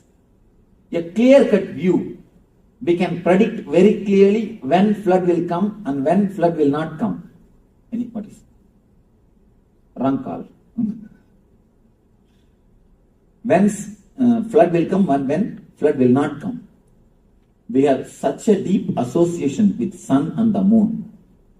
So find out whether you are lunar oriented or solar oriented, whether you are sun oriented or moon oriented, and arrange your sleep time according to that. Never sit and watch cricket. Never torture your body at that moment. If you allow your body to rest in that moment, that's more than enough. That's more than enough. Naturally, you will see you are continuously recovering. Your physical body, your health comes back to normal well-being, normal health. And third thing about pain. Pain means all diseases. It's an important thing. When the shoe fits, leg is forgotten. When the belt fits, belly is forgotten. When the chain fits, neck is forgotten. If you are remembering the chain, it means, if you are remembering the neck, it means the chain is not fitting. If you are continuously remembering the belly, belt is not fitting. If you are continuously remembering the legs, shoe is not fitting. If it fits, you will forget. The same is the logic. If you forget your boundary, you are healthy. If you forget your boundary, you are healthy. If you are constantly remembering some part of your body, it means what? You have some pain or disease in that area. For example, if you are remembering knee continuously, what it means? What it means? Pain. You have deep problem. You have pain in the knee. If you are continuously remembering the back, means your back is hurting. If you are continuously remembering the tooth, you are doing dental meditation instead of transcendental meditation. You are doing dental meditation. So, if you remember something constantly, some portion of your body, means it is not fitting. It is not falling in tune with your body, with your being. And you are remembering some portion means why you are made to remember. Actually, what is happening at the time of pain? At the time of pain, only one thing happens. Your attention is requested by that part of the body. We don't live throughout the body. Understand one important thing. You don't live with your whole body. If you hate some activity, immediately you hate that portion connected to that activity also. If you hate to do some work, immediately you hate the body connected to do that work also. Why you are laughing? No, that's true. If you hate to write or read, you start hating the eyes, you start hating the hands. Why do you think so many kids have to wear specs? Why do you think they get all the eye problems? When you hate to do some job, automatically, naturally, you start hating that part of the body also. You start hating that part of the body also. Here I have to tell you a small incident. It's even though a little awkward, I have to tell because it is such a truth. It's such a deeply connected truth. I have to tell this. One of our devotees, she attended an NSP. She stays in America only, in America. She had a tumor on the spinal cord. A big tumor. You can see, you can even feel that's such a big tumor in the spinal cord. For last 12 years, more than 12 years, she herself is a person who is in the medical field. Because of that, she underwent surgery also. Even after the surgery, it again came back. Nothing could be done. It is there, it is there, it is there.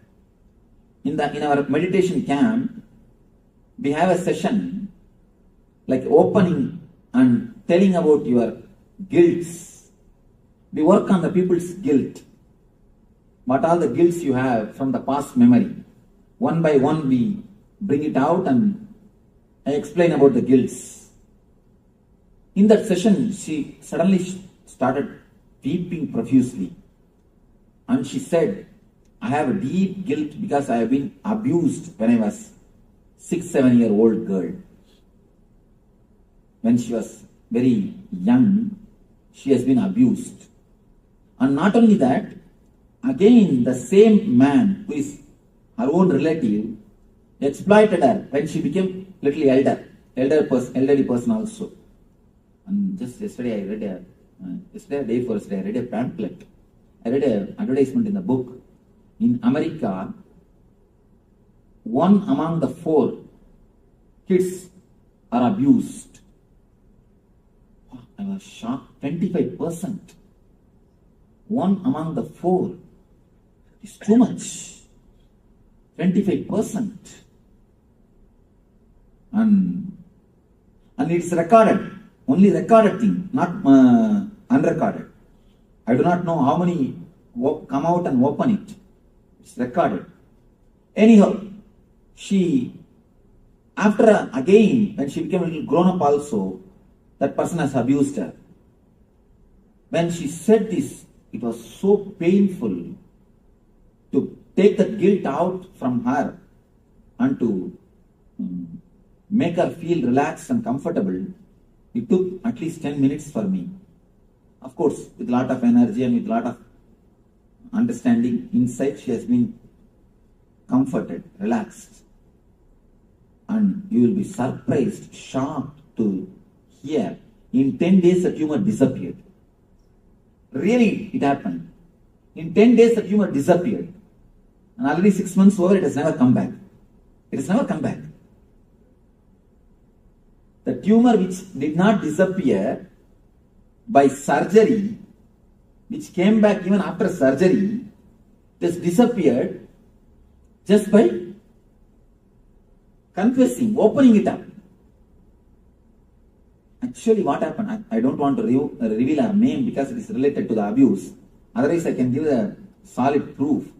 Because it's such an important incident. You all need to understand how things happen in our body. When she was abused, she started hating the part of that body itself. She started hating the Mooladhara. That naturally created more complications, more and more complications, and created a tumor.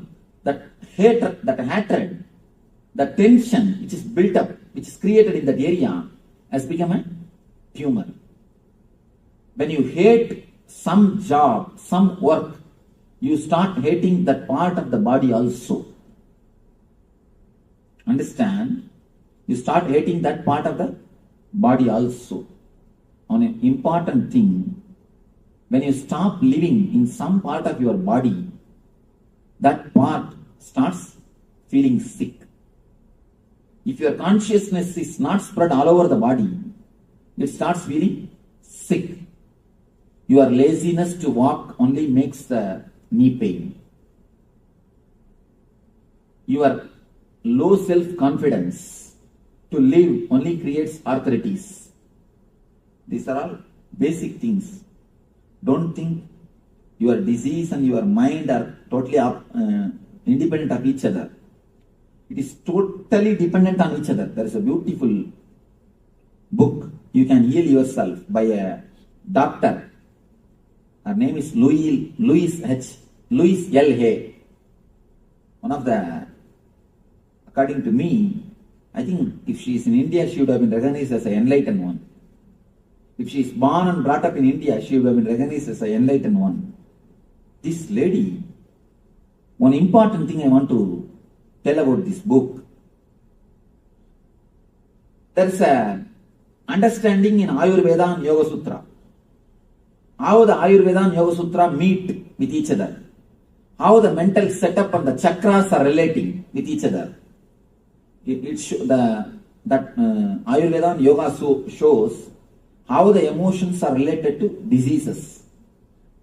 And this lady, I do not know whether she read that Yoga Sutra or she studied Ayurveda, because I don't find any reference of Yoga Sutra or Ayurveda. In her own research, she has actually fought cancer and overcame. She herself healed her cancer by her mind power. And you will be surprised, she quotes exactly, line by line. And she is a doctor. Because of that, she has got the chance to work with so many patients. Our researches, our findings she's recording, I'm shocked. So clearly she records the mental setup, exact mental setups which creates the diseases. An exact mental setups which creates the uneasy feeling. An exact remedy for it. The unchanging or changing the mental setup. Changing the pattern, changing the mental setup, only we call it mantra. Mantra or syllables. Now, I want you to understand one important thing. All your disease is nothing but low consciousness. Low degree of consciousness. Some part of your body never receives enough of your attention or consciousness. You never live in that portion. Either you don't want to live or you are not aware that you are supposed to live. When you don't live throughout your body, when you don't live with your whole body, you can be sure, you can be very clear that that portion will start suffering. That part will start asking for your attention. A small, simple technique which you can practice in the house. Whenever you get pain, whenever you get any pain, headache or knee pain or stomach pain, when you get a headache, don't start giving headache to others. First, analyze. When we get, what we do immediately? We start sharing. First, lie down, close your eyes, travel in the area where you have pain. Drop the word pain, just travel. Look as if a child looks at something new, how he will look intensely. How he will look, something new. The same way, with the same intensity, with the same feeling of inquiry, with the inquiry sense, look at it as deeply as possible. without any idea of pain. Drop the word pain. Just look and see what is happening. You will feel very clearly, slowly, the area which is affected by pain will start shrinking. Suddenly you will feel pain is not throughout the head. It's only in particular area. Then you will feel it's only particular bit. Then you will feel slowly it will come to only a point, particular point. And if you look into that point, it will simply disappear. All pain is just requisition from that part of your body to your being to give little awareness and consciousness to you. That's all, nothing else. You may think, what Swamiji, you are giving such a simple example and we know how we suffer. You never have any pain, that is why you talk all these things. Let me explain to you, really the incident happened. I put my hand in Kantasa car. Kantasa car. Here Kantasa is available? No. Kantasa is a heavy car. I don't know whether they make it out of stone or not. I think they make the car out of stone. So heavy, the car door is so heavy, I somehow put my hand in the car door when then they closed it in Bangalore. The finger was caught. It started just swelling. I'm seeing just it's becoming bigger and bigger and bigger. All are running, rushing to get some medicine, these, that. I said, wait, nothing. I was clearly watching. I didn't even create a sound, even the first sound. When it hits, even that sound was not created. I was clearly seeing the energy being supplied from our navel center to that area. It's like army rushing to do the job. Army rushing to protect if some flood or some cyclone. Immediately army is rushing to that area to do the relief work. Just like that, gush of energy is coming from the navel and it is moving towards your hand to that area. I saw very clearly the gush of energy only you call it as pain. The repairing work is going on. You don't have so much of patience to watch it. That is why you start shouting, screaming, oh pain, pain, pain. Pain is nothing but maintenance work. Body is doing its maintenance work. Body is doing its maintenance work. And it puts the stop symbol. Don't move the hand. Please cooperate with maintenance work. That stop symbol only is pain, nothing else. When you see the maintenance construction work in the road, they put a cop on the stop symbol, no? Just like that, so that you will not disturb the construction work and maintenance work. Same way body says, I am doing a maintenance work here. Please wait, don't come. Don't move, cooperate. That's the same symbol. I saw very clearly, and not only that, just removed that nail and threw it away. And in few days, the nail came back. Just in few days, no medicine, no injection, no bandage, nothing. Just allowed the body to heal itself. It got healed, over. Totally it took some 5-6 days, that's all. Nothing else. Of course, I am not telling you to do the same thing. I am telling you at least cooperate. Apply the medicine, do whatever you want, that is different. But mentally cooperate. You can heal yourself very much. When you forget your boundary, you are healthy.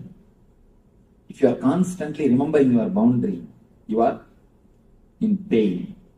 Now we will enter into a small meditation technique to forget the boundary, to remove the unnecessary stress collected by you, unnecessary toxins collected by you, an important thing. Just like a blood clot, there is one thing called energy clot which happens in your system. Blood clot happens if there is something wrong in your body. Energy clot happens if there is something wrong in your emotional system. Now we will enter into a meditation technique to melt, to clear the energy clouds and to remove the unnecessary toxins and to awaken the body intelligence. In this meditation, you are going to do 2 steps. First is, you are going to tense your body as much as possible to its peak, step by step. Step by step, you are going to create the maximum possible tension so that the energy clouds which is created in you will be released. The energy clouds will be released. And second thing, we will go step by step from toe to head, part by part.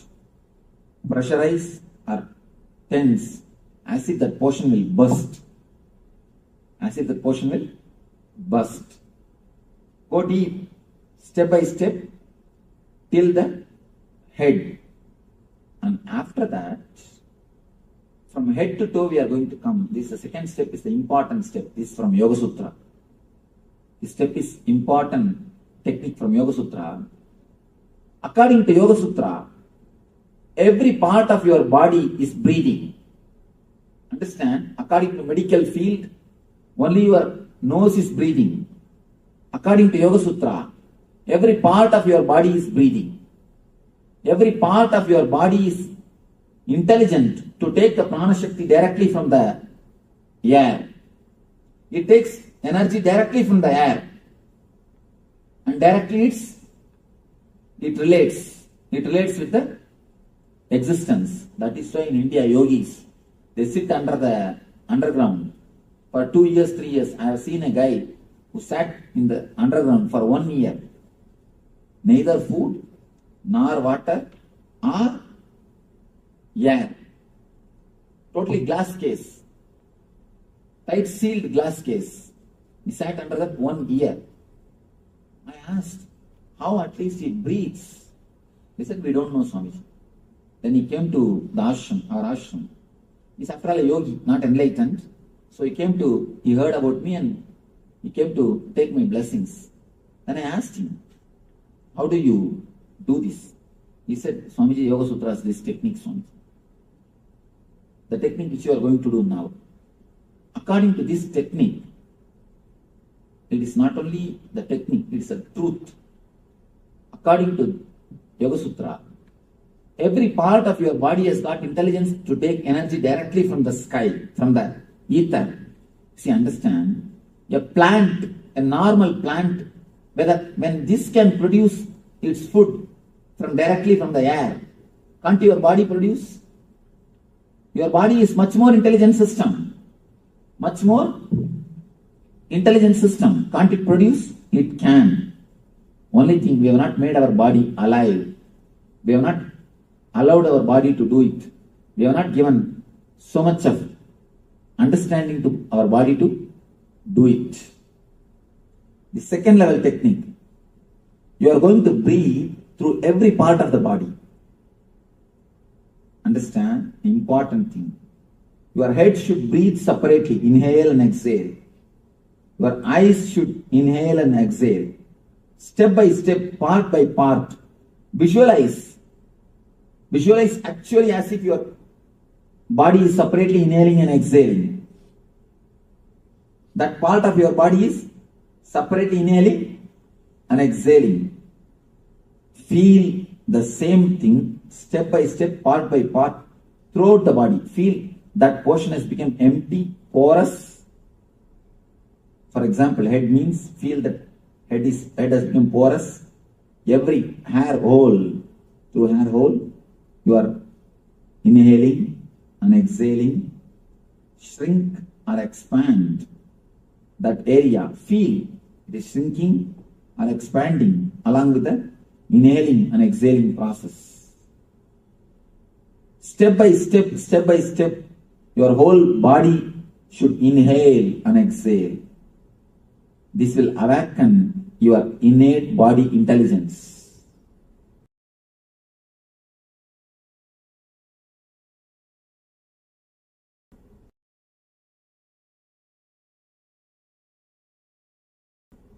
two-step.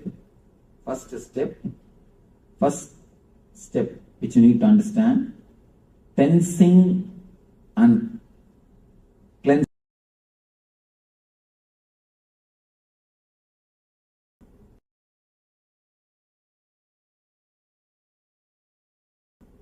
Two-step. First step which you need to understand, tensing and cleansing. By tensing, you are cleansing toxins and energy clots. Next thing, by inhaling and exhaling, breathing through every part of your body, you are awakening the intelligence, innate intelligence of body. You are awakening innate intelligence of your physical system. Close your eyes. And first thing, this technique has to be done lying. In the second part, you will lie down. First part, you can stretch your leg and sit comfortably.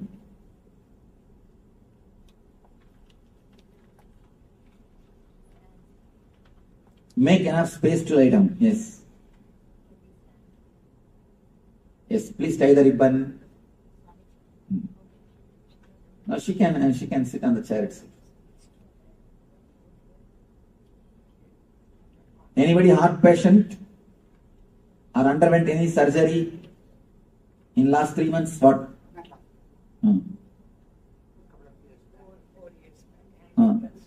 Angioplasty. All right. Only in that region, do it a little less. Please tie the ribbon. You are requested to tie the ribbon so that you will not look in between the meditation. She is surprised why we asked to tie the ribbon. Number 7. Stretch your legs out.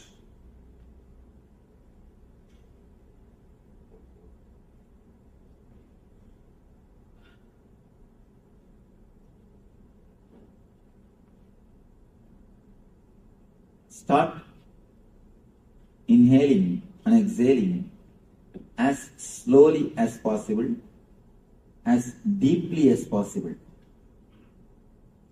Your inhaling and exhaling should happen throughout the body.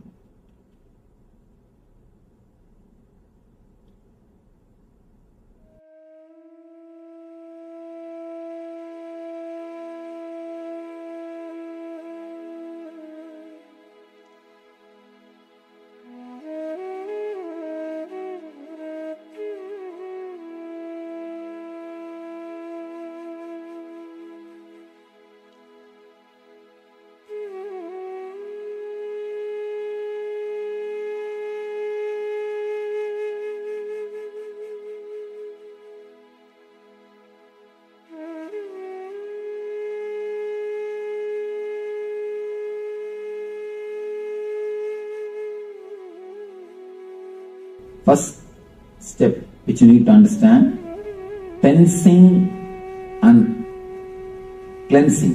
By tensing, you are cleansing toxins and energy clots.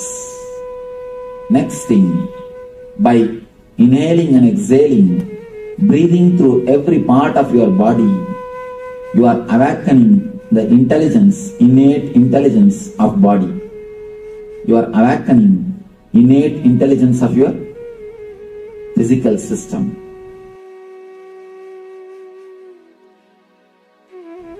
First thing, this technique has to be done lying. In the second part, you will lie down. First part, you can stretch your leg and sit comfortably.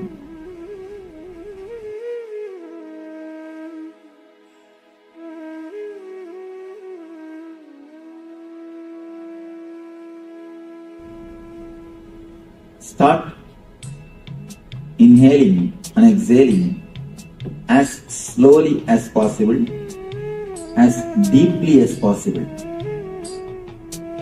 You are inhaling and exhaling should happen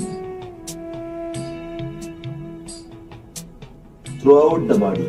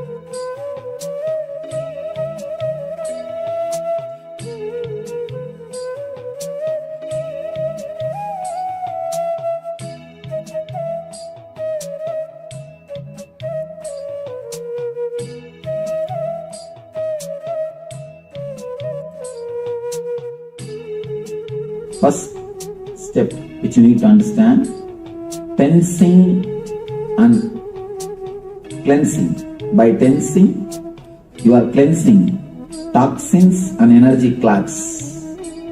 Next thing, by inhaling and exhaling, breathing through every part of your body, you are awakening the intelligence, innate intelligence of body. You are awakening innate intelligence of your physical system.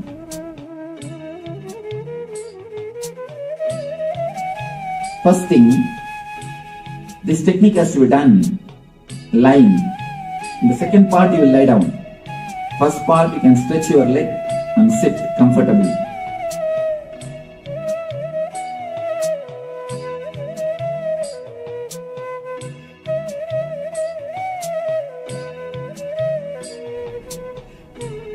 Start inhaling and exhaling as slowly as possible, as deeply as possible.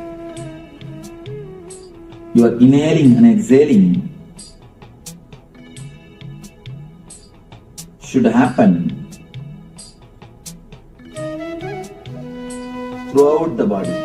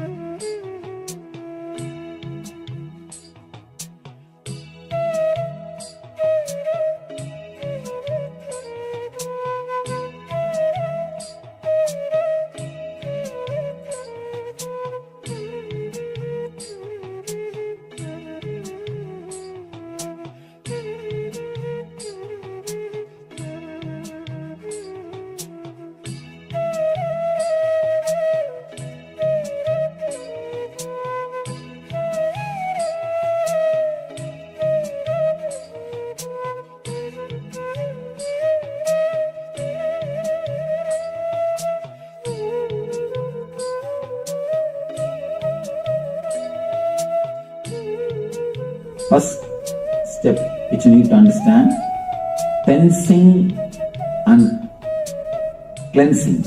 By tensing, you are cleansing toxins and energy clots. Next thing, by inhaling and exhaling, breathing through every part of your body, you are awakening the intelligence, innate intelligence of body. You are awakening innate intelligence of your physical system.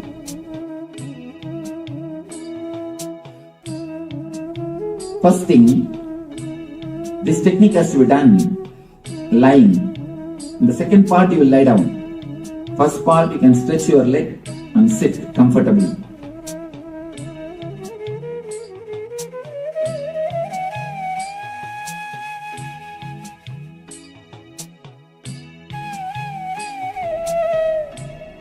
Start inhaling and exhaling as slowly as possible, as deeply as possible. You are inhaling and exhaling should happen throughout the body.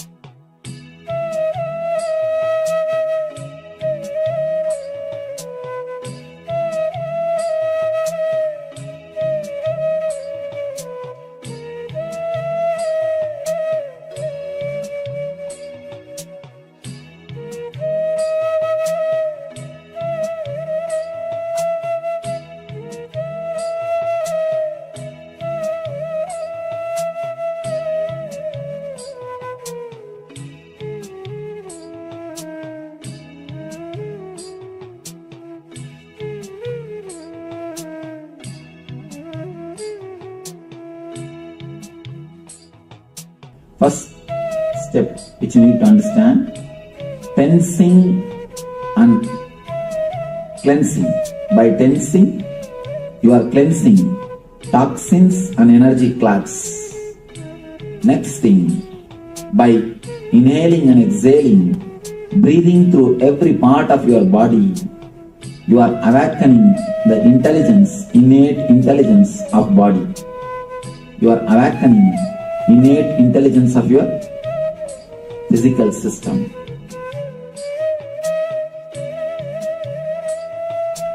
First thing, this technique has to be done lying. In the second part, you will lie down.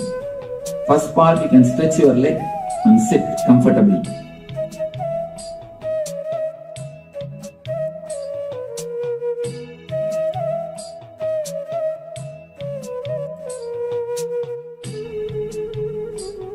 Start inhaling and exhaling as slowly as possible, as deeply as possible.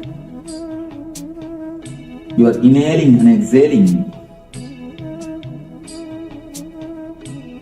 should happen throughout the body.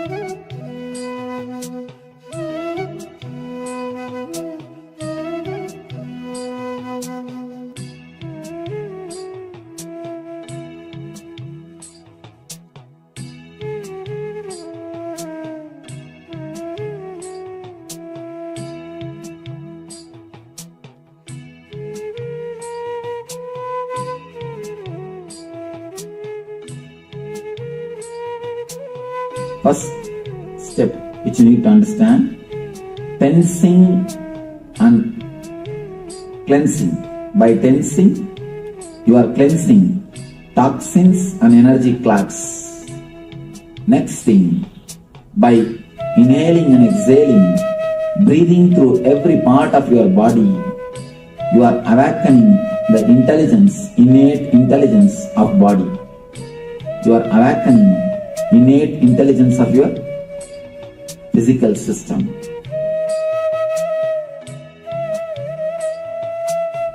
First thing, this technique has to be done lying. In the second part, you will lie down. First part, you can stretch your leg and sit comfortably.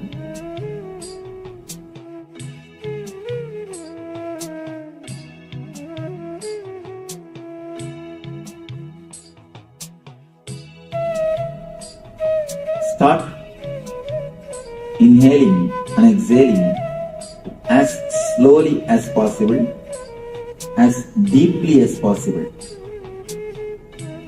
You are inhaling and exhaling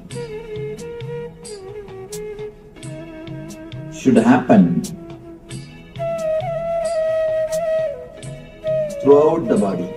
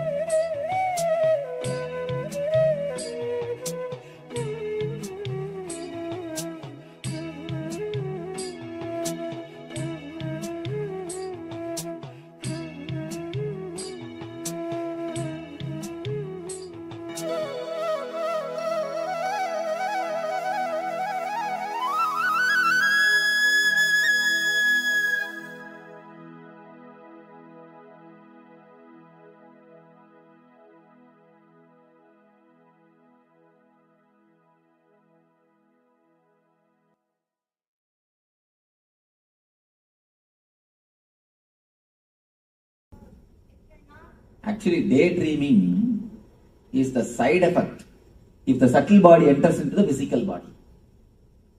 But subtle body means dreaming, night dreaming. Night dreaming is the main subtle body.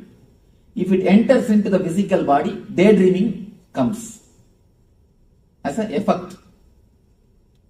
I am asking about night dreaming.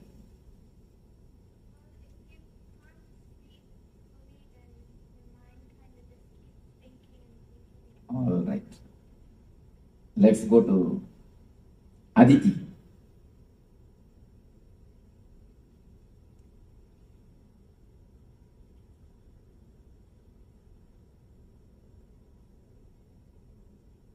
Aditi started experiencing the dream.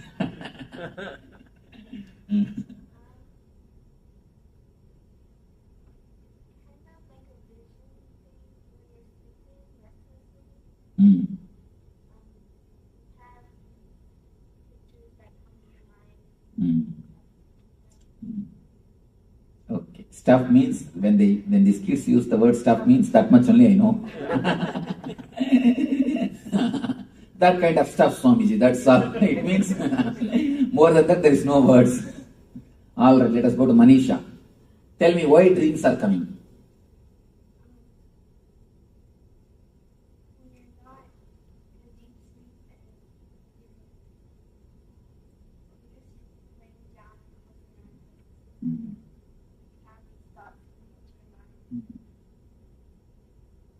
Okay.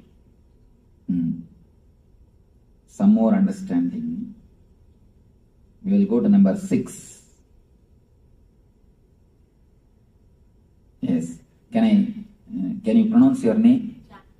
Jackie. Okay. You mentioned earlier something about like a pressure valve, letting off the steam. I think that it's processing. That's right. Cynthia.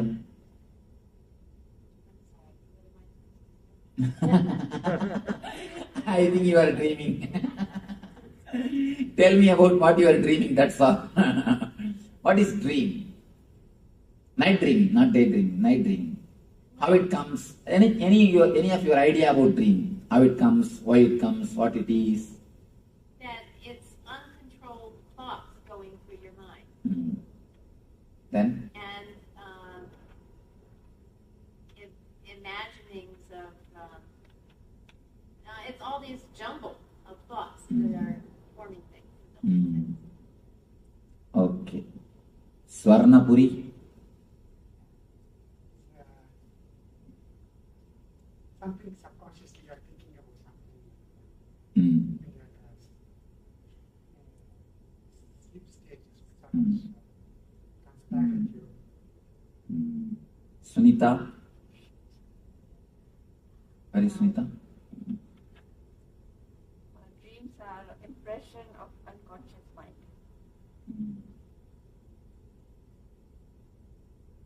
Something from Hari? Hari wants to tell something? Oh. Your hands are raised. Dreams for me is almost a carry forward of your conscious stage when you were think that's carried on into the dreams majority of the time. But a lot of times, sometimes I also think dreams are kind of guiding you or giving you a very important message if you want to understand. I told you that whenever you receive messages, it is a vision. If you can remember in 4 color, it's a message for you. It's a vision for you. If you remember by 2 color, it is a dream. What is 4 color? When you get up, morning when you get up, and try to remember the dream, what you saw.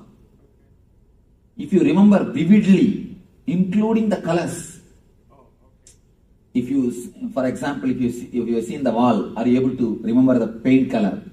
If you seen a person, are you able to remember the dress color? If you have seen some animal, are you able to remember the color of the animal? If you are able to remember all those things, then be very clear it is not from subconscious, it is from superconscious. Because anything from subconscious is 2 color. And one more thing you need to understand, animals cannot recognize color except this color. Animals cannot recognize except this color. That's why in bullfight they put these red clothes. This is the only color they can recognize. All other things they can see only as a black and white. When you are in unconscious also, you can recognize only this color. No other color you can recognize. But if you recognize only this color, don't think you are having vision. If you can recognize all the 4 colors, all the different colors, then be sure it's a vision. If you are not able to recognize 4 colors, never bother about the dream. That dream is no value. It has no value in your life. Now, what is exactly dreams? I am talking about the dreams which are 2 colors, not 4 colors. Tell me about the 2 color dreams. I experienced a long time when I was carrying something, 3rd month, I saw Natarajasana long time around the morning, 4 o'clock. So you saw in the 4 color? No, black and white. Then it has no value. Then it has no value. What I am telling, tell me why and what is your idea or insight about the dreams? Is there a continuation of the inner chattering of the mind? Okay, that's a wonderful insight. Then something from... Sometimes your happiness or your sorrow or something comes as a morning. That also comes. Whatever bothers you That always whatever you bother in the daytime, that also jumps on you in the night time. That's one more thing.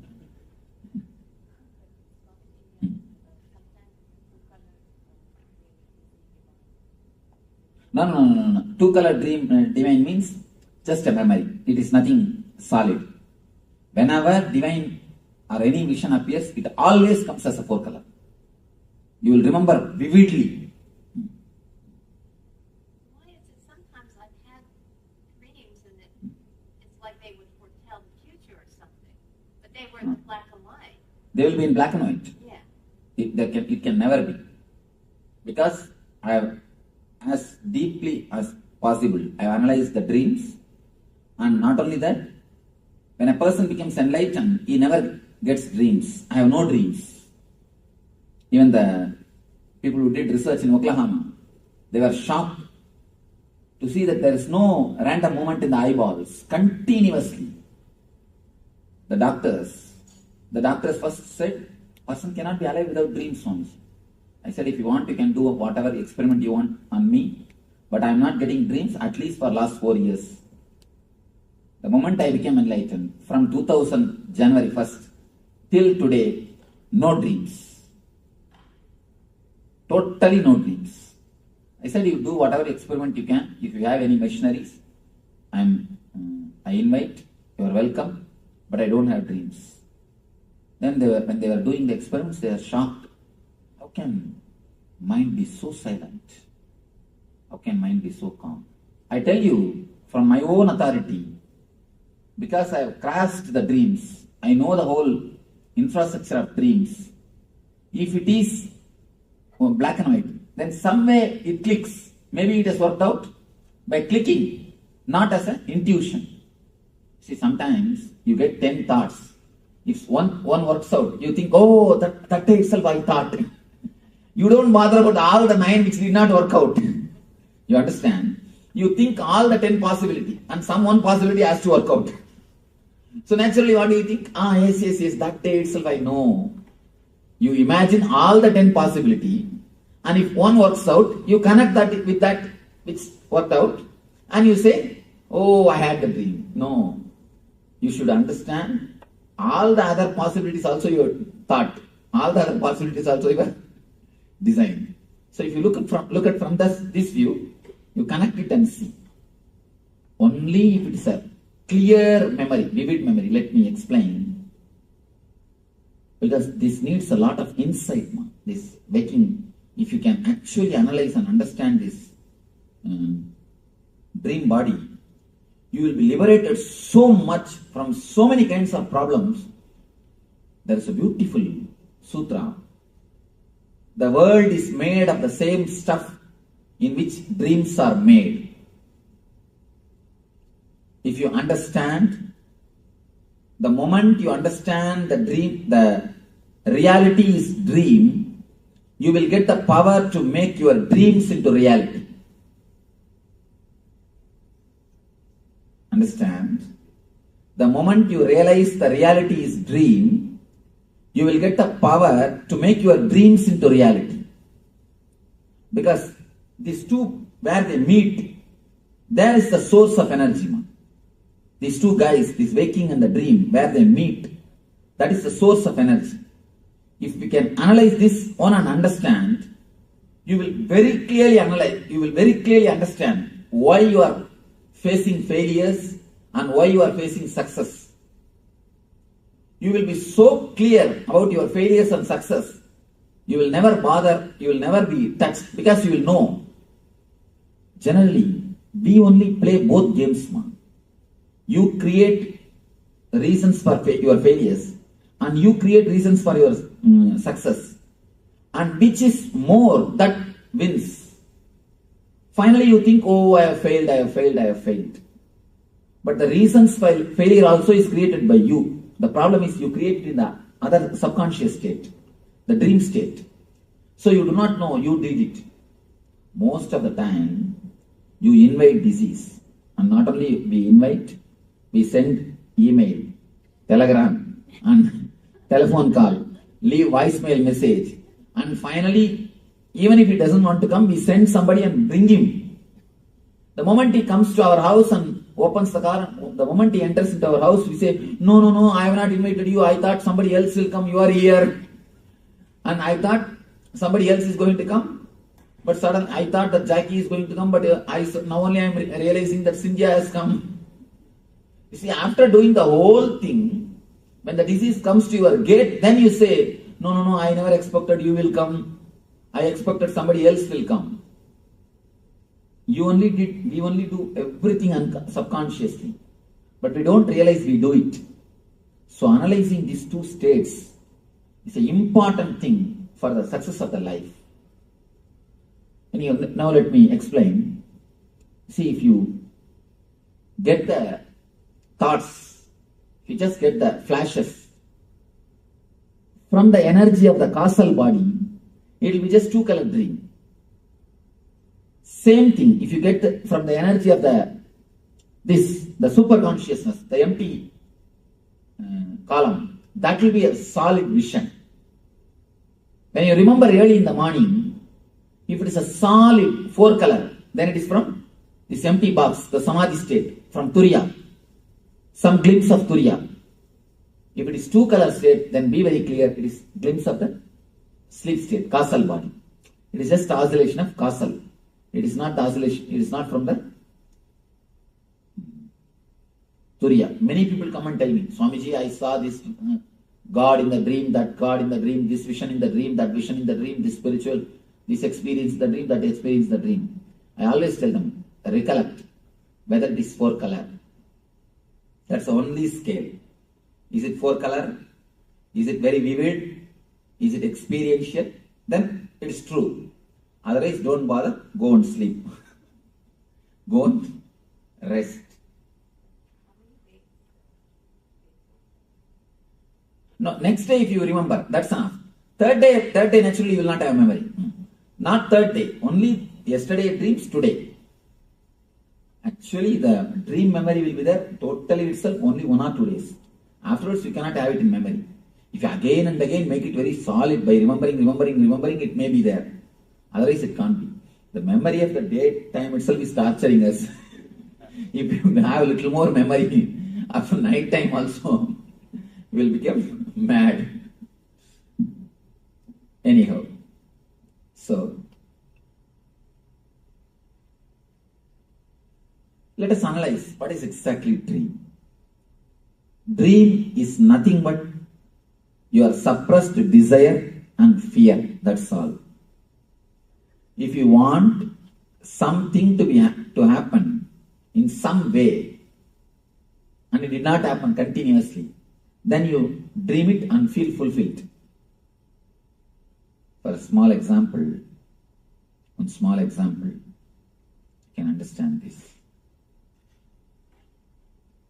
I was about to say that. If you are fasting for maybe, for example, for 3 days. If you are fasting for 3 days, naturally the third day night, in the dream, you will have a good feast. Any of you have experienced this? If you are fasting, you should not eat anything, not the modern kind of fasting. The modern kind of fasting is a wonderful fasting. Having 2 liter milk, a little bit of banana, and few bhaji, and telling, oh, I am fasting, Swamiji. Not that kind of fasting. A real original fasting. The ancient days, people used to do that without even drinking juice. No, water is allowed. Water is allowed without even drinking juice or milk. Just by water. If that kind of fasting means, immediately you will have a dream. Anything suppressed, naturally you will see, will come up in the dream. All the suppressions will come up in the dream. The same day, if you don't want something to happen, the desire means you want something to happen. If you don't want something to happen, you never wanted that you should fall sick before going to exam. But I have heard from many people, even after they become 40, 50, they get dreams that they are sick and exam is there. That they are sick, they are missing the exams. They have forgotten the exam.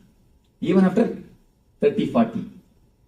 If you don't want something to happen, some accident, and you don't want somebody to appear in front of you, you don't want somebody to know some secret of your life, you will see in the dream that as if that person came to know, and as if that person saw you, you will be meeting him, you will start experiencing everything in the dream. You will start experiencing the whole thing in the dream. Few basic understanding. Whenever you wanted something and you are not able to, whenever you do not want something, but the memory is there. See, you do not want something to happen means, again the memory is there, you are fighting with that memory, that's all. That memory which you are fighting naturally will go more deeper and deeper. It's like there is a ripple in the lake. You go by boat to silence the ripple. Can you silence? Can you silence the waves of a lake by going by boat? When you go and try to fight with the waves, you will create only more waves. Same way, if you hate or if you are afraid of something, you will be creating only more and more deeper waves, more and more complications. When you create complications, naturally you suppress the whole thing. And they come up in the dreams. They come up in the dreams. 4 major levels of desires. I want you to understand. 4 major levels of desires, which continuously comes up in the dream. There is no need to control the desire. The main problem, the very word desires creates attract feeling in our being. We always wanted to control. Either you run behind the desire madly, or you suppress the desire totally. Either you run behind or suppress. You never use the desire as energy. Desire is actually energy. The main problem in our being is a simple understanding about desire can solve the heart problem. You may think, what all the stories you are telling, Swamiji? The whole heart problem, whenever you have any problem in this region, it is nothing but too much of desire suppressing you, too much of the demands being put on you. That's all, nothing else. The things are loaded on your being beyond your capacity. And nobody else loads it. You just take it. For example, even if you don't do any physical work, if you are just sitting, if you are stressed, you will see, you will have a shoulder pain. There is no need for you to do any physical work. You are sitting, you are stressed, nothing else. You are just stressed, too much of thinking. You will see, you will have a shoulder pain. Any of you have experienced this? You will have a shoulder pain. There are few emotions, just by the very understanding itself will heal you. You don't need to do anything else. The very simple understanding. For example, the moment you understand you are dreaming, you will be out of dream. The moment you understand you are dreaming, you will be out of dream. Any of you have experienced? The moment you remember, I am dreaming, you will be thrown out of the dream. That is why in the East we have given so much of importance to knowledge. Prajnanam Brahma, we say, wisdom is God. Just knowing. There is no need to work. Working is second. Working on the dream and that, all those things are secondary. All those things are not at all. You don't even have to bother about those things. The very simple knowing will change your being. The very simple knowing. In the dream, what do you do to come out of the dream? Nothing else. Just you understand. You know it is a dream. You are out. And the same way, if you know this whole thing is a drama, you will be out. Nothing else. If you know this whole thing is just a psychodrama, simple psychodrama, you will be out. The problem is we are afraid to know this is a psychodrama because our whole life is based on this only. The moment you understand it's a psychodrama, all your investments, all what for you ran all over the world, or what for you are running, all you are running is just to make few cars and few bungalow and to impress few people. But suddenly if God gives you intelligence, the whole thing is just psychodrama. What will happen? There is a beautiful saying by this Bertrand Russell. This guy says, no, oh God, please leave my dreams unto myself. Please don't take that away. Do whatever you want. I'm not asking you to fulfill my dreams. But please don't take them away from me. It is too much. Too much to live without dreams. This guy has become later on a big atheist. Have you read any book? Bertrand Russell. This guy has wrote a book that God is dead. God is dead is declared by Nietzsche. He wrote a book, Why I am an atheist. Why I am not a believer. This guy. Anyhow, he prays, please God, don't take my dreams away from me. He says, living with the truth, living with the reality is too much. It proves that what for I am running, everything is just waste.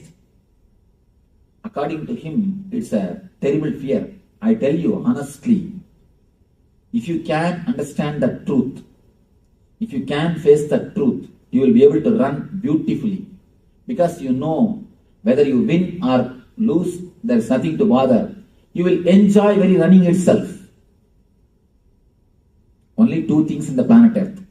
Either you enjoy the running and the reaching, or you don't enjoy both. That's all. Please be very clear. There are few ultimate laws. Either you enjoy the path and goal, or you don't enjoy path and goal both. There is no question of enjoying only the goal, not the path. We always think, no. When I achieve that, I will enjoy, relax. Not now. Now let me suffer. Now let me do something. Now let me put up with the situation. Now let me work. Now let me not bother anything. I will enjoy, I will achieve and then I will enjoy. Never. If you are not enjoying the very process itself, be sure you are not going to enjoy the goal. Because the path is made of the same stuff in which the goal is made. The goal is made of the same stuff in which paths are made. So whether you enjoy this and that, or you don't enjoy this and that both. So according to me, look deeply into this and understand dreams are the world, what you call as reality, what you feel as reality, what you think as reality is made of the same stuff in which dreams are made. One small story from Ramakrishna. One enlightened person is living in the householder life. And you can sit in the chair if you want. You are not comfortable? Huh? No, you are bending this. I thought. Or you can? Maybe I will. Yes. Or you can sit comfortably, stretching your legs out, nothing wrong. See, she is comfortable. That's what women, you see, they are very comfortable. You see, if you want to learn how to do any work as lazily as possible, you can learn from them. Any work, how to do it without moving much of the body or any other. Because they have to handle too many things now. They have to handle too many things. So small things. They know how to do the work without moving the body much comfortably. They have expertise in moving their husband's body. So you don't agree with that? It means get some ladies and take training. See, actually it's intelligence. One thing, not doing work only is wrong. Doing work with a maximum laziness is an intelligence. Means what? You are finding techniques, method to do the things very right way without taking much struggle, without struggling much, without taking too much stress on you. It's an intelligence. I am praising you, ma. Maybe it's a concentration. We concentrate a lot of efficiency. You see, only when you concentrate on some work, you will find new techniques. How can this be done with maximum laziness? How can this be done without moving the body much?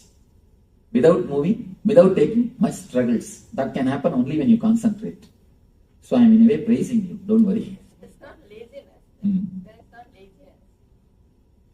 Then what other names you want to give? Well, how can you do it in the least amount of time or, things like that. But it's not laziness. You see, you can say it in polite, beautiful terms.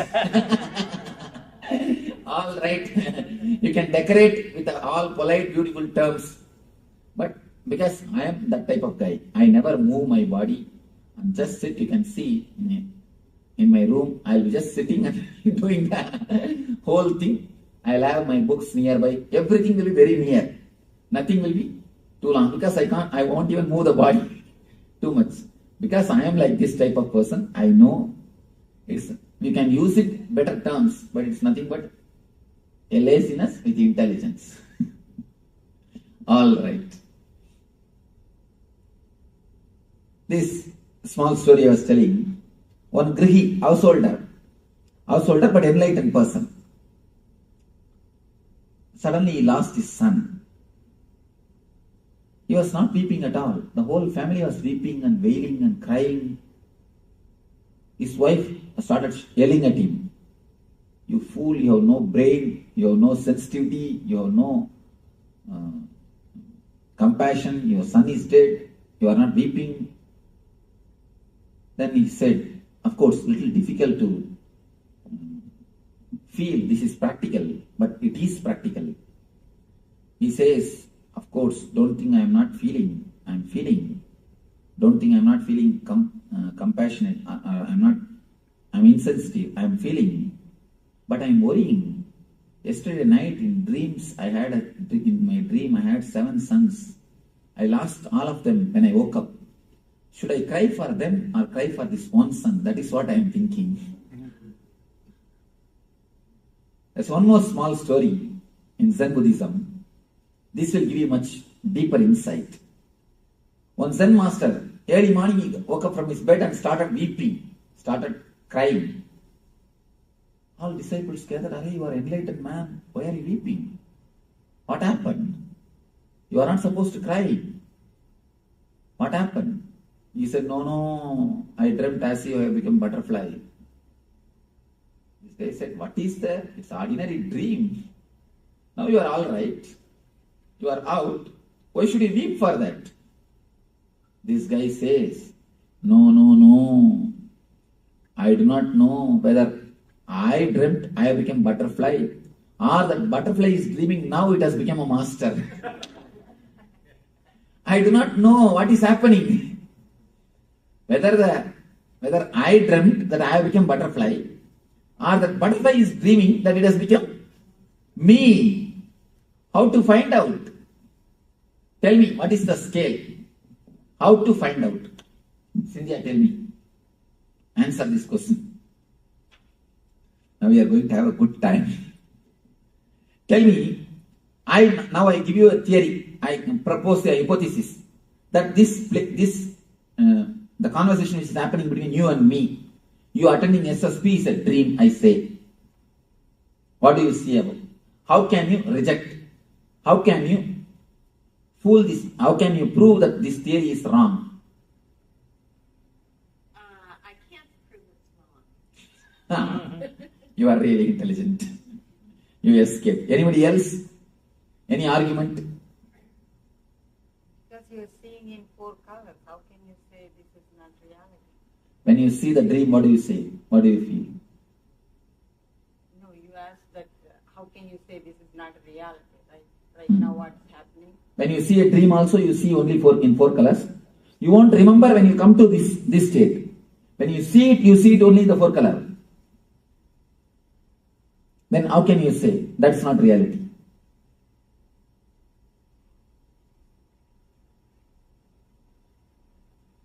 Then, any other argument?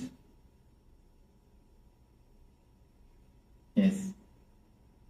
Well, every day I wake up and I'm me, and then one time I dream I'm a butterfly.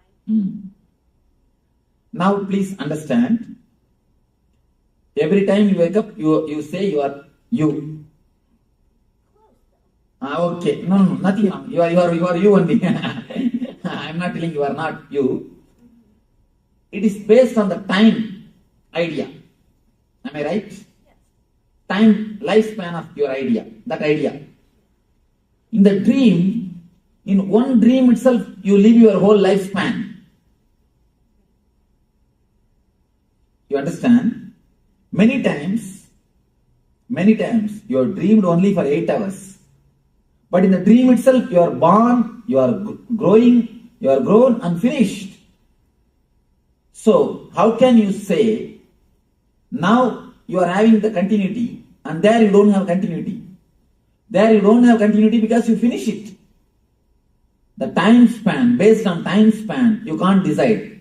Because the very time idea itself is totally different between dream and the reality.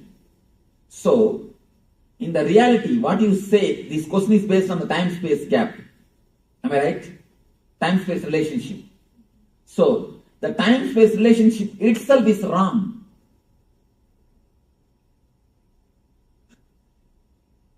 The same thing, if you are near a person who is headache for you, who continuously tortures you, with whom you don't feel happy, comfortable, even half an hour will look like a eternity, long time. Why? It is intensity of thought which makes you really feel the time. Time is not chronological, it is psychological. So when you are in the dream state, the number of thoughts is too much. The frequency of thoughts are much more higher than the frequency of your being. That is why your eye is just flooded by thoughts. Your eye, that is why I say, in that state you don't have eye. Your eye is just flooded by thoughts. The frequency of thoughts is too much. Your eye disappears. Your eye is flooded. You don't have control. Now, The dream is too much of thoughts. That is why you feel long time is happening. Here, you feel one amount of time, so time is going on. In little higher consciousness, time, you see, even if it is thousands of years, you will not feel the time has gone because the number of thoughts is less. That is why we always say, Devatas have got different calendar. For us, if it is 1000 years, for them it is only one day. For us, if it is a yuga, for them it is only one day. It is the space in which you live. There you have a different time. Which space you are living, there, that time you are enjoying. So based on the time-space concept, you cannot say this is not dream. Next question. And there is a important thing in the Vedanta, they say that by Upanishads, if you just understand the Avastatraya means the 3 states, you are liberated. Nothing else. You are liberated from all the pains and sufferings. If you just understand these 3 concepts deeply, clearly, intellectually, just intellectually. I am not telling about anything. You don't have to become enlightened. The very clear intellectual understanding about these 3 states will liberate you from pains and sufferings. Any other? Why you are laughing? No, actually, I know why you are not able to believe what I say. No, why you not only you must be able to believe, you must be able to really feel it. Why we are not able to feel, the understanding never goes deeper level. The understanding is never taken sincerely. That is the reason. For example, people come and tell me, Swamiji, I know smoking is wrong, but I am not able to drop.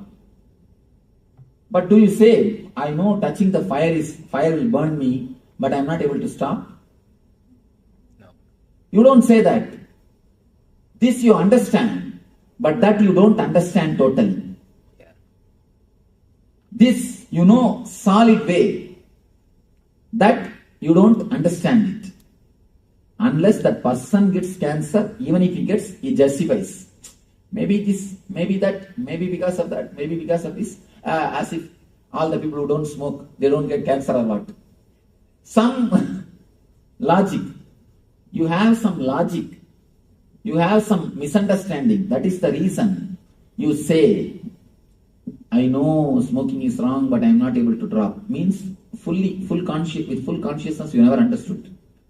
Now you understand with full consciousness. All these days, if you are not liberated, please be very clear. There are many people who come and tell me, no, Swamiji, I read enough of books about this Avastatraya. I read so many books about this Vedanta philosophy. I am not liberated. Means what? There is some gap in your understanding. If you say that, there is some gap. Now, put your whole effort to understand it clearly and have the courage to go behind this truth. You will see it will be liberated.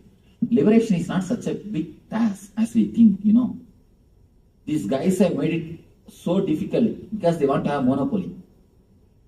Now really I tell you, these few guys want to have monopoly because of the 2-3 reasons. One is the particular community.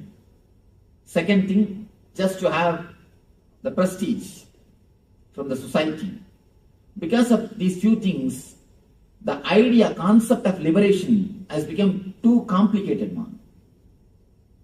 Otherwise, you think the concept of liberation is too complicated. How can liberation be complicated if it is your nature? If it is not your nature, it is not worth achieving. Forget about it. If it is your nature, why should you achieve? It is your svabhava. It is just a small knot. That's what I am telling you. Enlightenment is not achieved by any big techniques, tapas, meditation. It is just a knack of understanding and living the life. That's all. Enlightenment is a simple knack of using your mind, using your understanding and intelligence in your life. That's all. This intelligence, this understanding, if it can clearly go into your being, if you can clearly analyze only one thing, only one important thing, you should spell out all your doubts. Only when you spell out all your doubts, only when you express all your doubts, it can be cleared. If you are lazy, no, who will ask all these questions? All right, the Swami says means it must be true only, let us leave it. If you are too lazy to spell out your questions, or if you are too bored, all right, who wants all these things? Leave it, Swamiji. Let us go to next subject. If you are too lazy to spell out, or too lethargic to understand, then you have a problem. If you really sincerely look into it. Not lethargic, I think it's the understanding power is not there. No, ma, there is no need to say understanding power. See, understanding power means whatever words I utter, have understanding of dictionary meaning. That's enough. There is no need to go for any metaphysical understanding. That's what I'm saying. There is, you see one thing, don't be afraid at all that there is some metaphysical meaning for my words. I am not talking in any metaphysical terms. Do you understand? You see how straight I am simply opening the things. I am cutting the things clearly. Just understand my words based on Oxford Dictionary. That is enough. Dictionary meaning, not metaphysical meaning. Dictionary meaning is more than enough to give you the intelligence. Where you are stuck, where you are not able to understand, just open up. Put me the question. That's what I wanted. That's what I wanted. See, somewhere if you are locked, somewhere if it is not clicking, that's why in the Vedanta they say, Upanishad means sitting with master, that's all. Nothing else. Just sit with master, express the questions and get the replies, that is enough. You are out of pain. See, 90% of our pains are not physical, they are emotional and psychological. And not only that, there's a thick layer of pain in your being. The thick layer of pain invites more pain. Unconsciously you do such a kind of activities, you do this kind of deeds which creates pain for you and which invites pain for others. No, Swamiji, nobody invites the disease or the pain for themselves. When it's there, we recognize it and say, I have a disease. One simple thing, ma. Nobody invites cancer. But if they continue to smoke, what it means? There are some other cancers that doesn't come with the smoking. But those we don't invite them, they come to you. There are many diseases, ma. We may not directly invite. Our food habits invites. That's what. Our food habits are inviting. Our sleeping habits invite. But food habits, sleeping habits, whose habits, ma? Those are the habits that somebody made it to us. That is what now I am telling. Now it is time for Maybe my mom fed me that and my mom made me to sleep that time. That is what now I am telling. Now it is time to liberate ourselves and create our own setup, our own understanding for ourselves. May not be, you may think it is too late. There is nothing too late. We can surely help ourselves. Yes, some question you want. I'm Ember.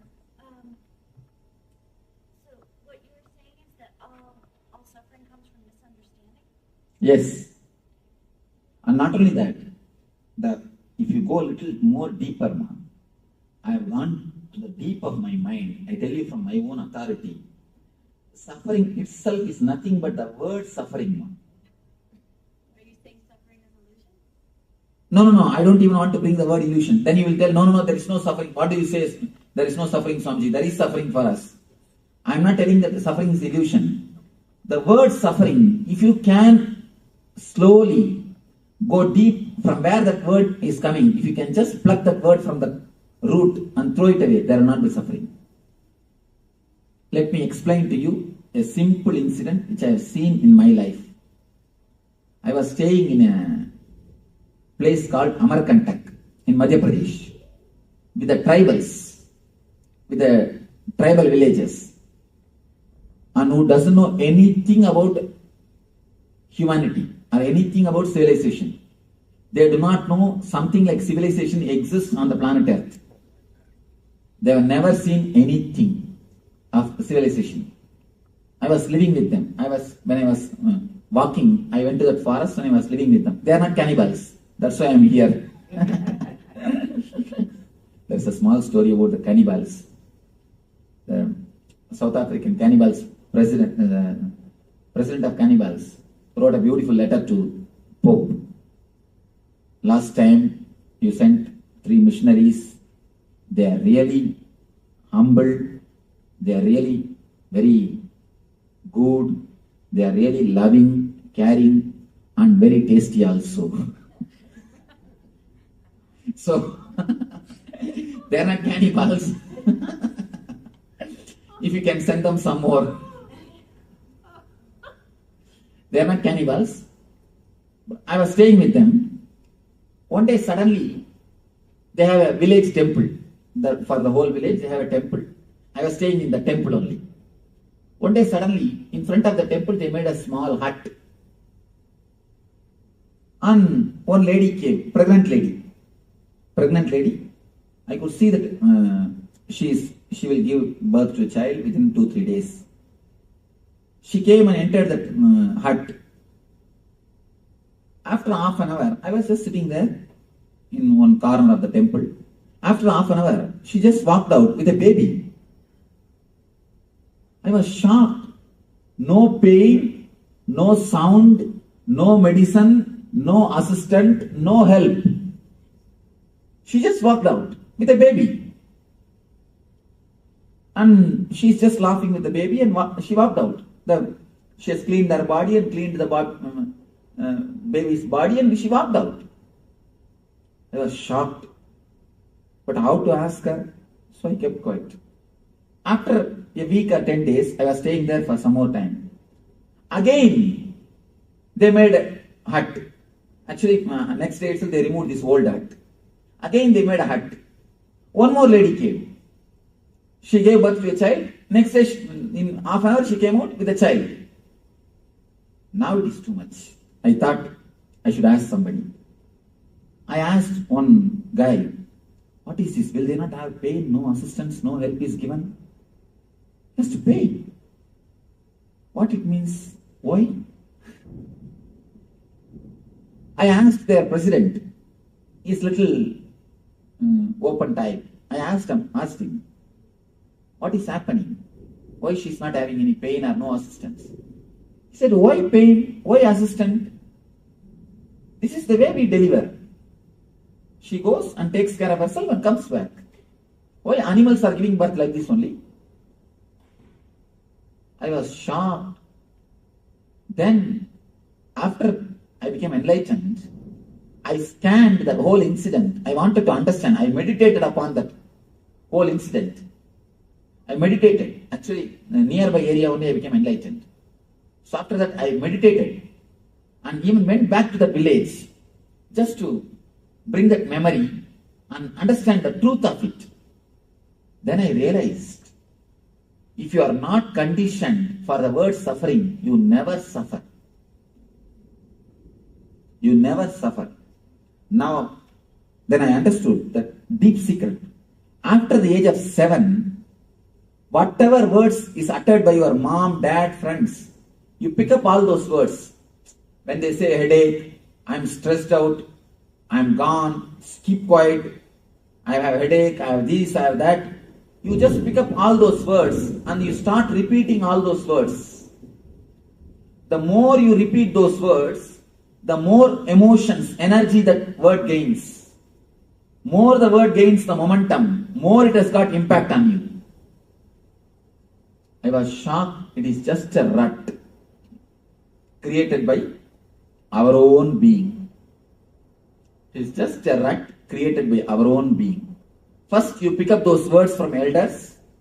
You start repeating mentally at the age of 7, unconsciously. And when you repeat naturally, you will see the effect of that words in you. When you see the effect, you start believing more that you have pain, you have suffering. More you believe, the more the word gains the momentum. The more the word gains the momentum, more suffering. More suffering, more belief, more momentum. More suffering, more belief, more momentum. The same cycle goes on, goes on, goes on. If you look little deep, that is what now they are doing in the hypnotherapy. In the hypnotherapy, they hypnotize a person and they put a burning charcoal in his hand and they say, you are not getting burned, you are having a beautiful flower in your hand, you are having rose in your hand, you are having a beautiful flower in your hand, you will be surprised. Not only the person never gets burned, when they remove that charcoal, the rose smell is there in the hand.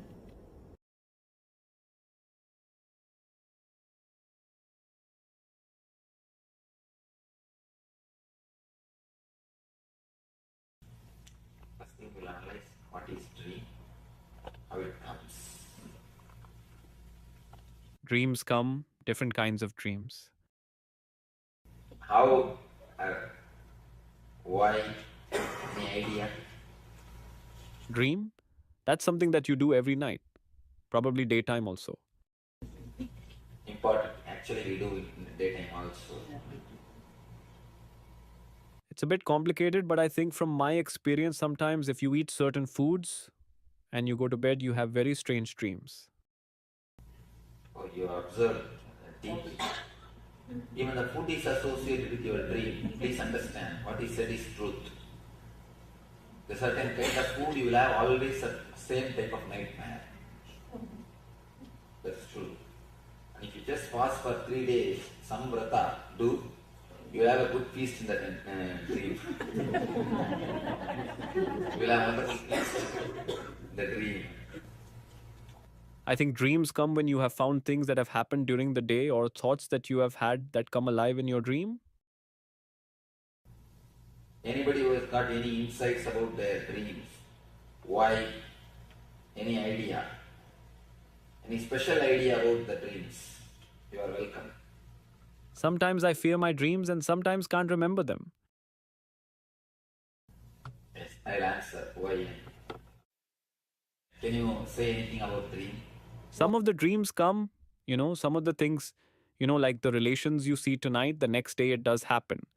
Some of them don't have any meaning and they come and go. And, some of the things they say that it is more basically the subconscious thing, and whatever you are thinking about, it will give you your problems are coming in your dreams. And the other people, some of the things that I was reading about this is like a parallel world. It does happen. It's true, and sometimes they don't come true. Some of the things, they don't come true. So I don't know exactly how to interpret these dreams. I think part of the dream is completely what's happening, and part of the dream is I am confessing. Most of the time, dreams come true. Sometimes I have noticed I play all the characters in my dreams and act out things, but I am everybody that is in the dream, and it is me. And other times, I don't know if I'm just partially awake or I will be in the middle of the dream or sort of something will make me wake up and I will say, oh, well, that's not finished. I need to go back, and I'll go back. I will go back into the dream and start doing it again, but then I forget how it ends because I go into a deeper sleep or something. When you remember, I am only playing the character of all the persons in the dream, you will wake up from the dream. Have you observed? Mm-hmm. Now let us analyze. Dream is nothing but the expression of whatever you suppress. Your suppressed desire and fear. You suppress these two things.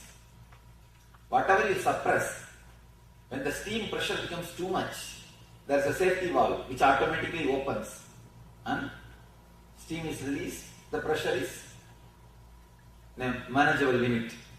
Same way, if your suppressions are too much, if you suppress the desire and the fear too much, it comes out automatically and gets released. First thing about the dream. Next thing, we are all bothered out to find out right dream or wrong dream. An important thing you need to understand, any dream, if you can remember it with 4 colors, it is not dream, it is a vision. Early morning when you remember, if you can remember in colors, see, this is very subtle technique. When you see the dream, you will always see only in colors. If you can remember the colors clearly, be very clear, it is something related to vision. It is bringing some message. It is the ray of light from superconscious. It is not dream. If you see any divine personalities, master, God, guru, try to remember. If it is in multicolor, then be very clear it is a vision. But if it is just 2 color or black and white, forget about it. It is nothing to do with vision. It is a usual dream. It is a usual just dream. So what is the purpose of vision? It teaches you? It can teach you, it can bring you intuition, it can give you more clarity or some information about the incident. Anything it can be.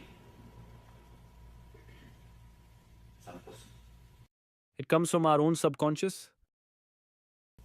If you can remember with 4 color, it is not from subconscious. It is a ray of light from superconscious. If it is just 2 color, when you remember, then it's a subconscious. What do you mean color? Like if I see you in my dream, I remember your orange robe. Is that one color? Not only orange robe. Yeah. Are you able to remember the other things, colors of the other things? Colors of the other things? Are you able to see, are you able to remember just like this 4 color? Then it's a vision. If you are not able to see that, then it is dream. That is the... Do the visions always have to make sense because I cannot remember right now if they are in color or not? But my dreams don't really make... If it is 4 color, surely it will make sense. If it is not, it will not make sense. It has no sense. What if it is not color at all? Then it is just steam going out. Extra steam is getting, you need to less dream. You need to dream less. It is just actually, when the steam is too much, if too much of suppression is there, of fear and the greed, there is an automatic mechanism which opens, automatic safety valve, which opens and releases the steam. And automatically, you maintain your steam pressure. The automatic safety valve is what we call dream. Is there any significance of seeing death or sometime you dying? There is no other significance except this 4 color and 2 color.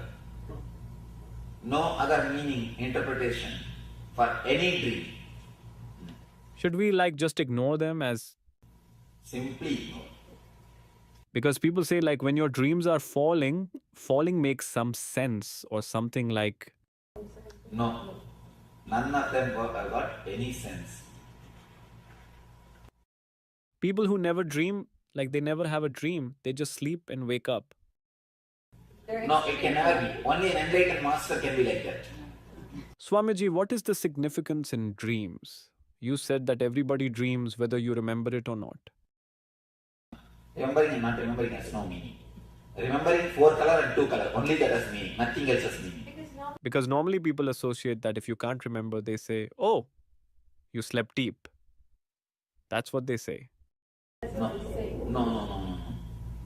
It is not that. Even if you don't sleep deeply and if you are continuously disturbed, you will have the same problem. You will not be able to remember the dreams. What about the sleepwalking? That is something to be analyzed. No. Let me explain why you asked right question. When this subtle body enters into the physical body, the sleepwalking, restlessness, even when you are sitting, you will be just shaking the legs. All these problems starts happening when the subtle body enters into the physical body as an uninvited guest. Many times, the subtle body just walks into these two bodies. When it walks into the waking body, then it starts creating trouble. You see, sometimes you will have a nightmare, get up, and you will see still the heart is beating and sweating. And the same way, if the subtle body enters into the causal body, it enters into the causal body also sometimes. If it enters into the causal body, it causes insomnia.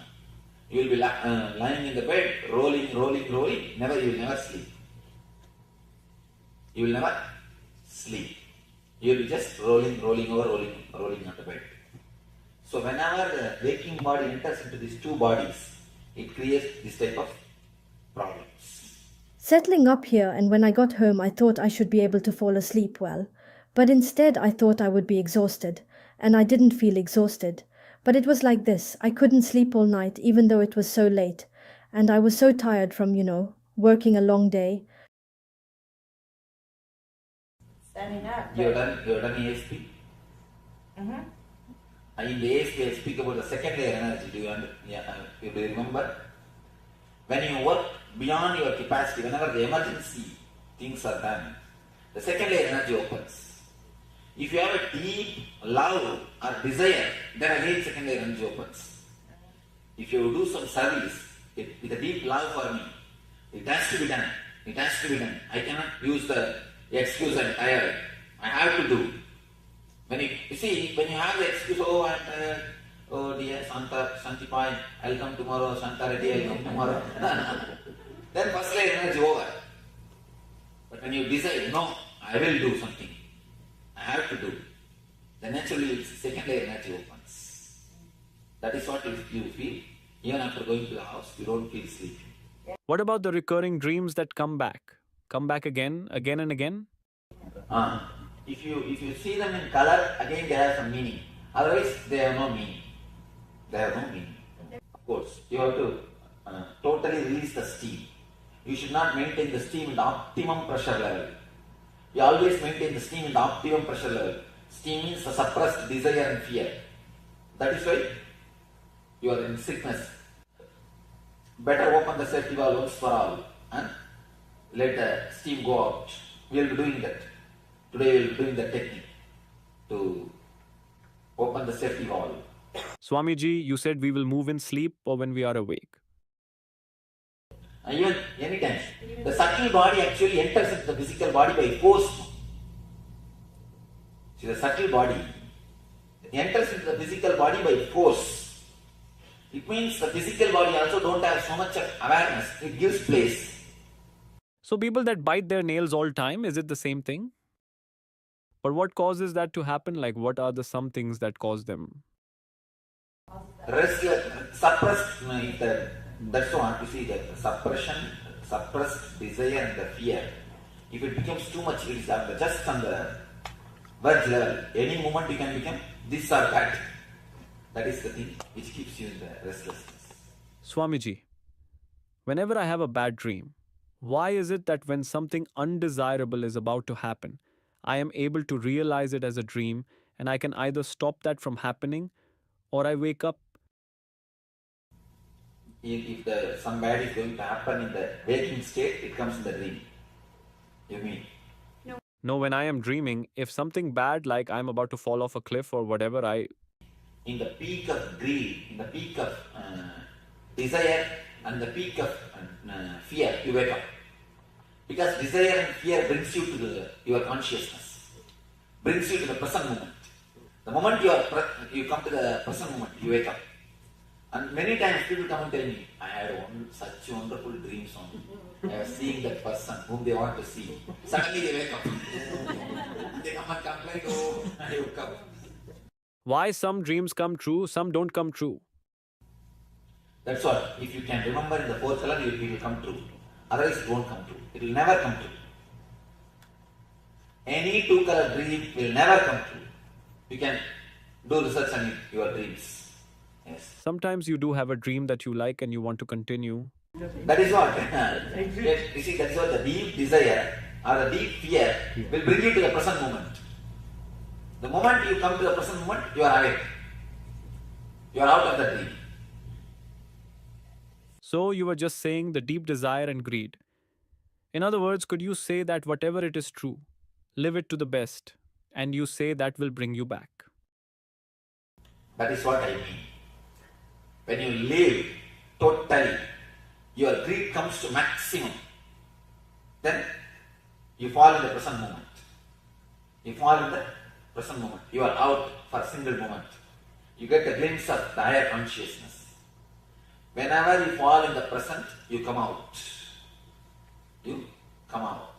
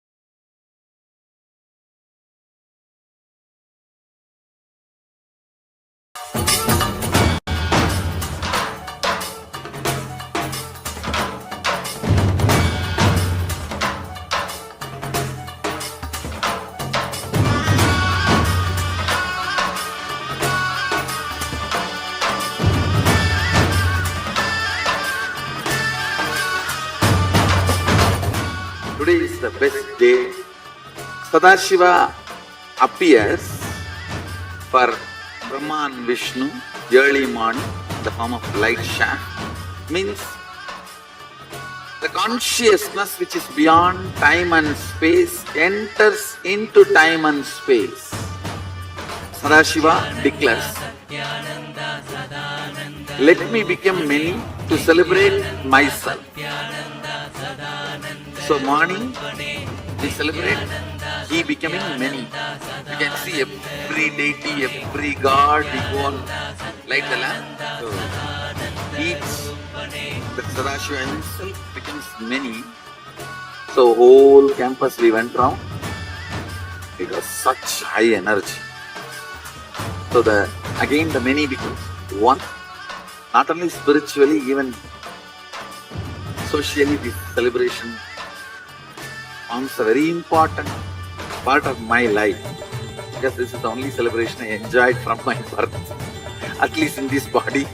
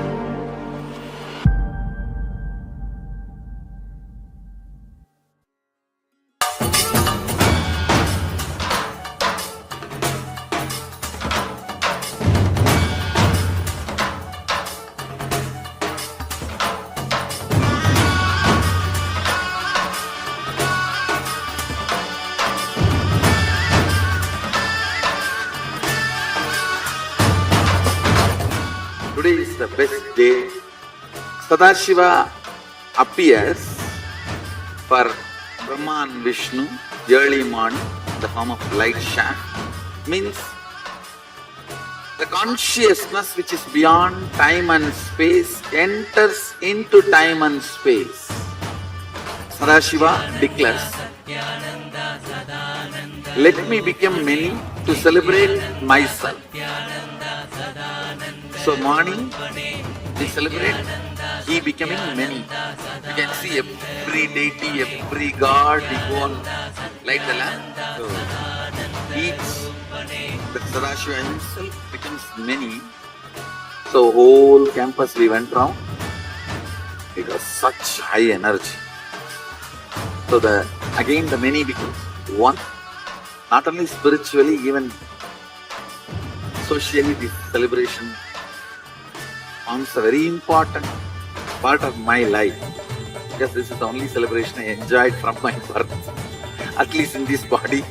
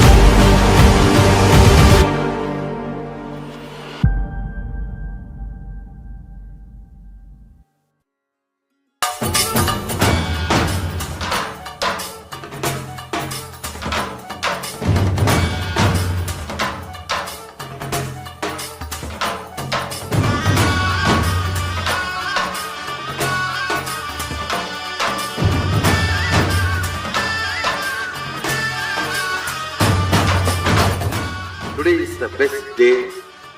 Sadashiva appears for Brahma and Vishnu early morning in the form of light shaft. Means the consciousness which is beyond time and space enters into time and space. Sadashiva declares, let me become many to celebrate myself. So morning we celebrate he becoming many. You can see every deity, every god, we go on light the lamp. So each, the Sadashiva himself becomes many. So whole campus we went round. It was such high energy. So again the many becomes one.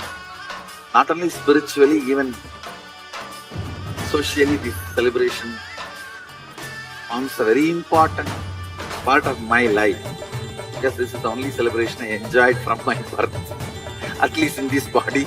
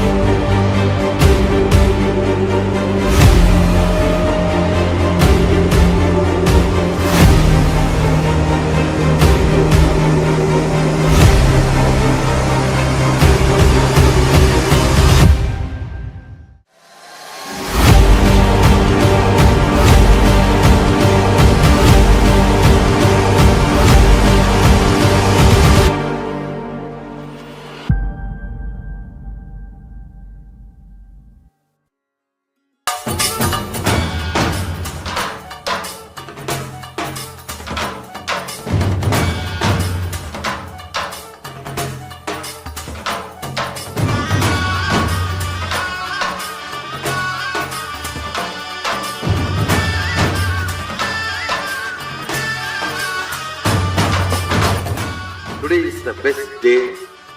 Sadashiva appears for Brahma and Vishnu early morning in the form of light shaft.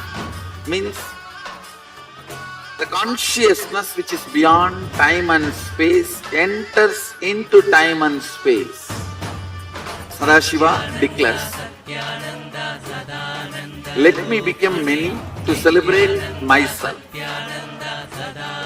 So morning we celebrate he becoming many. You can see every deity, every god, we go on light the lamp. So each, the Sadashiva himself becomes many.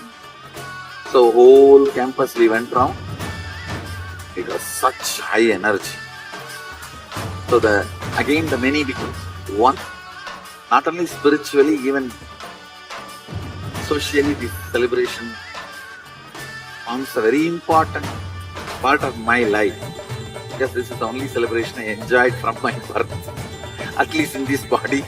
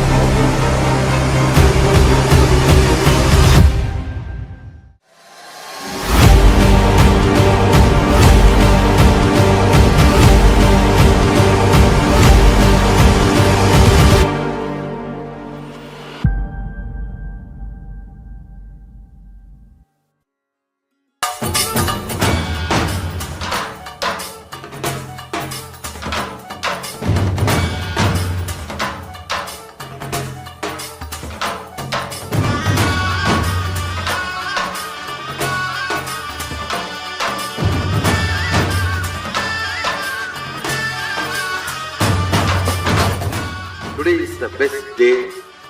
Sadashiva appears for Brahma and Vishnu early morning in the form of light shaft. Means the consciousness which is beyond time and space enters into time and space. Sadashiva declares, let me become many to celebrate myself. So morning we celebrate he becoming many. You can see every deity, every god, we go and light the lamp.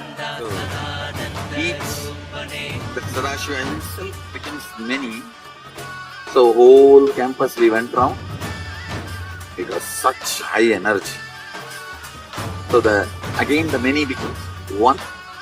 Not only spiritually, even socially, this celebration forms a very important part of my life, because this is the only celebration I enjoyed from my birth, at least in this body.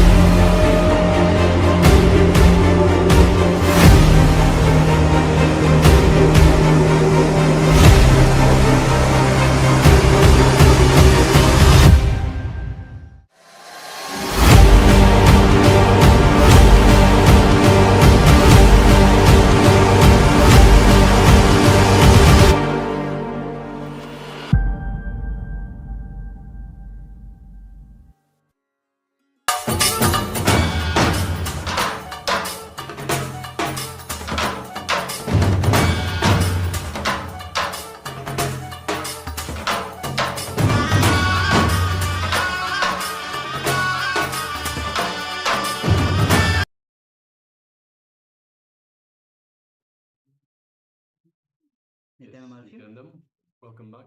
Sorry for the technical glitches that we have been experiencing, but we should be back up and running now. So let us continue with our program. So now we are re-entering into the power manifestation.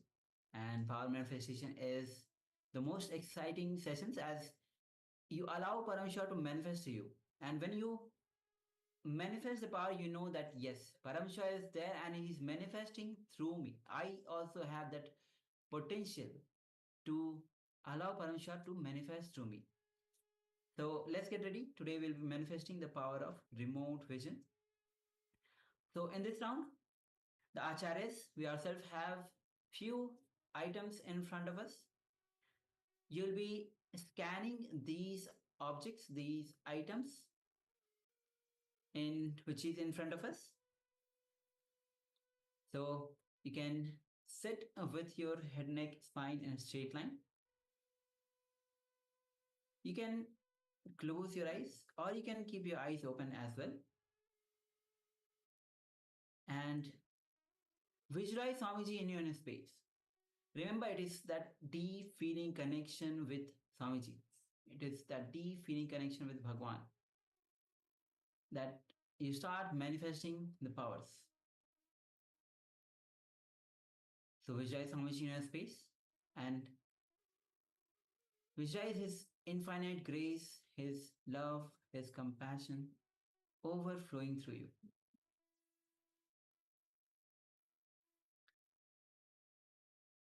Gently bring your awareness to your third eye, and through your third eye, gaze to Swamiji's third eye and start to unclutch from every single thought. Go on unclutching. whether it is a thought of even to open your eyes or to move from where you are seated or just to move your hand, just unclutch. Unclutch from all the inner and outer identities that you get. Unclutch from even the concept of time. Go on unclutching.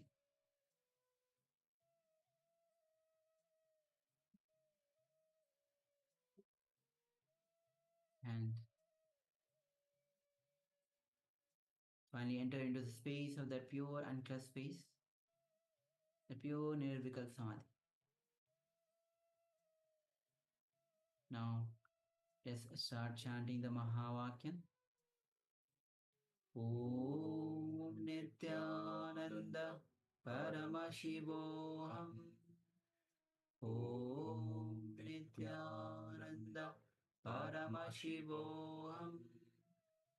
Om Nityananda Paramashivoham. Now, as you keep chanting the Mahavakya, let's manifest this power of remote scanning. You can start scanning the objects with a strong declaration. With a strong declaration, ask Swamiji to reveal every detail, the items, the objects which are in front of the Acharya. Let's begin this manifestation. Nityananda Paramashivoham.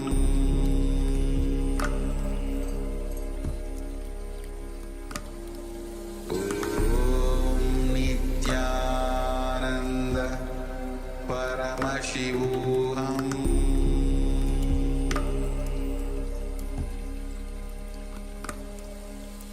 Om Nityananda Paramashivoham.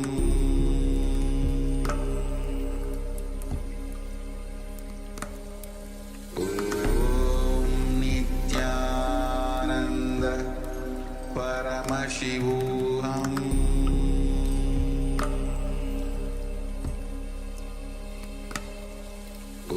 Om Nityananda Paramashivoham. Om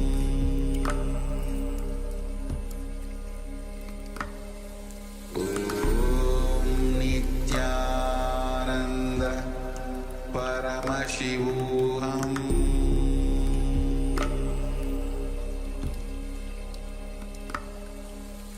Om Nityananda Paramashivoham.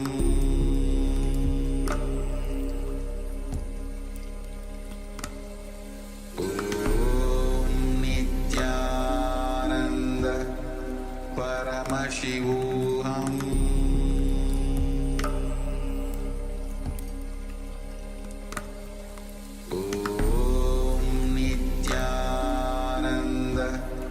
Paramashivoham.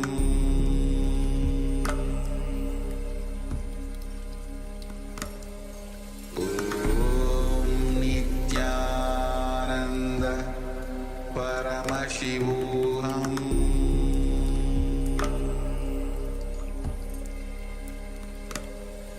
Om Nityananda Paramashivoham.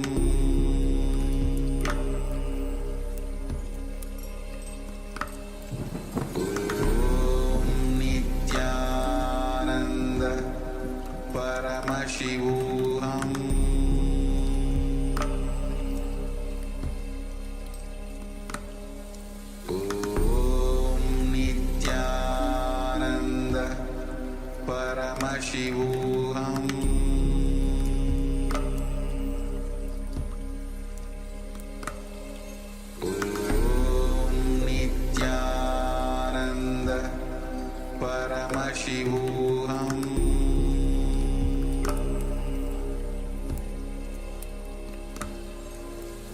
Om Nityananda Paramashivoham.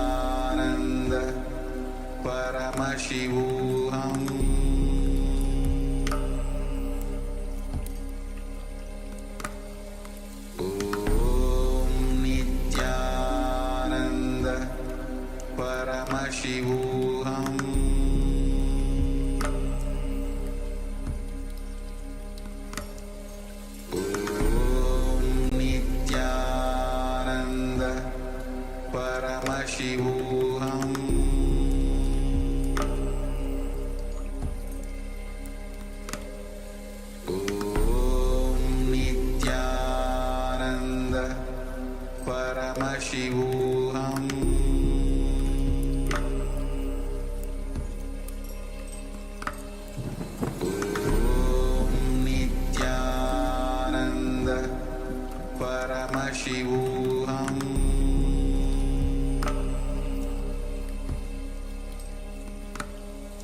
Om Nityananda Paramashivoham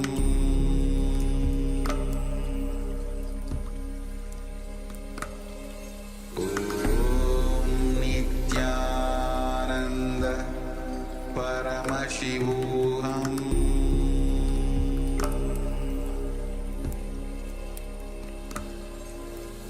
Om Nityananda Paramashivoham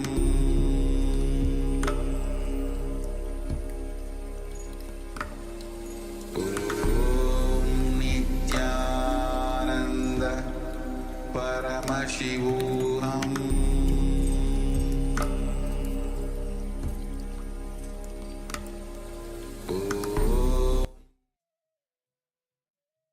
Now, slowly, you can relax and take a moment to share what was revealed to you as you were scanning the acharyas, rehearsals, the object or the items that we have in front of us. So, and share what Swamiji revealed to you. Understand it is through your deep connection with Swamiji that you start manifesting the powers. So, without any hesitation, just go on sharing and understand that it is Swamiji who is manifesting through you. So, any hesitation that you feel, you feel that whether it was wrong, right, do not hesitate to share.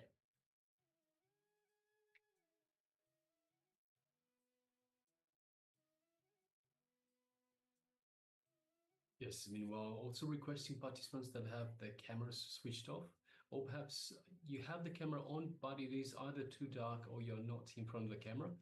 If you could please make sure that you are visible in the camera. So switch on your cameras and be visible.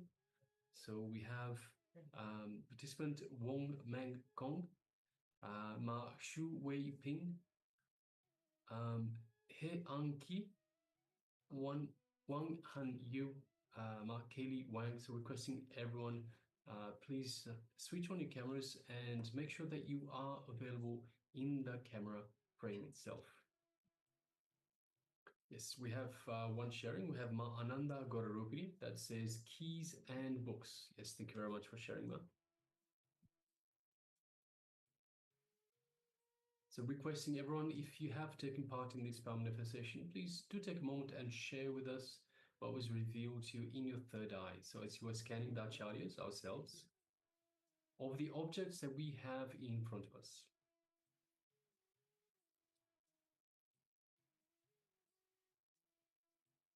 And even all the you participants on the YouTube, you can start sharing your revelation. Even you can you don't think that since you are on YouTube, you are not being attended. Make sure that you are putting your revelations on YouTube chat. You'll be attending to each of your comments. So you can also start sharing on YouTube. Meanwhile, you can all the participants on the Zoom, you can also start sharing your revelations on the third eye as you are scanning, manifesting the power of remote vision. All right, so let us now start the verification stage. So we'll be showing some of the items that we had, or rather all the items that we had in front of us.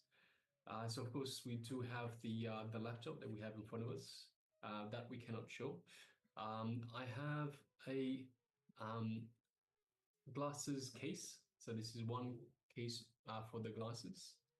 We have one mouse, as you can see.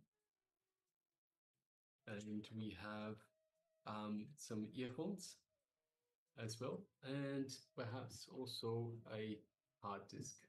So these are the objects that we had in front of us. So yes, Mananda Garupini, we didn't have any books or keys this time.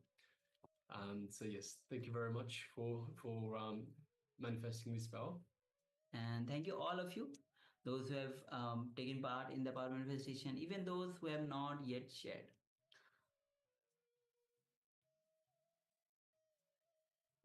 Okay, so with this, now we'll be entering into the next round of the internalization exercise.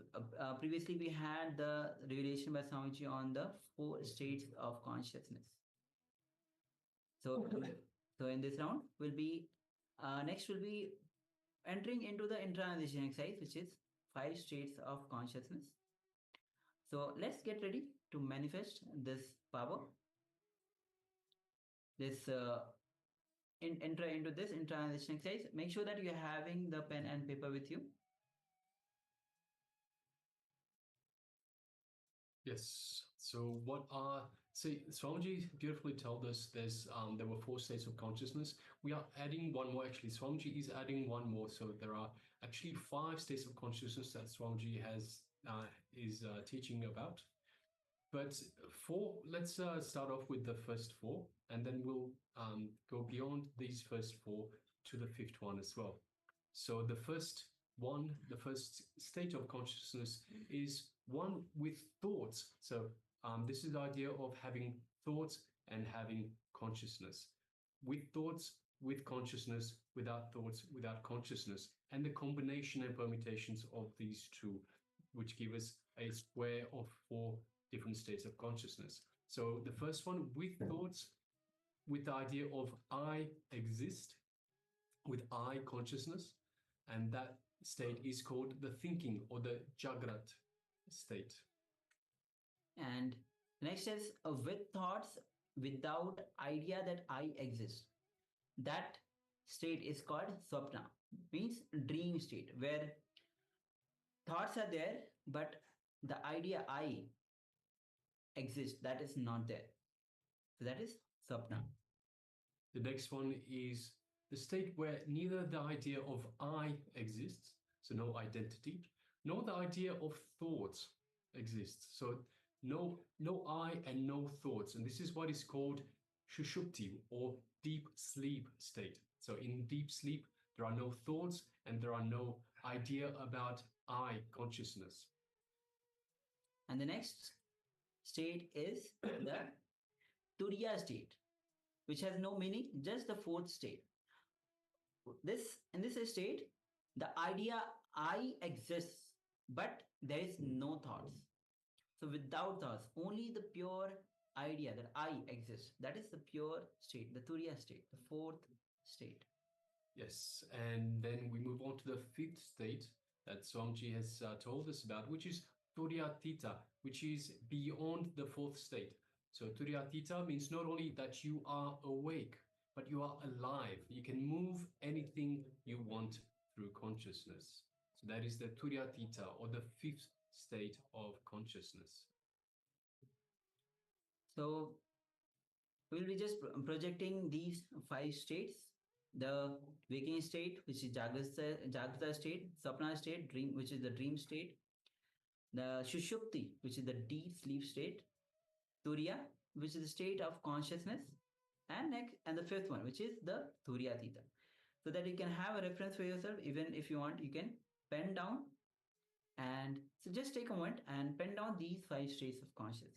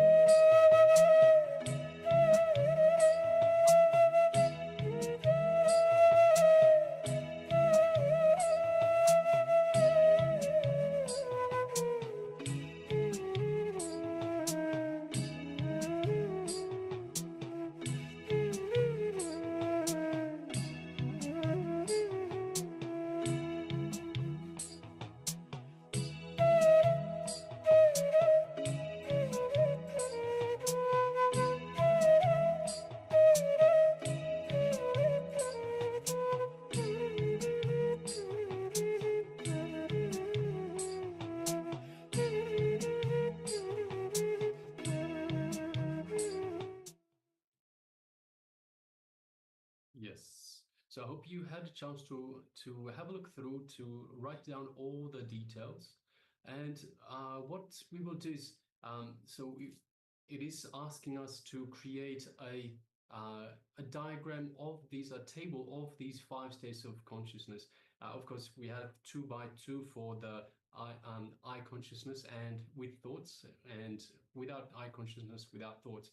But it's a little bit tricky in terms of the 5th state. How do you show a 5th state in the table format? So we have drawn these for you. So we're just going to display these in a table format for you, so you can pen this down. So let us continue.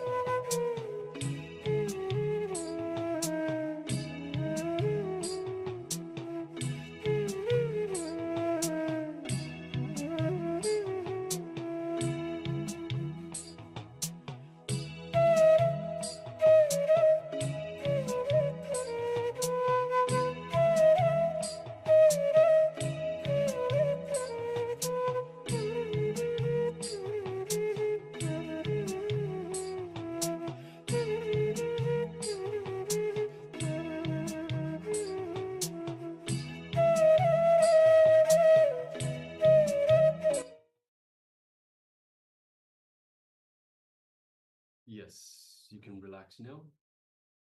So this diagram that you've just seen, it represents the 5 states of consciousness in a table format, as Swamiji has told us. So once again, you have with thoughts and with I identity, that is the waking state or the Jagrat. Without thoughts and with I identity, that's the conscious state of Turiya, the 4th state. You have with thoughts but without I identity is the dream state, the Swapna. Without thoughts and without the I identity is the deep sleep state, the Shushupti. And of course, the 5th state, which is beyond Turiya, beyond the 4th state, is the 5th state, and that is the Turiyatita, which is the state where which allows us to do anything, to move anything just through our consciousness. We are eternally awake in that. All right, so now let us move on to the next segment, and we'll move on to another internalization exercise in reality versus dream. Understanding that reality is a dream. You are not the eyes. Eyes are just an instrument for seeing. Many times your eyes may be open, but you are not seeing. And actually, you must have experienced multiple times where your eyes are open, but you are not actually seeing, not registering the scene which you are seeing. Many times it happens in our life. So eyes are just an instrument for seeing. You are not the eyes. So just sit and remember you are seeing through the eyes. When you look through the eyes, suddenly you will see you are witnessing everything. So let's take a few minutes and actually work on this, and let's remember, just sit and remember that you are seeing through the eyes. And when you look through the eyes, suddenly you will see you are witnessing everything. So please spend a few minutes in this exercise. Let's begin.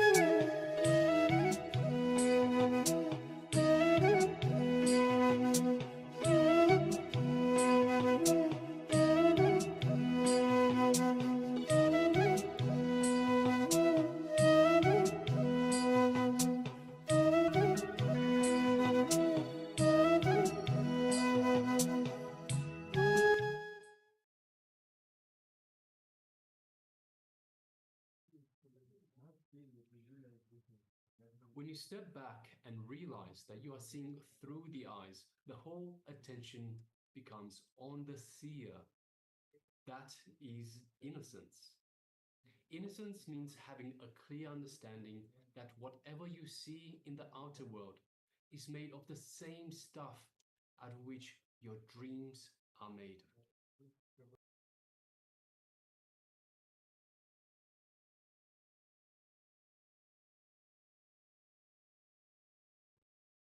Cognizing reality is a dream. It requires understanding that what you see is a dream. Having the Shakti, the energy to change the dream, and having the buddhi, the intelligence to know it is a dream. So there is no need to change it at all. So an important truth that you should know is that dreams are made of the same stuff out of which this waking world is made. So once again, the world is made of the same stuff in which the dreams are made, and dreams are made of the same stuff of which the waking world is made. So if you think dreams are ordinary, this world is also ordinary. If you think this world is fantastic, your dreams are also fantastic. And it works both ways. So again, once again, the important truth you should know, dreams are made of the same stuff which the waking world is made.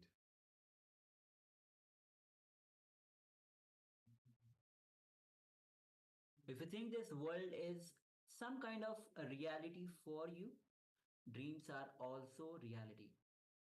Understanding this truth will give you the energy to make your dreams into reality, and it will give you the intelligence to understand that whatever you think as reality is nothing but one more dream. So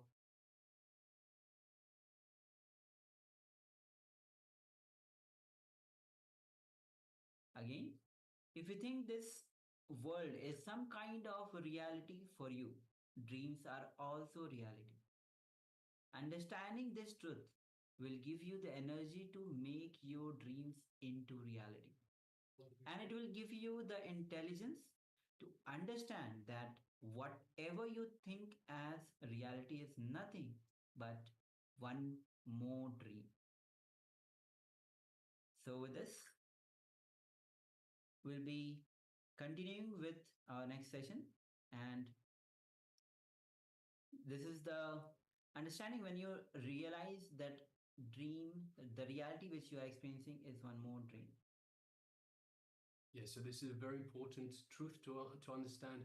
If you understand this truth, there are two things. You can make your dreams a reality, and you can also realize that reality is only a dream. And of course, there's this third step, as Swamiji beautifully tells us, that if you realize that both reality and dream is just a dream, then there's no need to actually change it. So you can use these for your purpose, for your life, to turn your life, to make your life into whatever it is that you want to turn it into. So you can have your dreams turned into reality. You can turn reality into your dreams. And you can also understand the higher truths that everything is just a dream, and there's no need to change anything at all. All of this is totally up to you. How you manifest this in your life, how you turn your life into whatever it is that you want, how you make your desires come true. So, with this, we'll be entering into the revelation of Swamiji on the dream body. Swamiji will be getting a deep diving into the and explaining about the dream body, as we just had a little glimpse of what even the reality which we experience is a dream. So let's understand as Swamiji reveals on the dream body.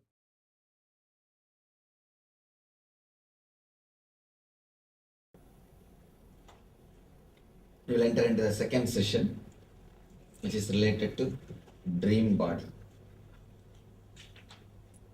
which is subtle body. Let you understand few things.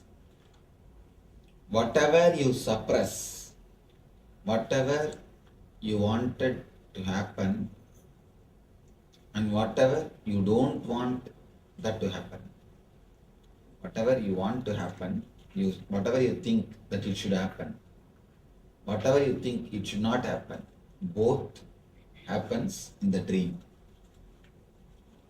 Whatever you think you want to happen, the desire, the greed, whatever you think it should not happen, the fear which you suppress, both comes up in the dream.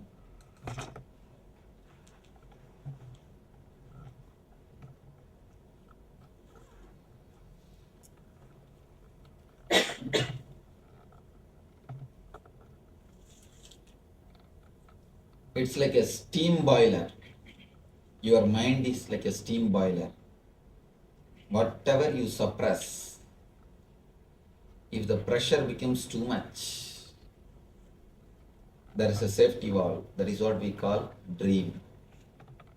You just dream and the pressure comes to normal. The moment when the pressure is normal, no more problem, no more dreams, no more fear. You run your life normally.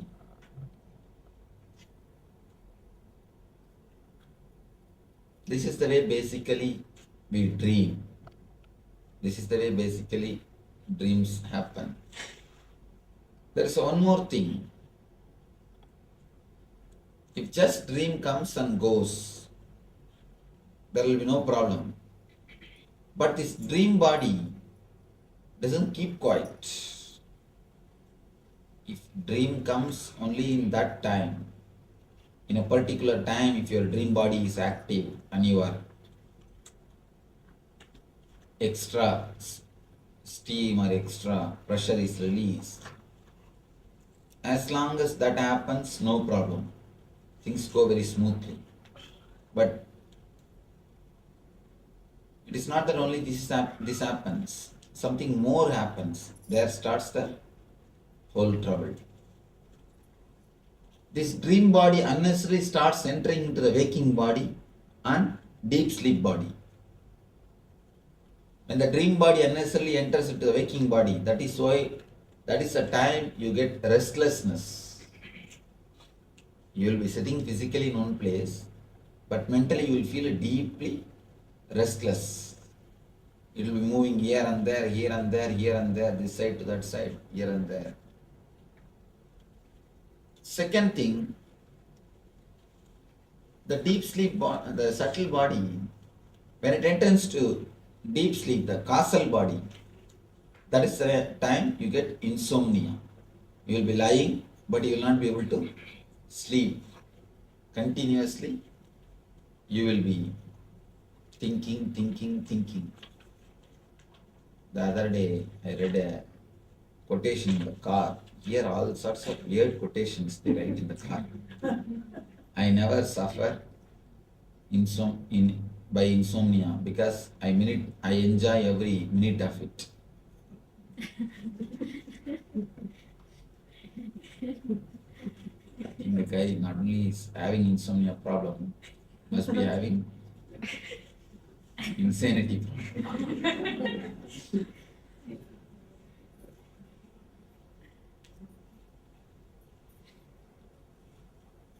When the dream body enters unnecessarily into the waking body or into the deep sleep body, it creates trouble.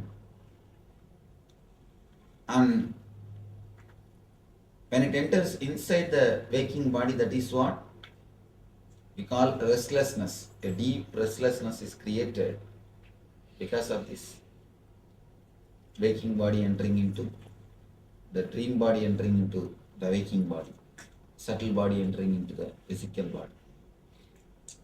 One more thing happens, the daydreaming. Daydreaming is nothing but subtle body entering into the dream level, subtle body entering into the physical level, physical body. When you are sitting, but your mind will be somewhere wandering, somewhere dreaming, almost as it is now.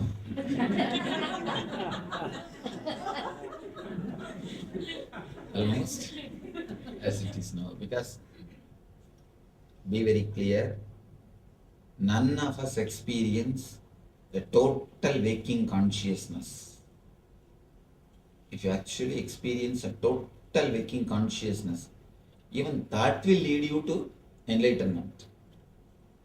But we never experience a total waking consciousness. We always keep a certain amount of dream body, so that any time enlightenment comes, we can escape. Any time suddenly if super consciousness starts happening, we can escape from it. It's like you keep a continuous shield. Any time if super conscious starts, you start moving towards super conscious, or super consciousness starts moving towards you, you keep that buffer and escape. Continuously, one portion of you goes on thinking,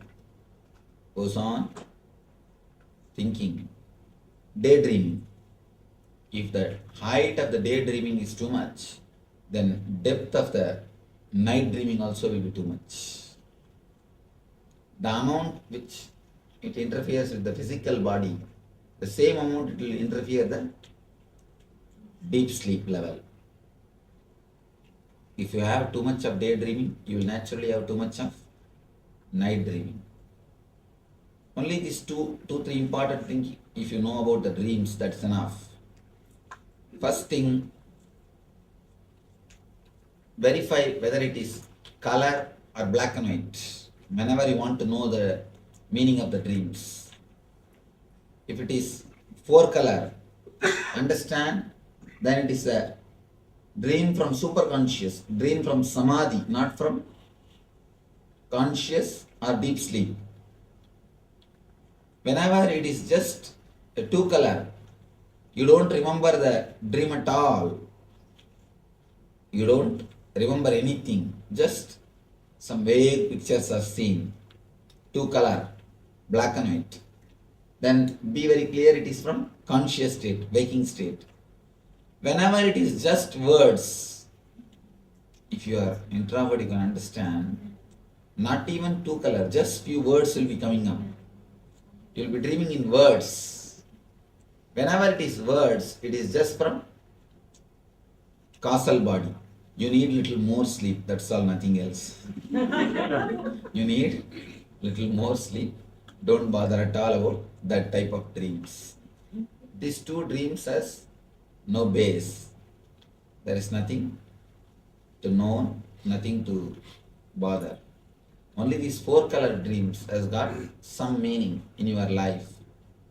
These 4 color dreams has got some vision, some intuition in your life. One more thing. Can we sleep without dream? Yes, we can. And that is one of the healthy way of how to be. If you can sleep without dreaming, you will have a perfect health, not only physically, even mentally. Or if you can sleep so deeply that early morning you don't remember your dream, again you have perfect health. The more you are out of dream state, the more you have health. If we remove the dream part or the subtle body from our 4th state, if you can remove the dreams, you will never go through the dream and causal body. You will directly fall into superconsciousness. There will be no 3-4 differences in your state at all. In your whole 3 state, there is only one thing. There is only one borderline which creates all these 4 states. An important thing. The 4th state is not created by 2 lines. No, it is created by just 1 line. It will be difficult to understand because Always mentally, 4 means you need at least 2 lines to create 4 level. Above, center and below, and at least 3 lines you need to create 4 levels. But it will be difficult. But truth, here only 1 line, only 1 portion, when it is inserted, it creates all the 4 level. If you don't have night dreaming, you will not have what is daydreaming, the so-called waking state. And naturally, when you don't have waking state and dream state, you cannot have deep sleep state, because the deep sleep state by the time will become super conscious. It is deep sleep as long as you have a dream and waking state. When these two are not there, what exists is enlightened state only. Automatically, there will not be anything called deep sleep state. Because the difference between the deep sleep and enlightenment is only one thing. The deep sleep, you don't have awareness. In enlightened state, you have awareness. Otherwise, both are one and the same. A small example, it's a mystical truth. When you are in a waking state, your consciousness stays in Agnya Chakra. When you are dreaming, it goes to Vishuddhi. When you are in deep sleep, it goes to Anahata. It just sleeps. That is why you can never sleep if your neck is straight. Even lying on your bed, try. Just keep your neck straight. You can never fall asleep. Unless you relax your neck, you can never fall asleep. And if you relax your neck, you don't have to do anything. Now itself you will fall asleep. If you relax your neck, immediately you will fall asleep here itself. If you don't relax your neck, even in the deep sleep state, even if you lie down, you can't fall asleep. You will not be able to sleep. Deep sleep state, it goes to Anahata. And just a small turn, Anandagandha. This is the area where Anandagandha Chakra is there. In the enlightened state or Samadhi state, it goes to Anandagandha. That's all. Very small turn.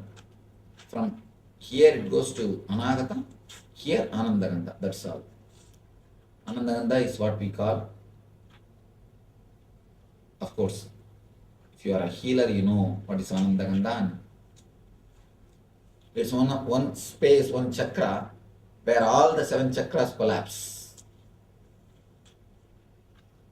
If you fall into Anahata, you will sleep. If you fall into Anandagandha, you will meditate. That's why so many people, they feel like sleeping when they go into meditation. Somebody was asking, I felt like continuously yawning. So, when you travel towards sleep and meditation, sleep and enlightenment, majority distance is same. For example, from here if I go up to the door, majority distance is same. Only 3 steps, if I take that side, I will go through that gate. If I take this side, I will go through this gate. Just like that. From here to there, from here to Anahata, the distance is same. If I take 3 steps towards Anahata, I will fall asleep. If I take 3 steps towards Anandagandha, I will fall into Samadhi. I will fall into enlightenment. I will fall into meditation. There is no much difference. That is why whenever you meditate, you feel like sleeping. Because the root is one and the same. How to go beyond dreams? How to release the pressure? How to release the steam pressure of dreams? How you can enter into the state beyond dreams? How you can dissolve the dreams? Before entering into the meditation, some questions which I have not answered.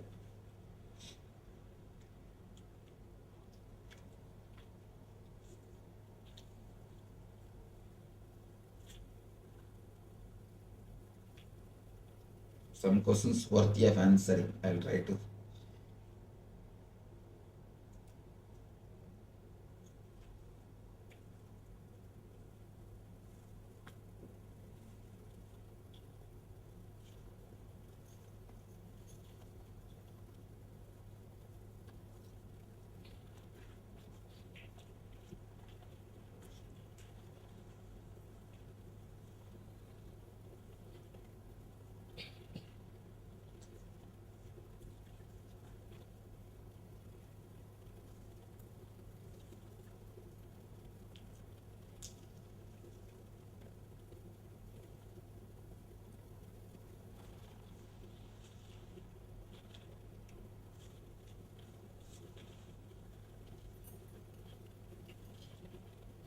My sense of reality is changing.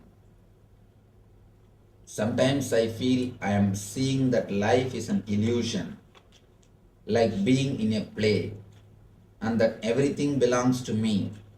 So just act as God tells. Heart wants to, and it will be wonderful. All is possible. But then I see the mind restarts the delusion of fear. So how to remain longer in that shimmering reality? Even physical objects look different, less dense. Is this reality or a better illusion? See, the moment you feel good, feel wonderful, even if it is reality, why do you bother? Even if it is illusion, why should you bother? When it is joyful, why don't you let it be there? The doubt, is this reality or a better illusion, is the first disturbance. Why? You don't enjoy that state. Second thing, don't try to possess that state. When it happens, relax. Don't have the fear. When it may go away. It may suddenly move, it may go away. Don't bother. Even if it goes, don't worry. Will it go or will it stay? Relax. You will see that it will start staying in you.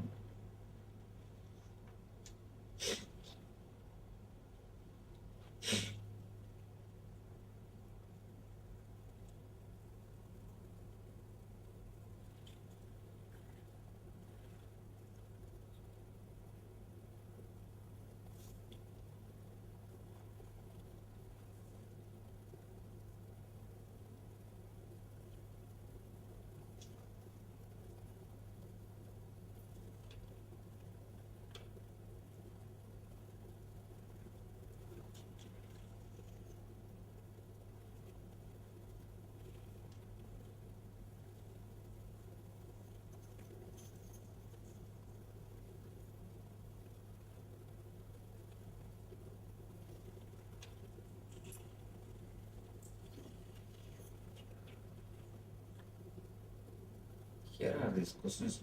Sometimes I wonder, how do these people live with their head and logic? See, the same question, the question starts with one logic, by the time it comes to an end, the logic turns and they contradict themselves. I am surprised. There are few questions. You can't answer that question. You have to answer the questioner himself.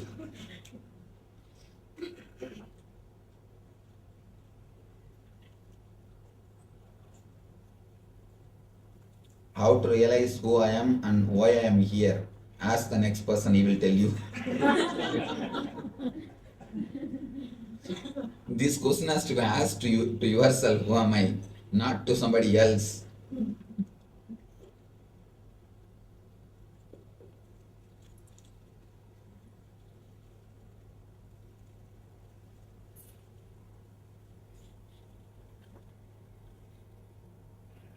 Usually I have no dreams, but recently I had very distressing dreams. How do I find out why? There is no need to find out why. Find out how to come out, how to stop having the dreams with so much of stress. Now we will be doing a meditation to reduce the steam pressure in the dream body. to reduce the steam pressure in the dream layer.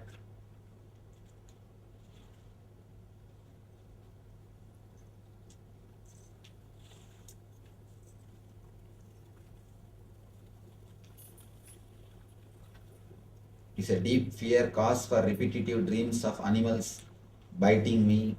Yes, that is true. It's a deep fear only creates a repetitive fear. Animals biting you.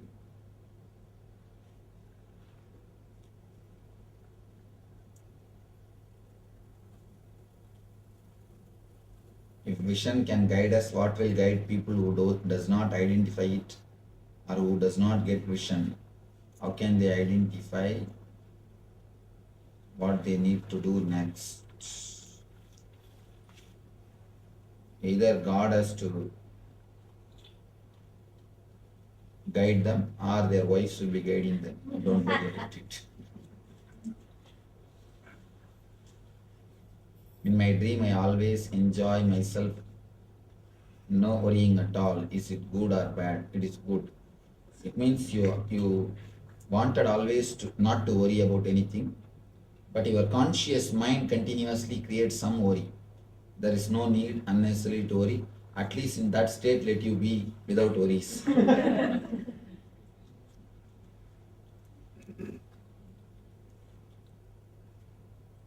Our waking life is also a dream, then are all these people just illusions, including you? Yes. No, it is 4 color. Ramana Maharshi says, no, illusions, it is not in illusion, 2 color, 4 color problem is not there. It can be 4 color and illusion. It can be not only 4 color. According to you, you know only 4 dimensions. 4 dimensions. Just understand length, breadth, depth, time and space. That's all. Only the 4 dimensions you know. According to mystics, there is a 10 dimension. 10 dimension. For example, you can leave the length of this mic and breadth of this mic and just teleport the depth of this mic from here to here. Length and breadth will be here, just depth can be teleported. It means you will put your hand, nothing will stop your hand, but you will see the mic form. Nothing will stop your hand.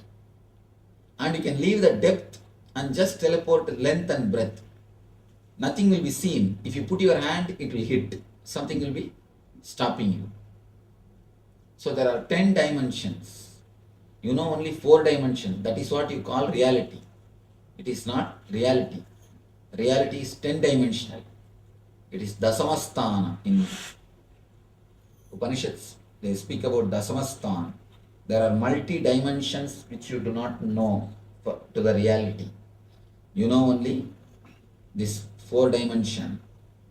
So understand, surely including me, as you understand, is just a dream. Ramana Maharshi says, somebody goes and asks Ramana Maharshi, including you is a dream, then how seeing you helps us? Then what is the use of seeing you? Ramana Maharshi says, if you see a lion in your dream, you just wake up from the dream. Just like that, when you see me in your dream, you wake up from your dream. If you see me in your waking state, it's like a simha sopna. You are made to wake up from this state. Seeing the master in waking state wakes you up from the waking state. You move to the superconscious state.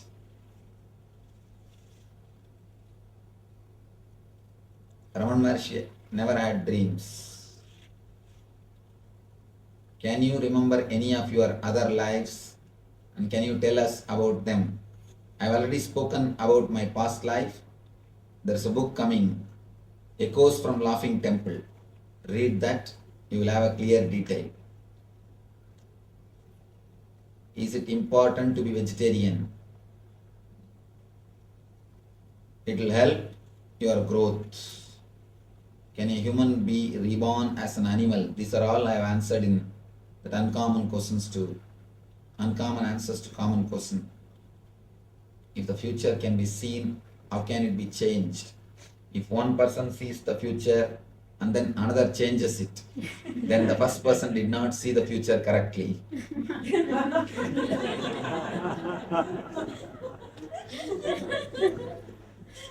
Future, as on now, see, future means you project from the past actually.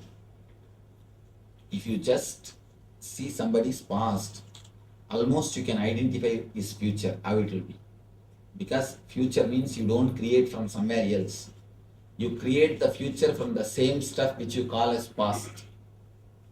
That's why you create the same rut, undergo the same trouble, same thing. Nothing much will be different. Only when a master interferes in your life, he changes the whole thing. So if you go to an ordinary person, when he predicts only the real future. But when a master comes, he just changes it. It is like a time shaft. If you go to an ordinary guy who does prediction, he sees the time shaft, what is printed, and he says. And if you suddenly meet a master, and if he erases, how can the person who predicts can be responsible? So he is not responsible for it. Can drugs be useful for a spiritual person? No way it can be useful. It can only be harmful. Can sex be useful? It can be used when it is used with the proper tantric techniques. But as on now, it's very difficult to get a proper tantric techniques. All the tantric techniques available now and all the tantric masters at least available now are like astrologers. Astrology is great shastra, but astrologers are, just like the tantra is a great shastra, but the tantrics have spoiled it. Can you see auras? Do you see unusual things? I can see auras, but I don't see unusual things. I see usual things. You see actually unusual things. Only you see unusual things. I see only the usual things.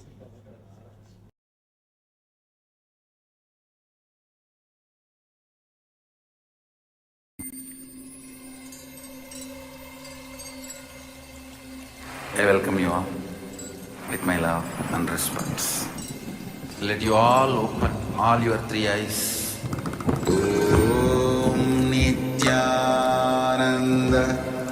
Paramashivoham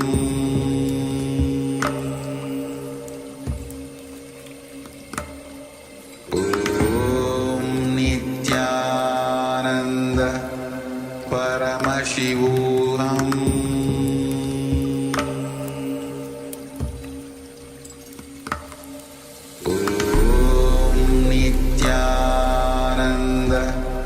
Paramashivoham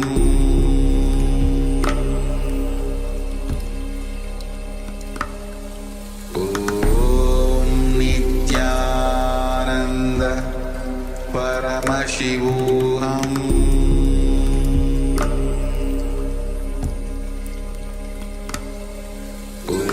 Om Nityananda Paramashivoham Paramashivoham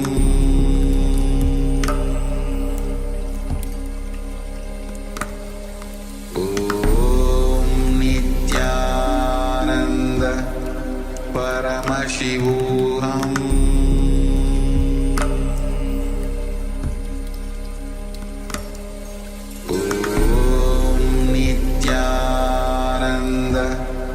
Paramashivoham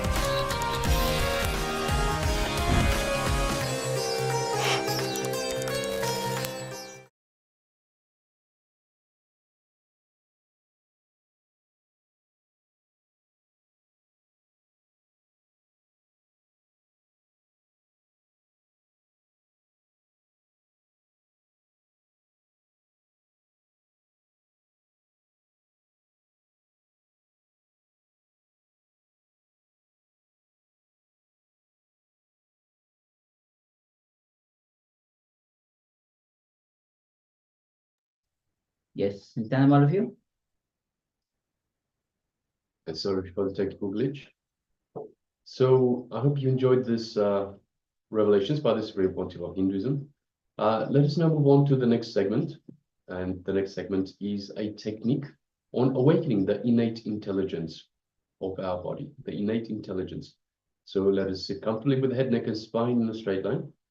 Let us bring our full awareness to the Supreme Pontiff of Hinduism as he takes us through this, guides us through this beautiful technique. So let us get ready and let's begin.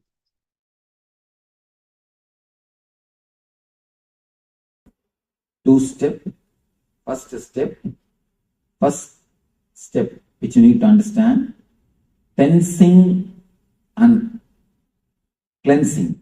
By tensing, you are cleansing toxins and energy clots. Next thing, by inhaling and exhaling, breathing through every part of your body, you are awakening the intelligence, innate intelligence of body. You are awakening innate intelligence of your physical system. Close your eyes. And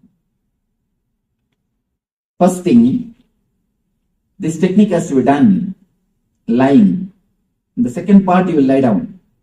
First part, you can stretch your leg and sit comfortably.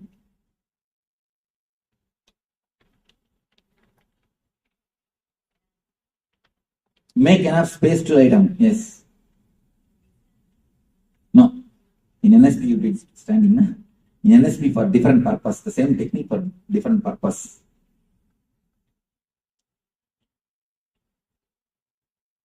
Yes. Please tie the ribbon. Now she can sit on the chair itself. Anybody heart patient or underwent any surgery in last 3 months? What?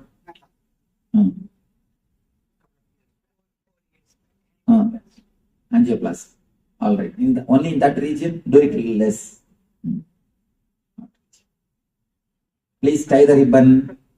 You are requested to tie the ribbon so that you will not look in between the meditation. She is surprised why we asked to tie the ribbon. Number 7.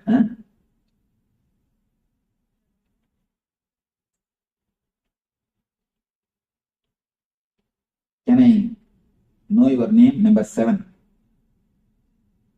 Yes, you are number 7. Yes, first. Yes, can you pronounce your name? Cynthia. Okay. Cindy. All right. Cynthia, I can pronounce.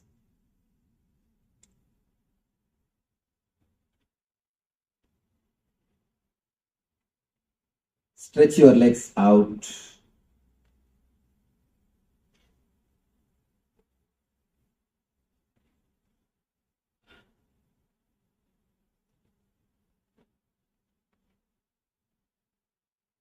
Start inhaling and exhaling as slowly as possible, as deeply as possible. Your inhaling and exhaling should happen throughout the body.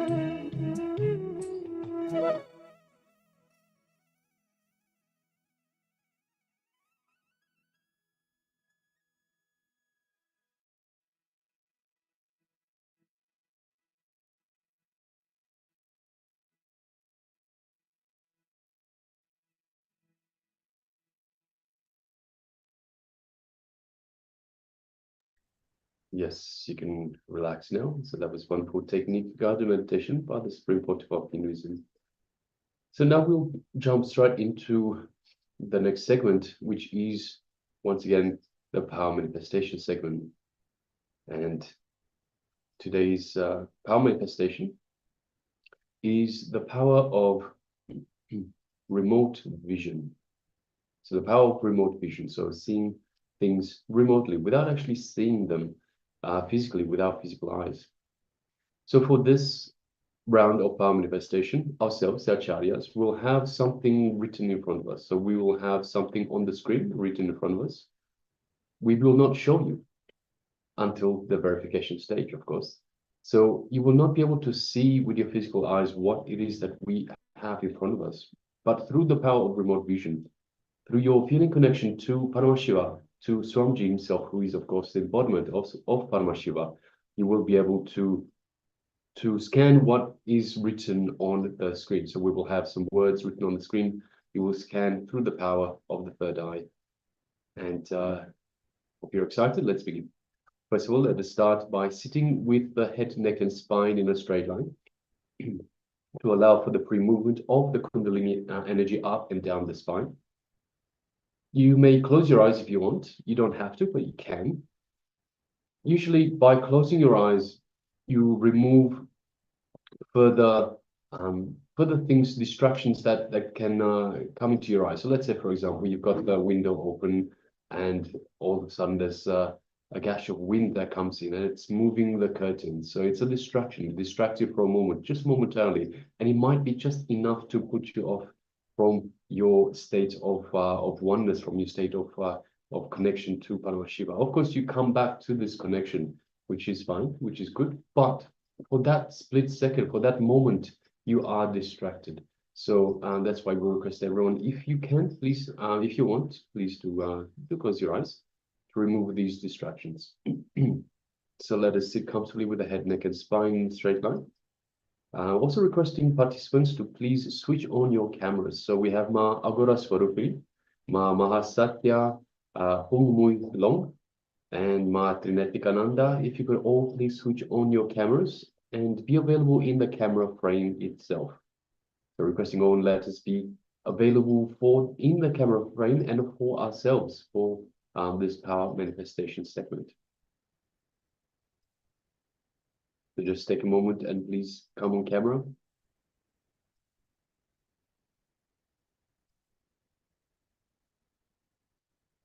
And of course, the people that are following us on YouTube, that are taking part, viewing the YouTube live streams, then you are also welcome to take part in this. Please, by all means, as we go through the power manifestation, you can write whatever was revealed to you in your third eye. And of course, we will verify at the end of the power manifestation segment.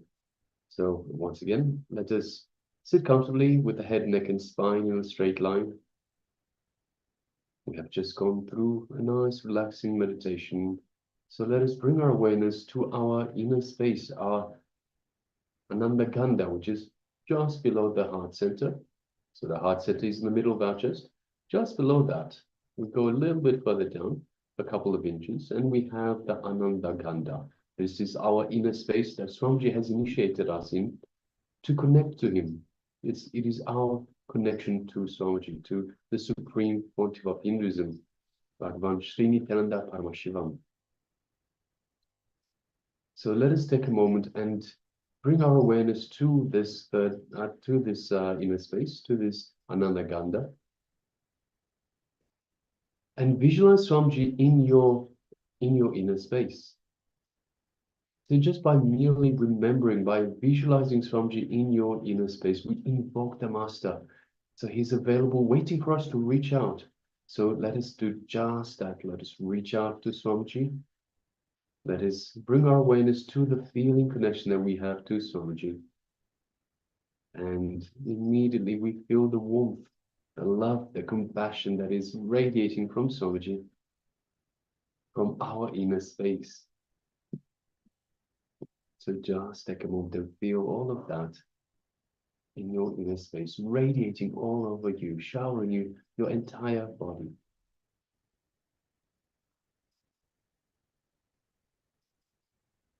Feel the space of oneness with Swamiji in your inner space. This is your alone time, alone space, just you and Swamiji in oneness.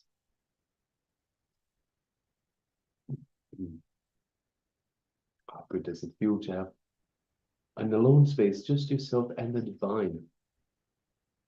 So just bring your awareness to that, to the space of oneness. The space of restful awareness between two thoughts.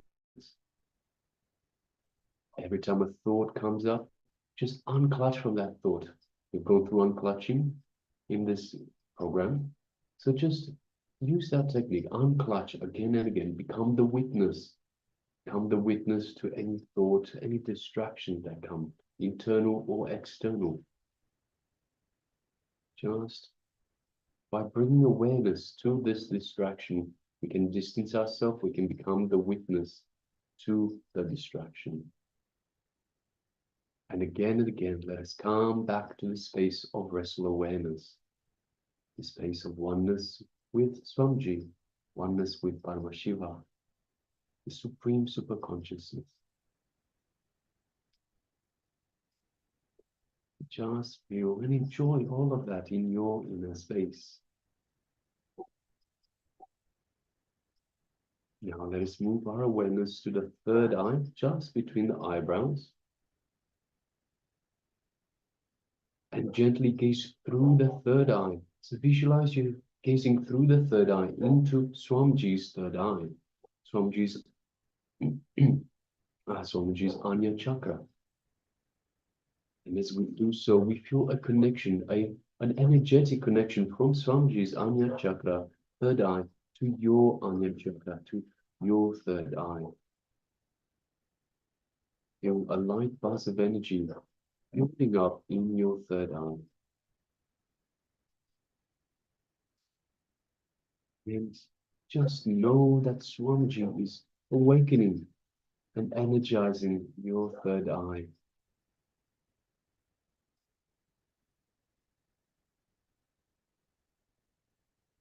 Now let us start chanting the Mahavakya, the code word that Swamiji has given us to connect further to him, to further strengthen this feeling connection that we have to the Master. Om Nityananda Paramashivoham. Om Nityananda Paramashivoham. Om Nityananda Paramashivoham. Let's continue chanting this Mahavakya throughout the entire power manifestation process. And let us now start manifesting this power of remote vision as ourselves, the Acharyas, are now looking at a text that is in front of us. So let us begin.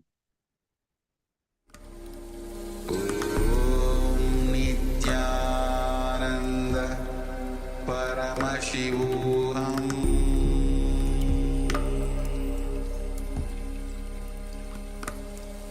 Om Nityananda Paramashivoham.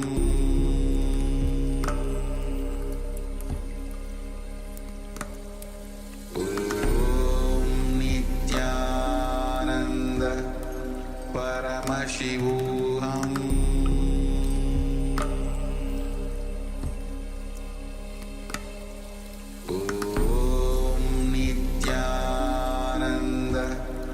Paramashivoham. Om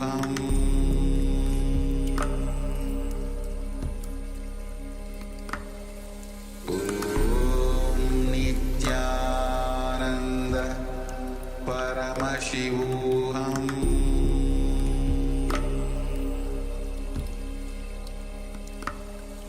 Om Nityananda Paramashivoham.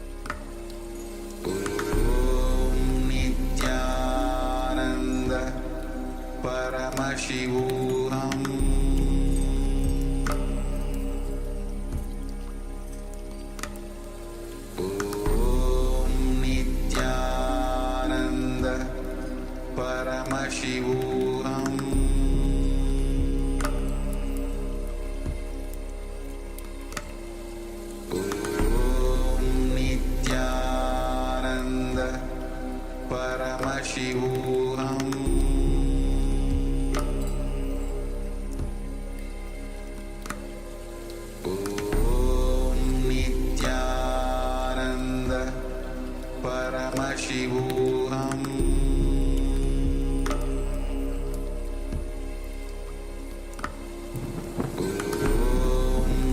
Nityananda Paramashivoham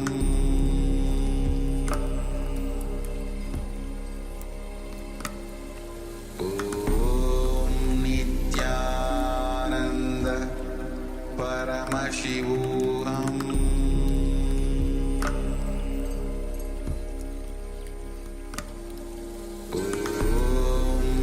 Nityananda Paramashivoham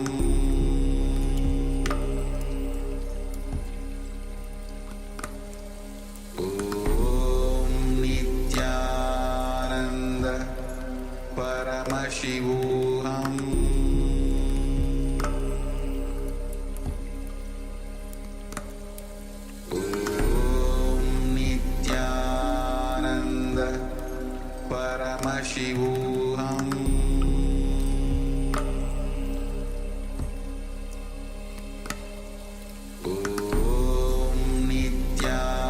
Nityananda Paramashivoham Nityananda Paramashivoham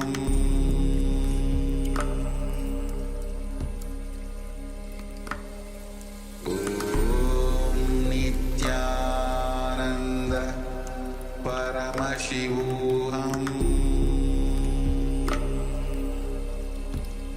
Paramashivoham Nityananda Paramashivoham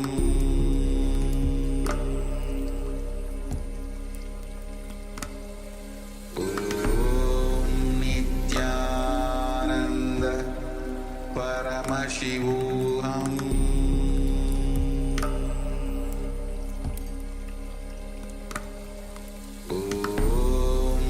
Nityananda Paramashivoham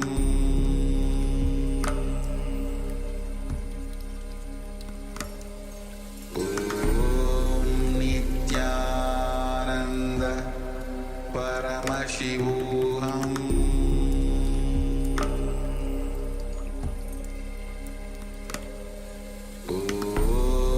Nityananda Paramashivoham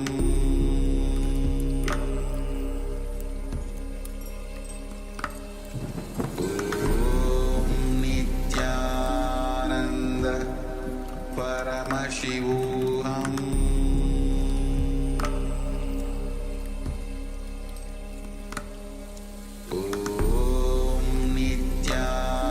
Nityananda Paramashivoham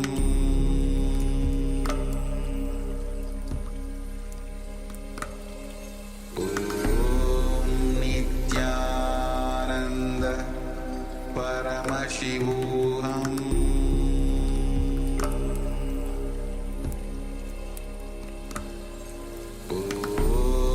Nityananda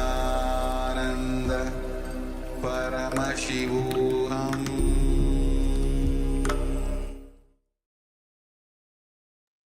Yes, you can relax now. And take a moment and open your eyes just gently. Gently let the light come back into your eyes. And once the light has adjusted for your eyes, take a moment and remember what was revealed to you in your third eye. So make sure you reveal everything that was revealed to you. Write down everything that was revealed to you. So don't leave out any details at all. The smallest detail, make sure you let us know. See, two things. Often the smallest things that we leave out can turn out to be the important detail in the revelation, first of all. And second of all, by having this judgment that it can't be that important, I don't think it's that important. So there's a judgment and there's also a doubt. So we are creating doubt. And when we create a doubt in relation to the superconsciousness, the supreme superconsciousness, we are putting a filter in between, we are blocking it. And so the supreme superconsciousness says, fine, you're not ready for it. Let's we'll just leave the filter there for now. So Have trust in everything that is being revealed to you. Just trust and go with it. Don't have any doubts, don't have any judgments. Just whatever you are seeing, write it down. Whatever it is that was revealed to you, trust and go with it. It's as simple as that. The more you trust, the more the floodgates open. So to start off with, it might be just a little trickle, just like a river starts with a little trickle. But then the more and more water is added to it, the more trust you are adding to this connection, the more the floodgates open, the more the small trickle turns into a river.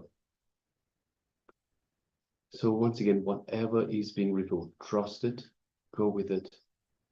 And the more you trust it, the more you go with it, the more accurate it starts becoming. The stronger the connection to Paramashiva, to the divine, is being formed when you trust it. So take a moment and share with us. And also the participants following us on YouTube, please take a moment and share with us what was revealed to you in your third eye as well. Yes.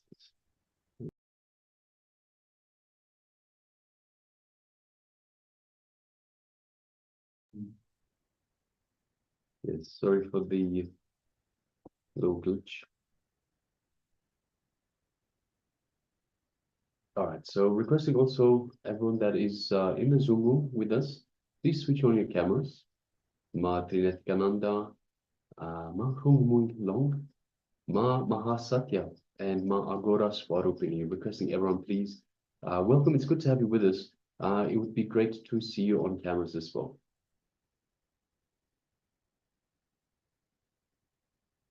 All right, so if you're still sharing, please continue to do so. So whether you're sharing in Zoom or in YouTube, on the YouTube chat, please continue to share. We'll monitor the chat.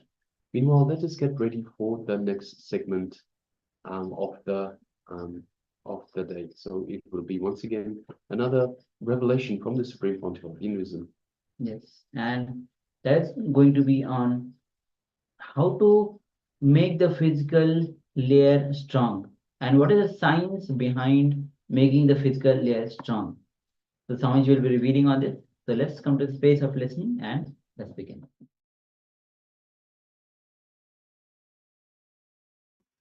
And if you allow the whole body to breathe, inhale and exhale, if you allow the whole body to take the prana in and release the Ashuddha prana out, you will have a different well-being.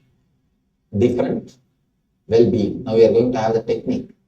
It's a very simple technique. Whenever you find time in the house, even when you are driving, when you are sitting, when you are watching the movie, when you are watching the TV, when you are eating, try this meditation technique. Just allow the body to inhale the prana and exhale the Ashuddha prana. It's a simple technique now we will be doing. You will see immediately the whole body is refreshed. Whole body is flooded with energy. Actually, you are allowing your whole body to work in its own rhythm. See, when a child laughs, you can see the whole body will laugh. When child does anything, the whole body will be involved. Have you seen the child eating? The left hand, right hand, applying the whole body. It eats. Anything, the whole body is involved. When it laughs, the whole body is involved. Started.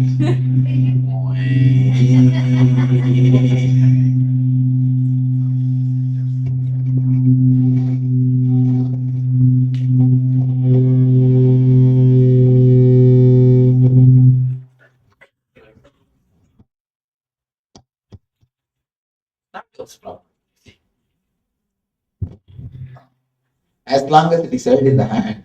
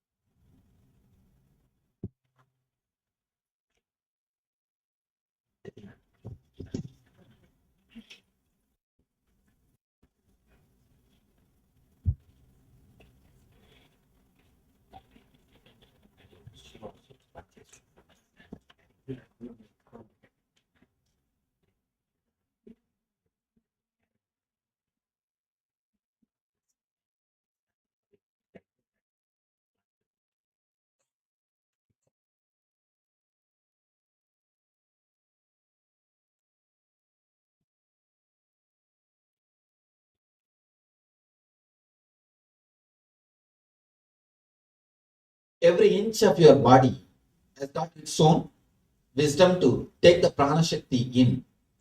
One more thing, prana does not mean air. Prana is not air.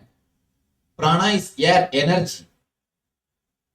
It can take in, breathe, inhale and exhale, not the air, but the energy. Energy which you gain through the air. What are the reasons we don't breathe? First thing, we don't live throughout our body. Why we don't live throughout our body? 2-3 reasons, 2-3 main things. Why we don't live throughout our body? First reason, an important reason. The moment you start thinking somebody else's body is beautiful, you stop living inside your body totally. The moment you create a supermodel for you, if you are a male, you will have some actor foolish fellow photograph in your room and go on doing this. And wanted to look just like him. Go on dressing him like him. Dressing like him. If you are a female, you have some actors, Miss Universe or Miss World or something, continuously applying the lipstick just like her. Continuously painting the face like her, or continuously trying to dress like her. The moment you start thinking somebody is beautiful and you want to be that like that person, you stop living inside your body totally. Please understand. One more problem. Unless I move my hands, I don't speak. I speak more with the body language than with the.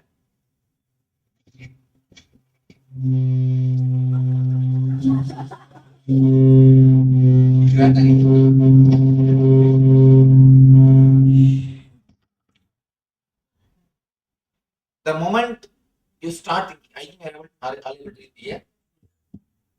The moment you start thinking that somebody else's body is beautiful than your body, you stop living through your body. You stop living inside your body. An important thing. I'll come here.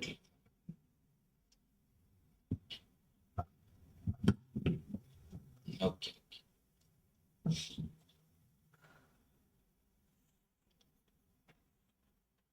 The moment you start feeling somebody else's body is beautiful, you should look like somebody else, you stop living with the whole area of your body. Actually, look deeply. God is not an engineer to do mass production. God is not an engineer to do mass production. He is an artist. He paints every one of you. He carves every one of you. He creates every one of you. If God is the engineer, then we can have mass production. But engineer fools, you can see. Only they can do the mass production. God is not an engineer. He never has got his own mold. Just for chop, chop, chop. No. God is a painter. God is an artist. Every one of you are painting from him. That is why you are unique and different. If you try to look like somebody, if you try to be like somebody, what you are trying to do? You try to create a copy. You think God is the fool. That's why he made me like this. He made her beautiful. Let me also look like Never think God is a fool. Everybody is unique. You are beautiful unto yourself. Where is the scale of beauty? Tell me. Where is the scale of beauty? No. You are beautiful unto yourself. Every individual is beautiful unto themselves. God is an artist. You can never improve upon his painting. The moment you want to improve upon his painting, the moment you want to do final touch upon his carving, the moment you want to do something more in his art, naturally you are in trouble. It is painted by him. It is carved by him. It is creation by him. You are enough unto yourself. You are beautiful unto yourself. The people who have the idea that I am not beautiful, she is only beautiful or he is only beautiful. I tell you one thing, even falling in love with the opposite person is all right. If you are a male and if you fall in love with some actress, it's okay. But never fall in love with an actor. Because you will start chiseling your body, seeing him. You will try to have the same type of dress. You will try to have the same type of things which he is having. Never have a role model. Never have a role model body. Please be very clear. If you have the role model body, I can be sure you will never live happily with your body. Even if you have finished after 12 years of all foolish gym, you will find some corner, it's little lacking. You will find in one corner, something is lacking. You will try to chisel that corner. You are enough beautiful unto yourself. See, if you want to do gym and if you want to do yoga, exercise for your own health, that's perfectly all right. There's nothing wrong. But not for the sake of to look like somebody else. As long as you have an idea that somebody else is beautiful, you will never be peaceful inside your body. You will never be happy inside your body. That is why even though you live inside your body, you never have a deep love for your body. You never have deep love for your body. Your body is just a utility for you. Even if that person is happy, even if that person is beautiful, what can you do about it? It is his body. You can't enjoy through his body. Can you enjoy through his body? No. Only he can enjoy the world through his body. You can enjoy only through your body. Understand? God is a painter. God is an artist. God is a creative guy. He is not an engineer. If God is an engineer, then we also can have mass production. No. God is not an engineer. You are beautiful unto yourself. The moment you drop this foolish fighting inside your being, which is continuously happening unconsciously, thinking somebody else is beautiful, somebody else is looking good, I should look like him, I should look like her, I should cut my hair like this, I should. That's what I'm telling. I always tell people, like a hairstyle, we should have a nail style also. We should cut these guys in hands and fingers to look like somebody else. If you cut yourself, if you alter yourself, if you do to look like somebody else continuously, unconsciously, you will start hating your body. You will stop residing inside your body. You will stop residing inside your body. You will not live inside your body. First thing, understand, your body is beautiful unto itself. You are enough unto yourself. You are beautiful for yourself. Where is the scale? Tell me. Where is the scale? In early times in China, they used to believe if your legs are very small, you are very beautiful. So women used to wear the steel shoes. Shoes made out of iron in the young age itself. At the age of 10, 11, they will put that shoes. And the women will have very small leg. Even if they are 25, their legs will be just 15-year-old, 14-year-old. It's like a bonsai. Have you seen the bonsai banyan tree and bonsai trees? Just like that. Your legs will have only that size. And in the tribal area, people used to believe, in Amazon tribal area, they used to believe the more your lower lips are hanging, the more beautiful you are. And they used to put a big ring on it. Big ring means don't think this size ring. Almost like a car wheel. They will hang on the lower lip. And it will be hanging like a dog. Poor guys. And beauty has got their own, people have got their own ideas about beauty. The moment you drop the idea of beauty and you start enjoying your whole body, a new grace enters into your being. A new grace starts happening to your being. People come and ask me, Swamiji, just after ASP and NSP, in 15-20 days, my face has changed, Swami. So many people come and tell me, my face changed. My face has become more beautiful. My eyes have become so clear. Everybody is telling, my face has changed. I'm glowing. It's nothing. I have not done any makeup. At least I don't teach any makeup technique. In my courses, no makeup techniques are taught. No.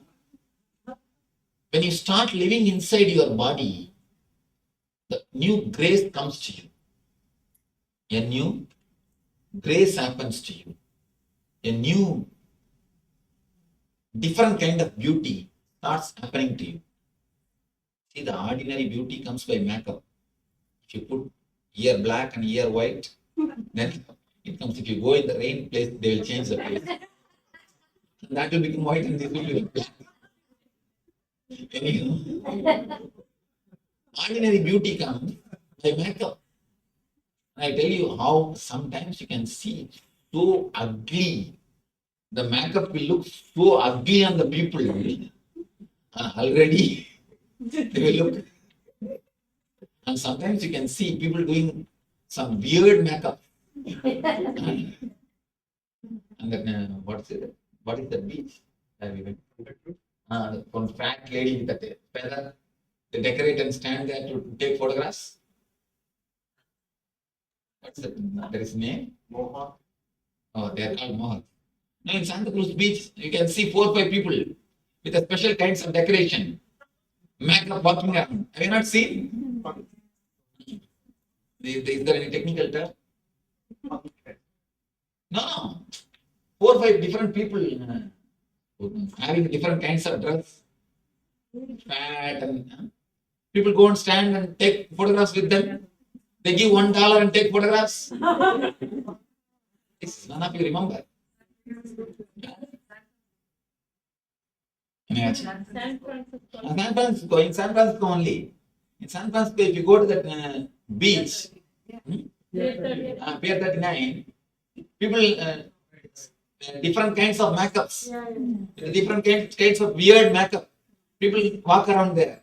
You can go and stand and have photograph with them.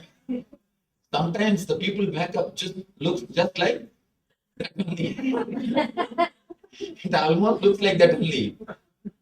See, so-called beauty comes by makeup. The more you do the makeup, the more you hate your body. People always think, I do makeup because I love my body. No, never. Never have that understanding. You hate your body. That is why you want to look like somebody.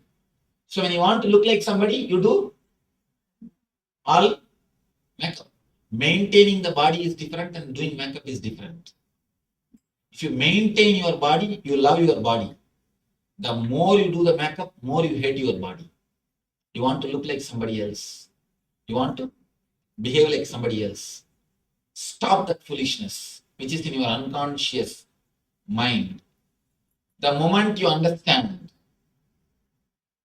that I don't have to look like somebody else, I am enough unto myself, you will have such a deep peace and calmness and relaxed feeling, the easiness inside your mind and inside your body. You will have such a deep, cool feeling flowing all over your body. Continuously, you will have that coolness. The moment you relax into your body, the moment you say, there is no need for me to imitate somebody else's size. My size is enough. This is the way I am. This is the way I am beautiful. What is the wrong? There is no scale. In India, Buddhas are always carved as a very masculine, small hip and the broad chest. In Japan, Buddhas are always carved as with a big belly. Because belly is considered to be the beauty in Japan. In Japan, you can see all Buddhas are with big belly, laughing Buddha, all Buddha. But in India, Buddha means very masculine, like an athlete. Understand? It is just social concept. Don't internalize the social concept to destroy your body, your immune system. The more you hate your body, the less is the immune system works. The more you are happy with your body, the more you are relaxed with your body, the more active your immune system. Just for the sake of society's rubber stamp, you are beautiful, you are ugly. Do you want to destroy your health? It is an unconscious process. The more you are away from the body, naturally, more you suffer. What do you think as pain? Understand the pain.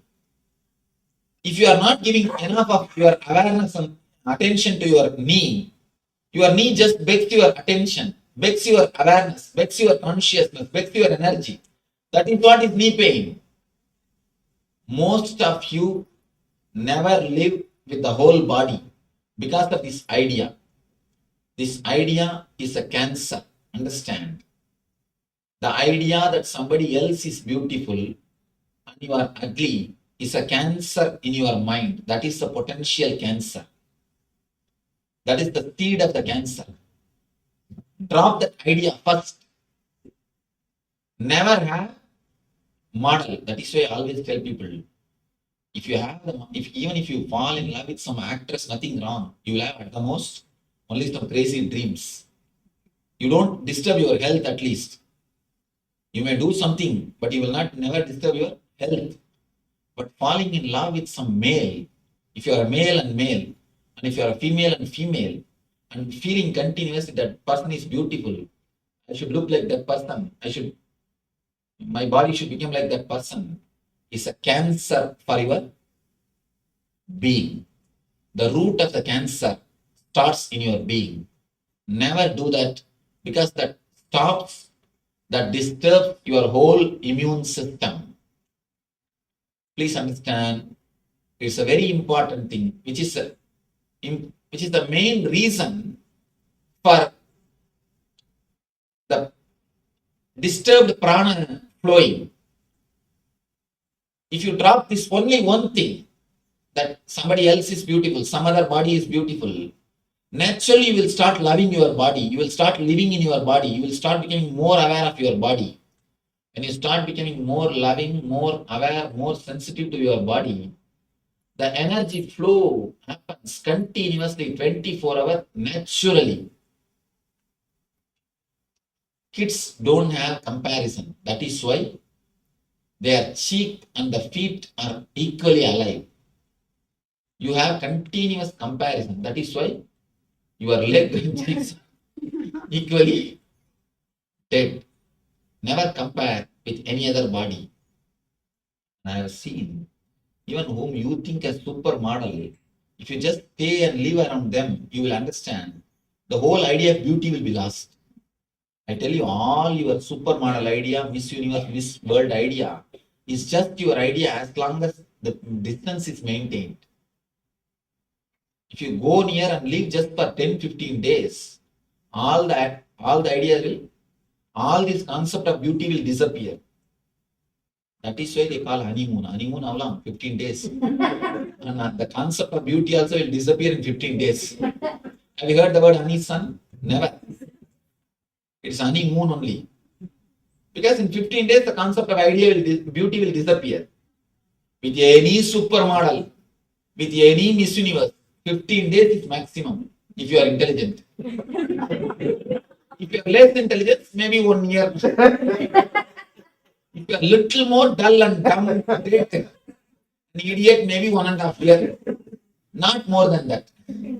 Even for buffalo, in 2 years, you will understand. The whole concept is just a concept.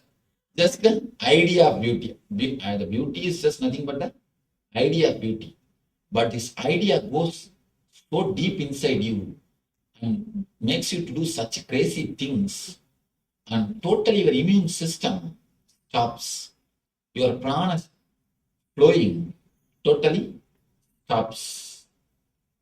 And once in a while, at least half an hour, lie down in the water.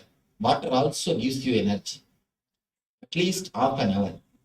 Because from water you can take prana. You are from fish. Understand? You are from fish. Your body has got still the intelligence of the fish taking prana from the water. So that also will help. Once in a while, lie down on the ground. Of course, in the naturopathy they do. They in a separate room, in a private room, they lock and you are supposed to lie down in the naked body on the floor, on a mud. They call it mud bath. Of course, here you can't lie down in the naked way, but at least. But here, no mud at all. It's a big problem. See, even in your room, if you lie down, you will lie down only on the carpet. Lying down on the carpet is not going to help. At least in a water. At least in a water. That's the practical thing. At least in a water, lie down. No, grass is not going to help. Bathtub is okay. Bathtub will help. Bathtub will help to observe the water energy, but grass is not an earth energy. No, grass itself is a different kind of thing. See, when I say mud, just totally the naked body, the whole body should touch the mud and you should have the mud all over your body. Beach. No, even beach is not mud, it's sand. It's sand. What about the marble or granite floor? No? Swamiji, we are place for couch yoga. Yeah, but we don't. But Swamiji, here they have some mud kind of thing. You get it in the bottle. You put it in the bathtub and you. One thing, no artificial things. It should be totally natural, especially the snake hole. That mud is the best, but not with snake. Just no. They put in the pot. No, not anything artificial will not work. Anyhow, at least have these two. Have at least lie down in the water so that your body can take the water energy. These 2-3 tips. First thing, mentally relaxing, mentally falling into your body. Again and again emphasize, falling in love with your own body, falling in tune with your own body, not continuously working on somebody's sizes or somebody's beauty. These 2 things.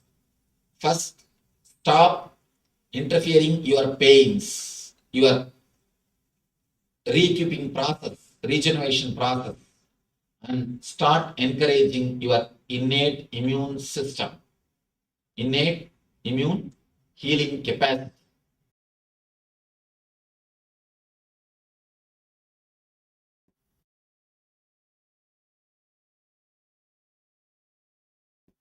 Now, this is the meditation technique to awaken, to make your whole physical body strong and alive. When I say strong, I don't mean the animal strength. Of course, you will have animal strength also. That is one side. But above animal strength, there is the thing called energy. When I say the energy, see, animal strength means just you can lift any weight for 10 minutes. That's all. But energy means continuously rejuvenating itself. 24 hours you will be alive.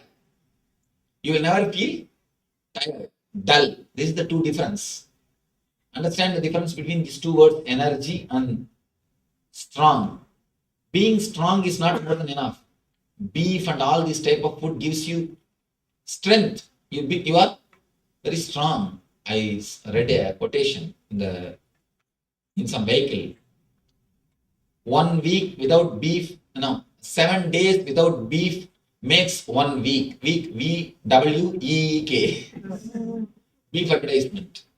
I was thinking, surely it is not true. Never think it is true. Surely it is just your idea. See, elephant. It's a vegetarian. There are so many animals who are vegetarian and more active, more alive. And you can see elephant, even though it has got its own energy, strength, you can see a calmness overall in its lifestyle. See the tiger, see the lion, you can see a deep restlessness continuously in them. Either they are asleep or they are putting somebody into sleep. That's all. That is the way they live. Now, it is time for us to enter into a meditation technique of physical body. It's a two-level technique. First thing, you are going to tense your body step by step from legs to toe. By tensing every part, step by step, you are going to create the maximum awareness. Whatever toxins you have collected, stress you have collected, energy clouds you have done, you created, you are going to melt everything. You are going to clear everything away. All the toxins, all the tension, all the stress will be cleansed. Whatever toxins you have accumulated, actually, just like a blood clot, there is a thing called energy clot. The energy does not move in that region freely. That's why the pain starts, pains. This technique will remove the energy clots. It will remove the energy clots. Step by step, we will go from feet to the head. Next, we will come down from head to feet by breathing, inhaling and exhaling every individual part. You will visualize every part step by step, inhaling and exhaling individually, independently. Example, head means visualize. Just the head is shrinking and expanding. It is taking the prana shakti in, leaving the ashuddha prana, the vipana in, the apana out. Taking the prana and it leaves the apana. The pure energy is taken and impure energy is exhaled. Step by step, part by part, feel your body is just individually inhaling and exhaling. Apart from your nose, your whole body, visualize step by step. This will awaken the innate healing capacity, innate healing intelligence of your body. It will awaken the innate rejuvenating capacity of your body. Understand? First, we will go from down to up by tensing it. Second, we will come from up to down by breathing, totally relaxed and utterly breathing every part of the body. So this will remove all the pains and it will totally awaken the healing capacity, healing intelligence of your body. Any doubt in the meditation technique? I'll guide you. A step mentally, create maximum pressure in that area. Create the maximum, if your leg means, just feel mentally you are creating a maximum pressure in that area. Feel as if you will burst. Create that much of pressure and tension in that area as much as possible. Step by step, I myself will guide you. Please get ready, remove the chairs, You are supposed to lie down, so make enough space now itself to lie down. Tie the ribbon.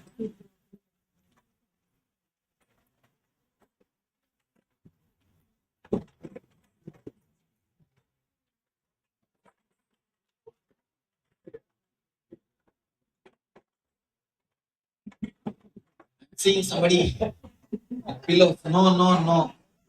Flat. No pillow, no bed. Flat.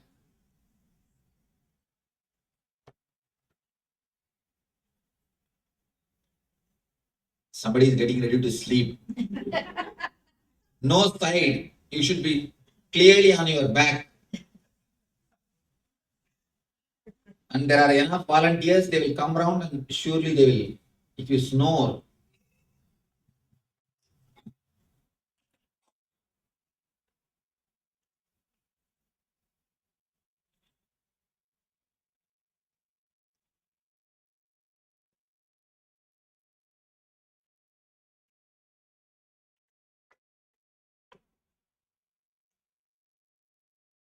start inhaling and exhaling as slowly but as deeply as possible. Hands should be in a relaxed position. The side. Put your hands in the side, not on your body. No pillow, no bed sheet.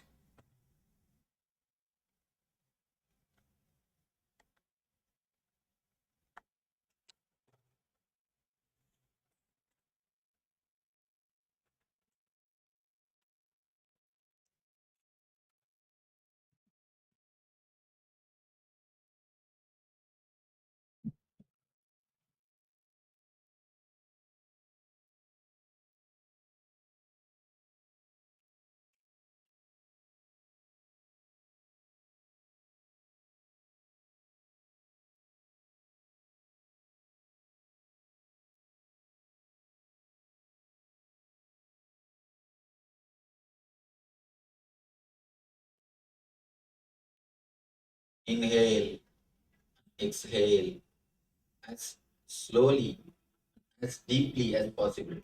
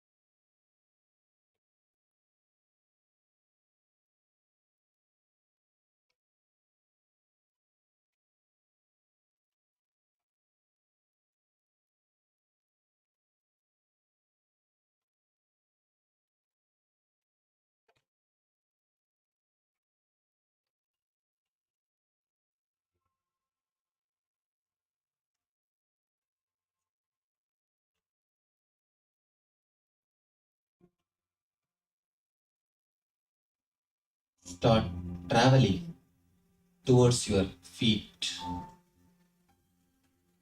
Slowly, very slowly, start moving towards your feet. Concentrate on your feet. Bring your mind to your feet.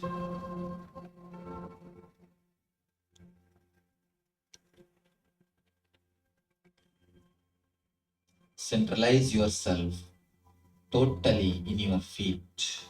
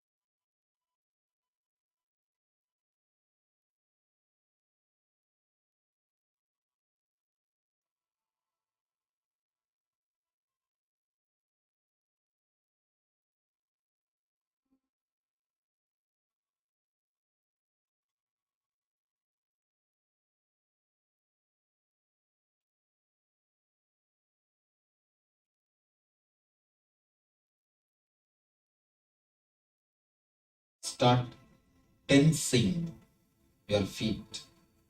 Tense your feet as much as possible. Maximum possible. Give the maximum possible pressure to your feet. Feel as if it will burst. Create the maximum pressure.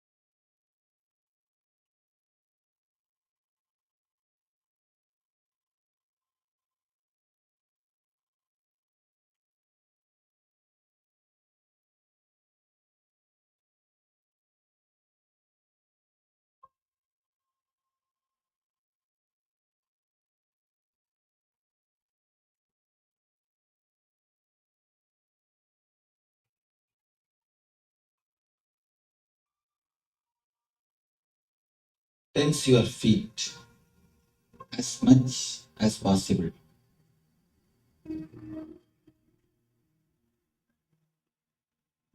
Create the maximum tension. Don't relax. Feel as if you will burst.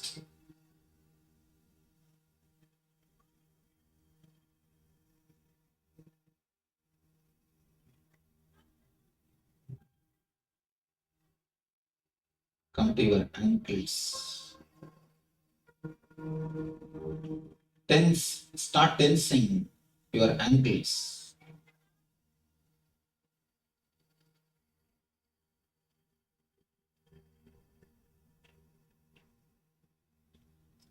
Below the knee, tense the whole body.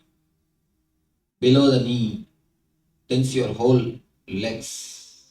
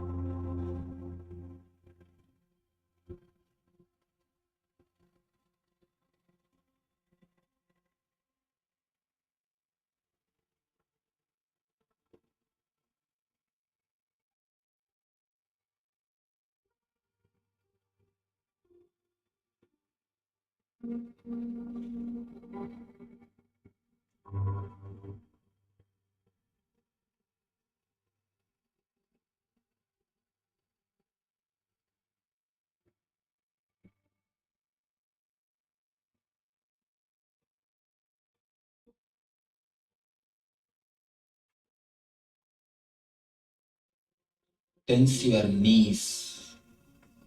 Tense as much as possible. Feel as if you will burst. Create the maximum possible pressure in the knees.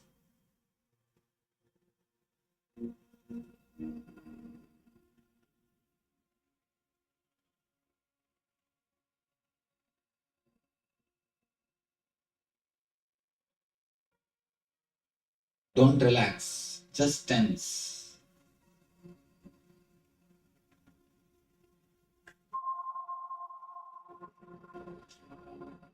Now come to the thighs.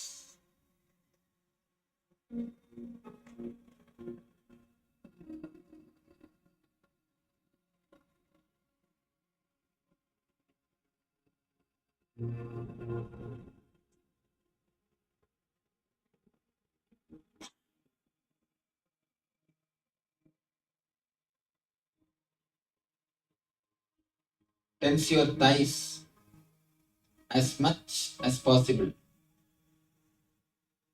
Create the maximum pressure in your thighs.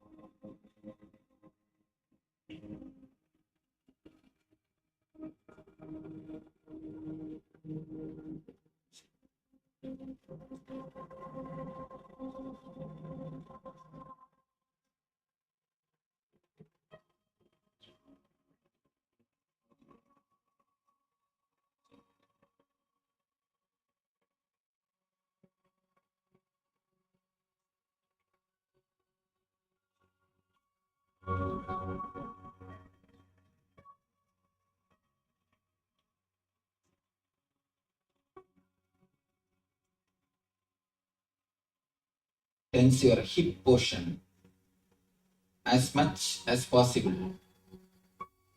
As much as possible.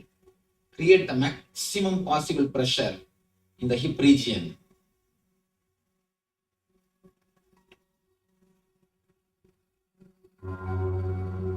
Feel as if you will burst. Create the maximum pressure.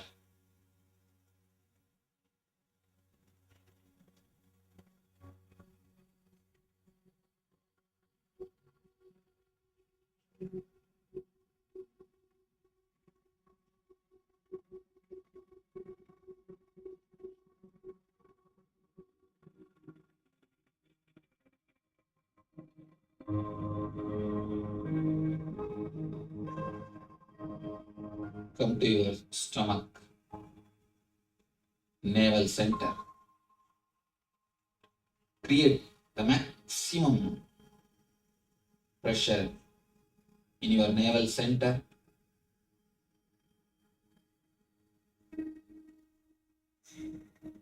Don't let your navel to relax. Create the maximum pressure.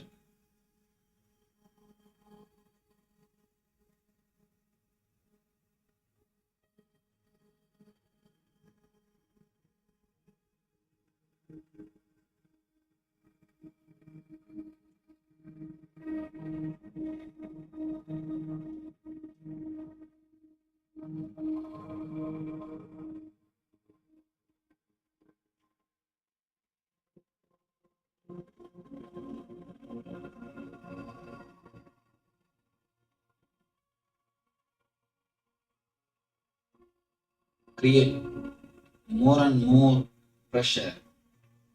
Don't allow your body to rest. No movements.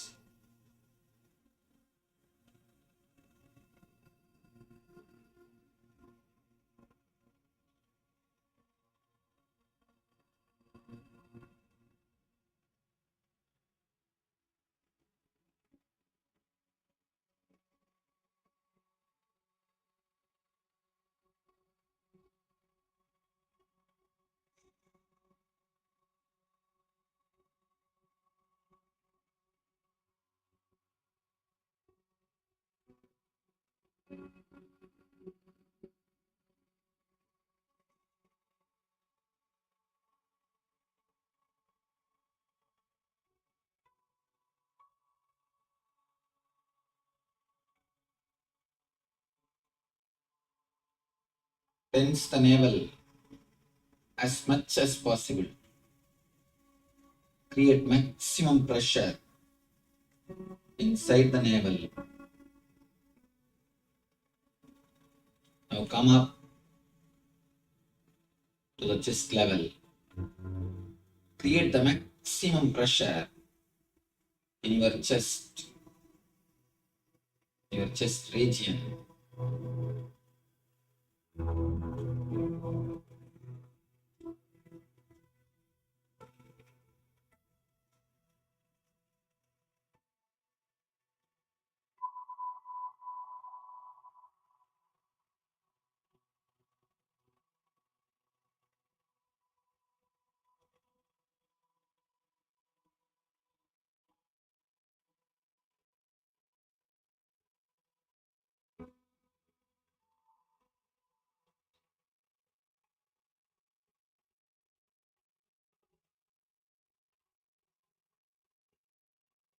Create the maximum pressure, maximum tension in your chest region.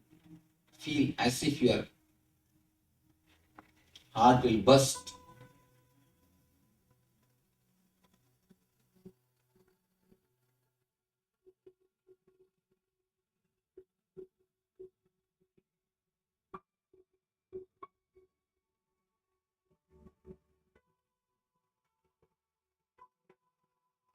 Tense your shoulders and hands. Tense your shoulder region and hands. Create the maximum pressure in the hands.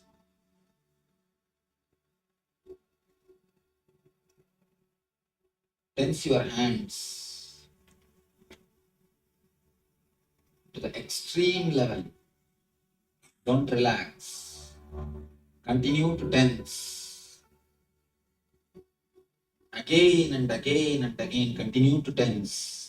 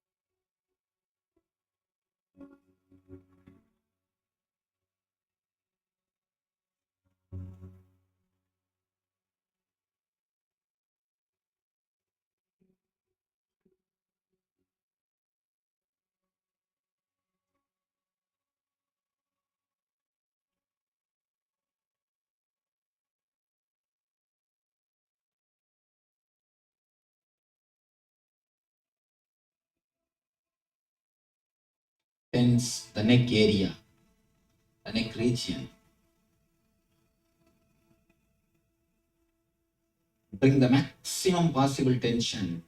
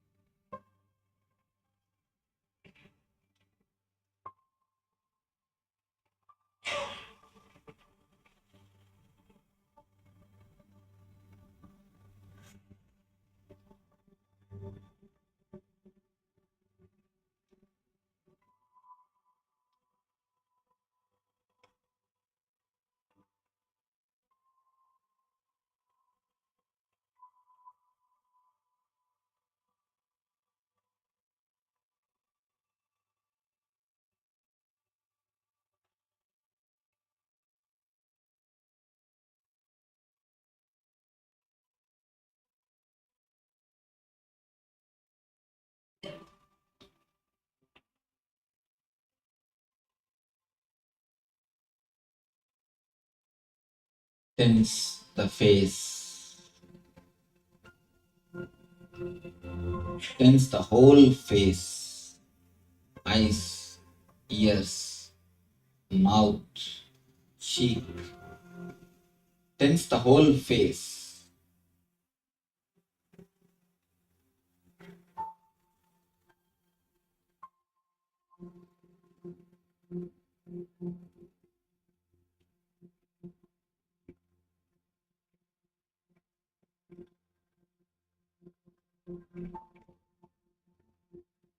Tense the whole head.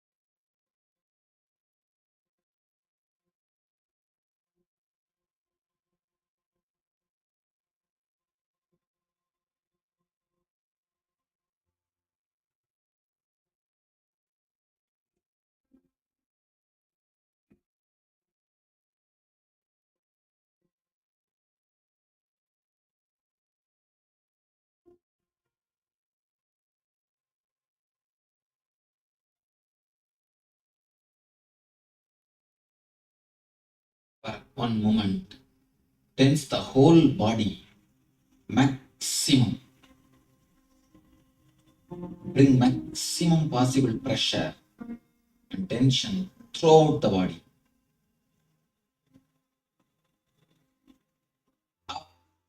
Up, up. Relax.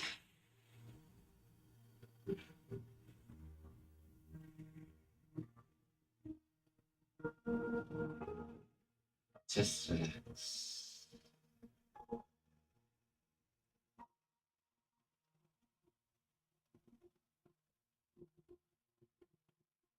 Just relax.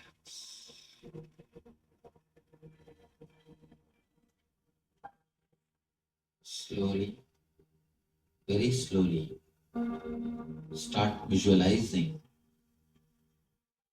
your Sahasrara, the crown area, top of your head is inhaling and exhaling the prana, air energy.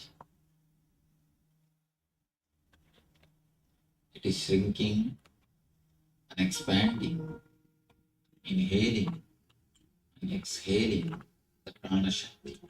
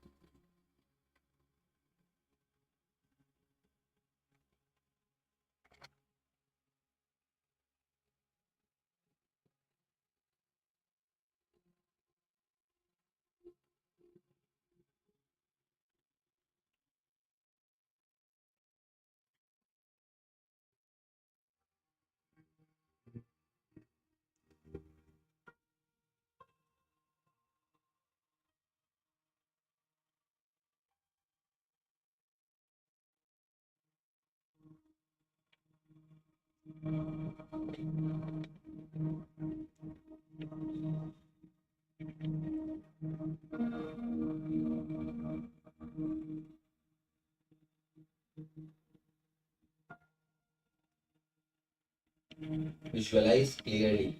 You're inhaling, exhaling.